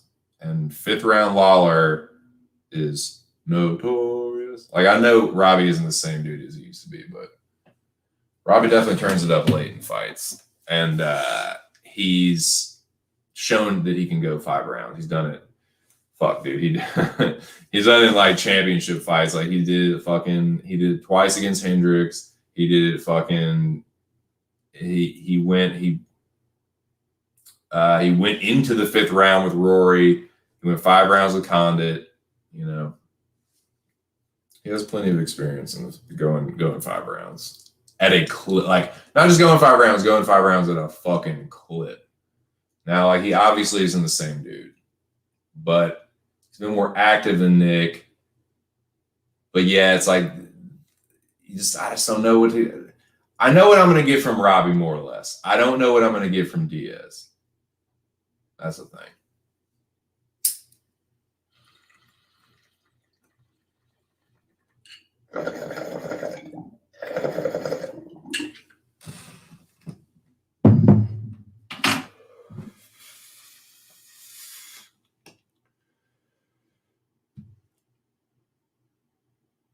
No, that's cool. Definitely going off topic at this point in the stream. Nice. I heard about that, dude. I still haven't watched the first one. I pretty much know what happens. Like I read some about the plot summary and like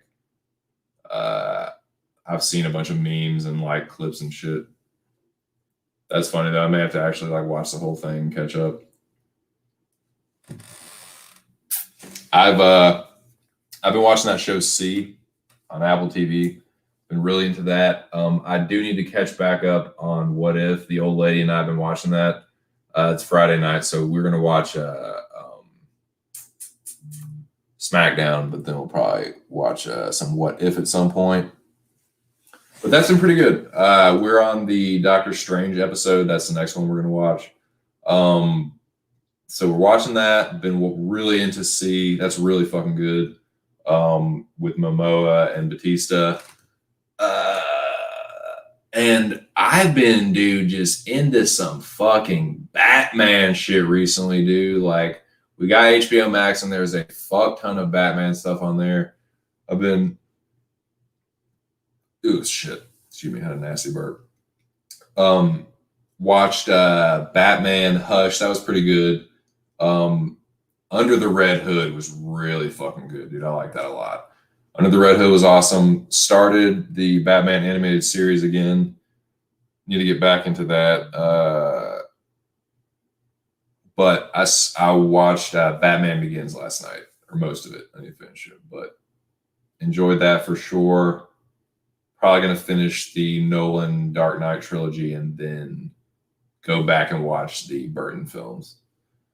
Probably going to skip Batman Forever and Batman and Robin. Probably going to skip the Schumacher joints.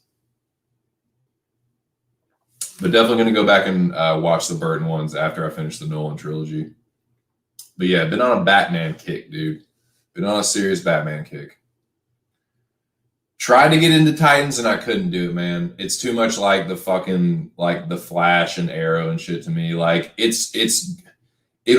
was one of those where it would get me really into it one episode and the next episode would be kind of flat. And then it'd get really good again. And it's just like it just wasn't consistent enough. Like there are some parts of it that are really good. I definitely like some of the characters, but just like I couldn't stick with it. Like some of the fucking it's just there's so much goddamn Batman shit in like no fucking Batman.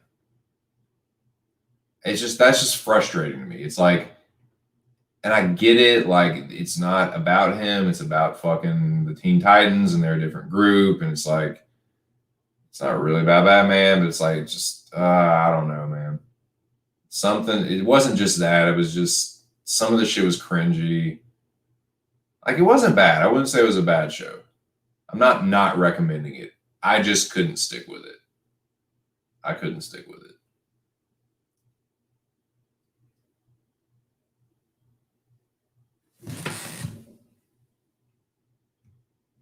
Fuck yeah, dude. Let's go Redbirds.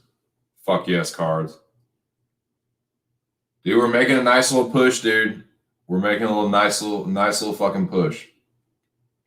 We're nipping on the fucking Brewers' heels, dude. Like, I don't think we're quite going to catch them, but, dude. I can't remember if we won that game last night, but we almost fucking, if we did, we fucking swept them. The long series, the 4-game series, too.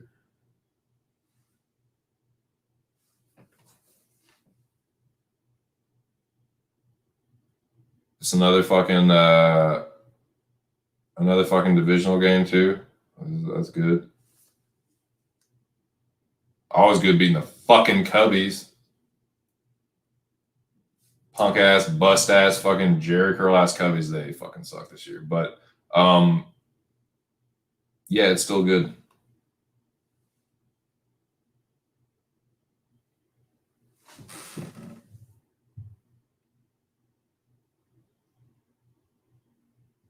Six 0 now, Bobo. It's 6-0 now.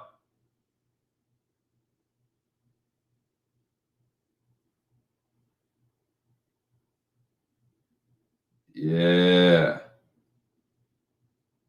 Yeah. O'Neal homered. Oh. Fuck yes. All right. But where were we? I love seeing that. I love seeing them damn Cardinals just whoop ass.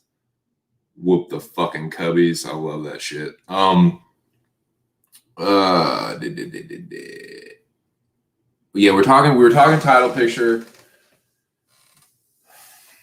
We got off topic. We're talking. Oh yeah, we're talking about shows and shit.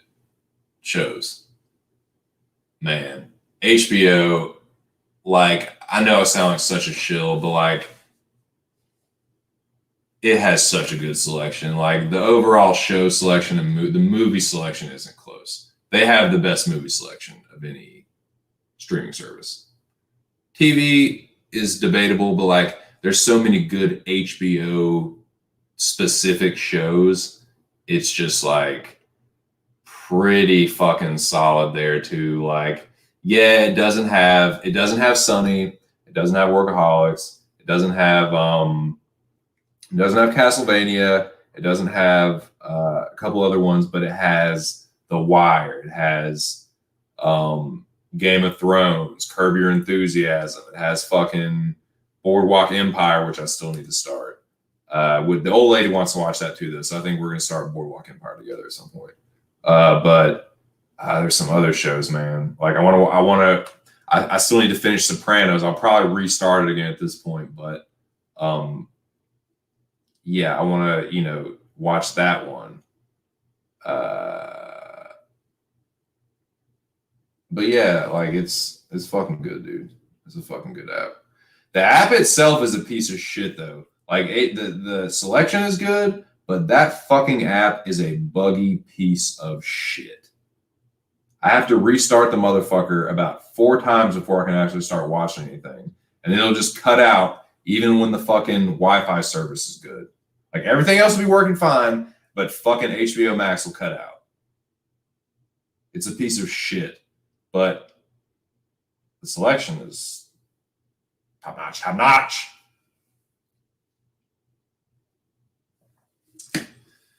But yeah. Oh, there are some movies that I want to fucking watch too. I still want to watch Nobody. I still want to watch Nobody. I still want to see. There's another fucking one. Dude, I saw Suicide Squad. I didn't think it was that good. Like it wasn't like shit, but I was pretty disappointed, man. I was expecting a lot more from Suicide Squad. I was really excited for that one. I got myself too hyped up for it. It was trying to be too much like Deadpool 2. Like it was trying to be like too like funny and like it just was kind of corny. Like it was just it just wasn't that funny to me. All the like the a lot of the humor felt forced. I just didn't get into it. I didn't like it.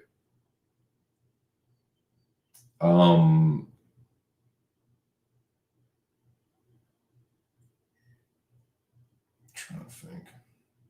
But yeah, C has been fucking Illmatic. I've really been enjoying that. And I'm definitely gonna start Boardwalk Empire. I've been watching Game of Thrones. I restarted Game of Thrones. Definitely been enjoying that. Definitely been on a huge Batman kick. And yeah. The streaming life has been pretty good. Pretty good.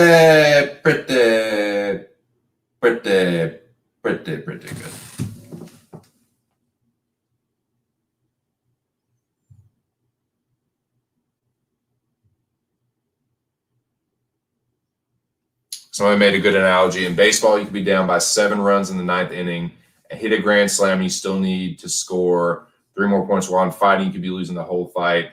1 good shot and the fight's over.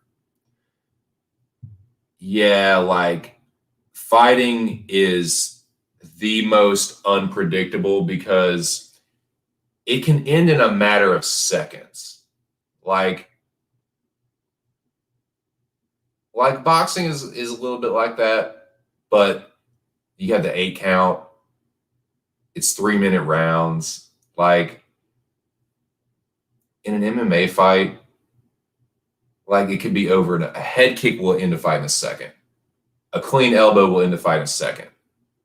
A good clean punch in a second. So, yeah, man, or like a knee, crazy flying knee or something, or a nasty stepping knee. Yeah, the fighting, like combat sports and MMA in particular. Yeah, that is a pretty good analogy.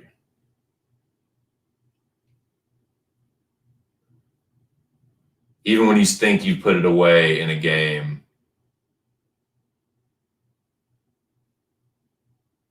you still need something more. But like in a fight, man, yeah, it's crazy, dude. I'm excited for Volkanovski Ortega because Ortega is so dangerous. He's so fucking dangerous, man. And if Volkanovski can just outsmart him for 5 rounds, I think he's gonna win. But if Ortega, I feel like Ortega's best path to victory And I know it's going to sound like the most armchair quarterback bullshit, but like, it's to just press the fucking action, man. Make Volkanovski uncomfortable. Crowd him so his leg kicks aren't as big of a factor. He's definitely bigger. Like, I mean, he's obviously Volkanovski is one of the shorter featherweights, but like, he's still like he's gonna tower over him, man. Like, he will be if he can close the distance, dude. Those uppercuts will probably pay dividends for him if he can get in the range to land him. Like, he cannot fight Volkanovski at kickboxing range. If he stands on the outside and tries to just counter Volkanovski, he'll get lit up by leg kicks and jabs all fucking day. Like, Volkanovski actually has pretty decent hands. Like, I think he did some pro boxing. Like, Volkanovski's hands are not bad at all. And like, if he just stands there fucking around on the outside, like trying to be slick and like counter Volkanovski, he's gonna get fucking tuned up. But if he presses the action, if he like crashes that fucking distance and fights Volkanovski in boxing clinch range, like close range kickboxing and boxing, that's where he'll have success, man. That dirty boxing range, that's where he'll be able to use his best weapons, his uppercuts and his elbows.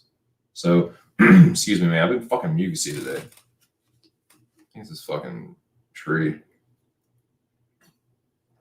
That is one thing about pancakes, man. It's been a little harsh on the throat. Not too bad, but just a little bit. It's really frassy, dude. It's got a lot of fucking. It's got a lot of. Not only does it has a lot of trichomes, but it's just like very. Even the plant matter of the buds is like very frassy, very powdery. Like when you grind it down, it really like sticks to the side of the grinder. And I think it's like when it's that fine particulate, it's kind of fucking harsh on my throat. Anyway, I think it's gonna make me kind of mucusy, and so I apologize for the sound quality. But yeah, I see Ortega having the most success if he is more aggressive and he fights Volkanovski at a closer distance. I think if he stays on the outside, he's just going to get lit the fuck up. Like, Volkanovski will keep that high guard.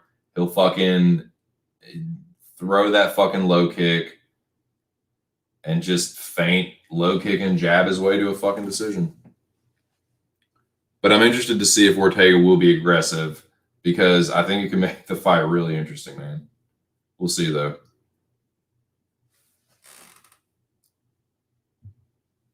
That's the other thing, too, man. That's the other thing, too. If Ortega takes him down, Volkanovski, you want to talk about having to be fucking careful about getting back to your feet and how you get back to your feet. Ortega's not the kind of guy where it's like, oh yeah, let me just get to an elbow, get to a knee, build my base up. You will be fucking tapping or napping in a fucking heartbeat, dude. Like, you almost have, like, what do you do there, Ear? Like, with Ortega on top of you, like, do you just try and get like a submission sweep, like try and threaten him? I just don't see how you would like begin to just traditionally like build a base and just try and stand up. Like, that seems like the most dangerous fucking proposition. Like, I almost feel like you would have to create some kind of like submission. I don't know, man. That will be crazy. If Ortega takes Volkanovski down and is on top of him, look the fuck out. Because you know Ortega is hoping that Volkanovski will turn to try and get back to his feet and give him that neck.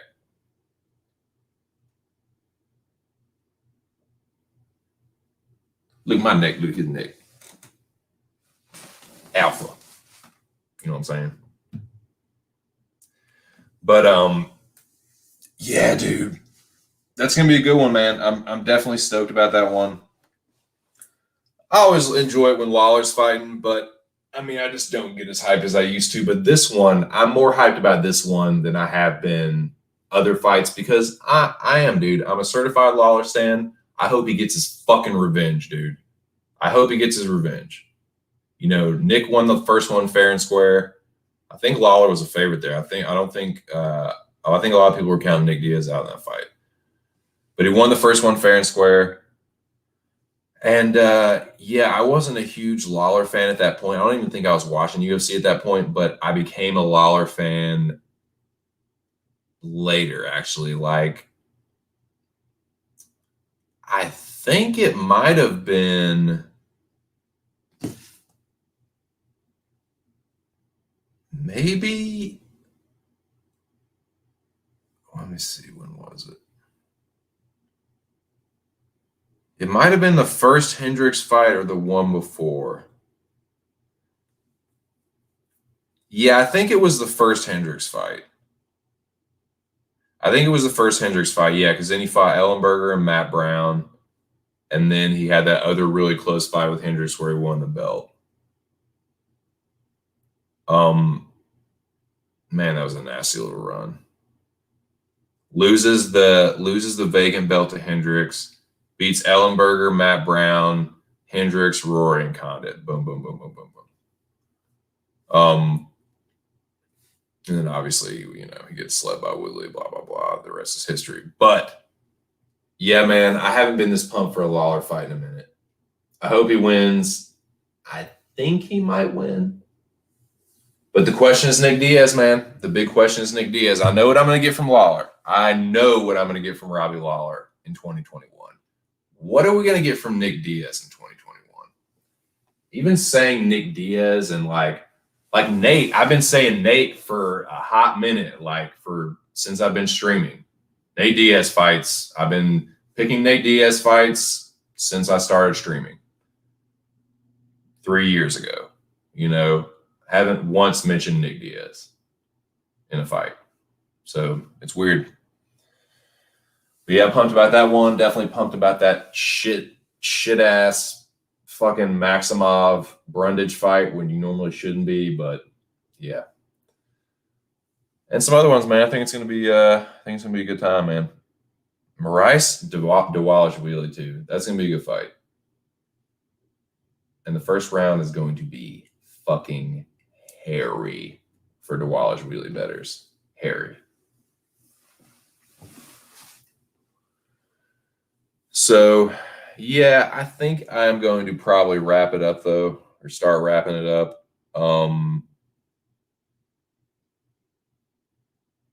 Let's see what's up with the old lady. Got some things to do around the house. Gonna get ready for these ceremonial weigh-ins. Finish watching Batman Begins. But yeah, I'll probably start winding down here in a second. But man, I'll tell you what, it was good to be streaming again. Good to fucking fire up the ship, man. Broadcast my little fucking pirate signal here. But yeah, big shout out to you guys.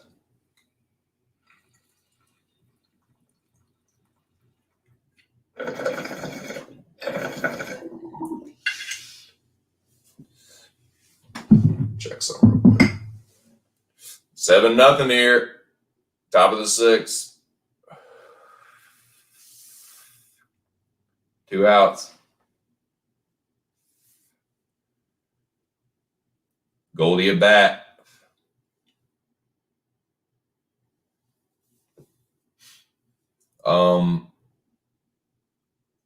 Once again, in summary,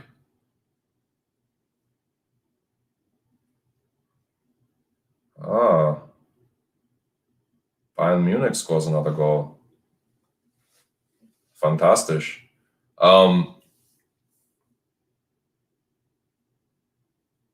Yeah, I'm an FC Bayern fan as well. Okay, here's the picks. Omar Morales, Simmelsberger, Maximov, Medic, Santos, Dawkins, Hooker, Marab, Andrade, Rosenstrike, Law. They're favorites. They're all favorites. Shevchenko and Volkanovski. Yeah, I know. Big, real risky. I don't care. I think most of these are going to win. I think most of the favorites are going to win. We just scored again, 8-0.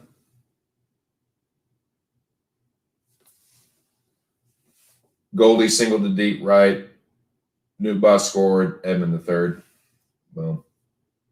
Crushing the Cubbies.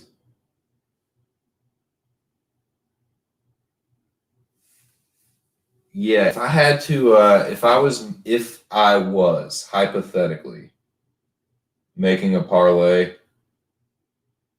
it would be Shevchenko, Andrade,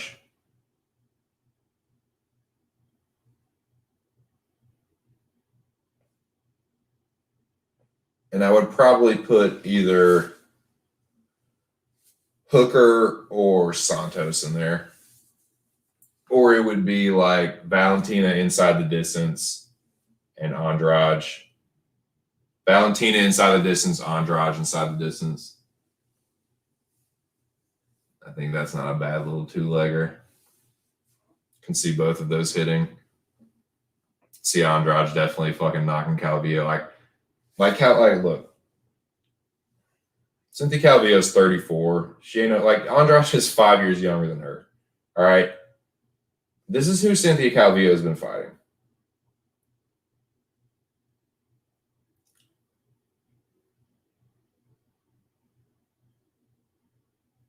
Like, she's been fighting good fighters, but none of these chicks can really fucking crack.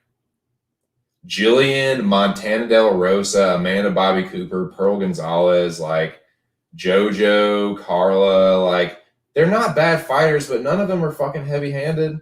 None of them are fucking like, nah, dude, Jessica's gonna fuck her up. Poliana, Courtney Casey, get Jessica. I get the fuck out of here, man. Caitlin Chikagan, little pity pat. Yeah. Nah, dude, Jessica's gonna fuck her up. Caitlin, nah, ain't gonna happen.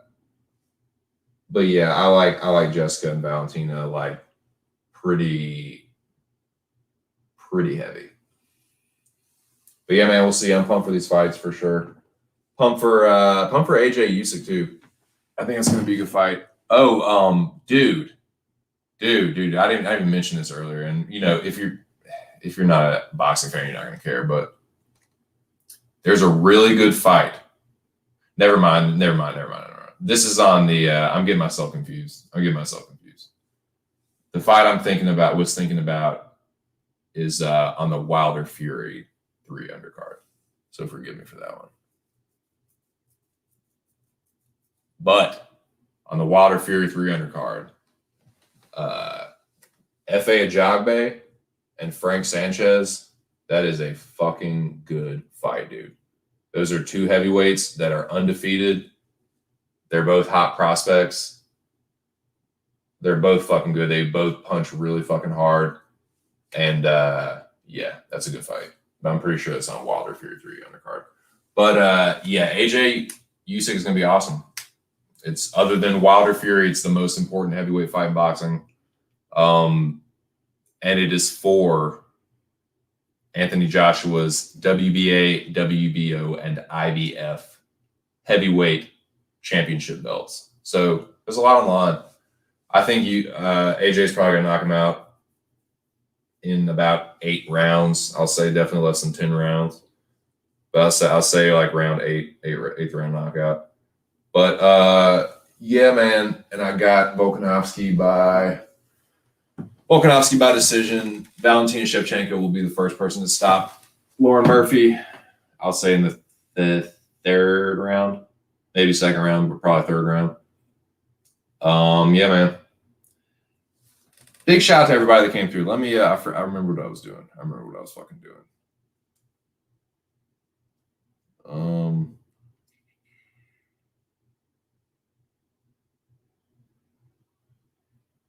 I want to give a big shout out to my dude Tommy Egan, man. If you're not following this, if you're on Twitter, make sure you follow my dude on Twitter. It's at capital T, capital E, lowercase GAN 98. So that's capital T, capital E, Egan 98. That's my dude. He's cool as shit. But yeah, make sure you give him a follow on Twitter. But yeah, I want to give a big shout out to him. He came through the chat. He's a big supporter and fan of Charles Oliveira. He actually has interacted a few times with Oliveira online. Oliveira is another dude that's really cool to fans. But yeah, Tommy definitely called that one infamously. Fed me crow on that one. I was all over Michael Chandler in that fight. But yeah, anyway, check out my dude Tommy Egan on Twitter. He's definitely one of the real ones. Shout out to him. Shout out to New Jersey Insight MMA OG fan. I think I got that right. But yeah, good to see him in the chat again. And as always, my dude Jay Henry, shout out to you guys. Yeah, those are some cool barrages on Twitter. You can check out Jersey as well. That is at capital N J MMA and then capital Insight. Insight's all capital. But yeah, capital N, the J MMA is lowercase, and then Insight is all capital on Twitter. And then also Jay Henry, the MMA drunkie. I think it's at Jay Henry 79, all lowercase, at Jay Henry 79.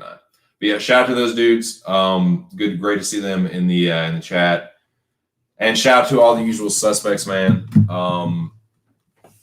Everyone that came through today. Dried Spicy's back on Twitter.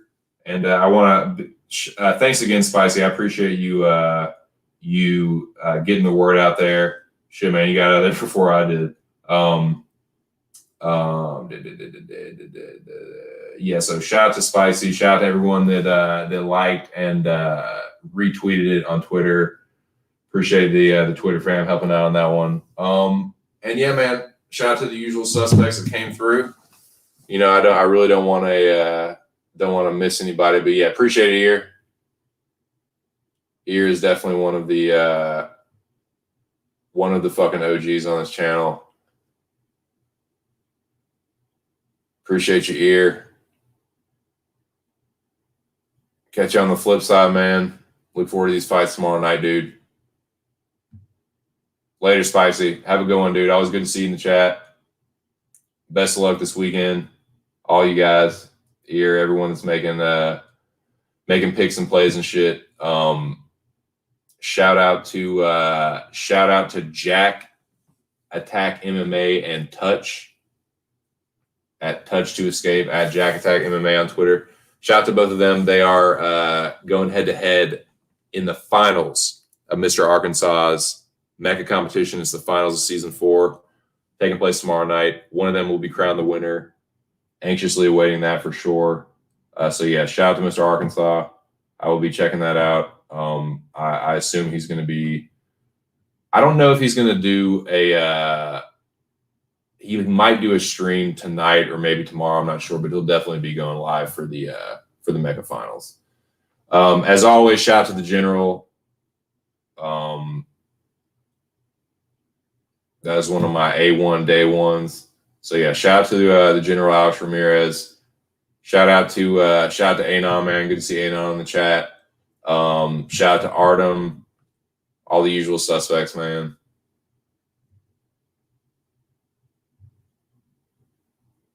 You say switch to Robbie.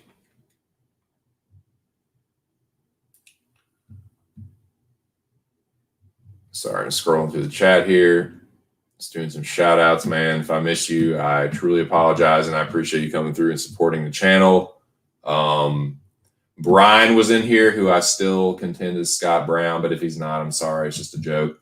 But yeah, I think you are Scott Brown. But yeah, shout out to you. Shout out to Alex Alberto. Hadn't seen him in a while, but shout out to Alex Alberto. Hope you're doing good.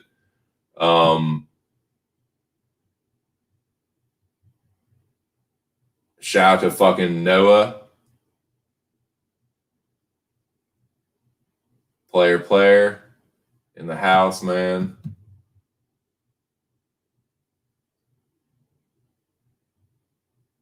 Yeah, shout out to all the usual suspects, man. Noah, Spicy Ear, the General, Jackie Boy, Artem. Yeah, man. Y'all this shit, dude. It's always good chilling, talking smack with y'all. Man, good luck, everybody. Oh, yeah, shout out to Money Mills, who was in here earlier, dude. Shout out to MMA Locker Room, at MMA Locker Room on Twitter. Big Moise. Shout out to Big Moise.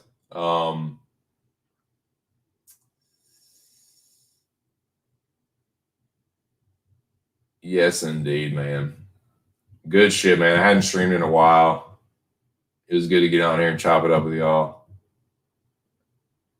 Yep. Shout out to you, Touch. Bo Jackson was in this motherfucker. Shout out to Bo.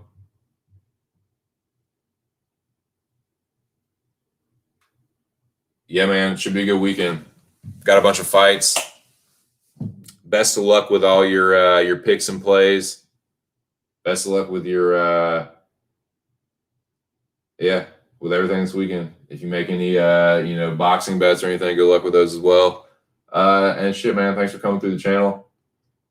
It was a good stream. It was definitely good to get back into it after a little hiatus.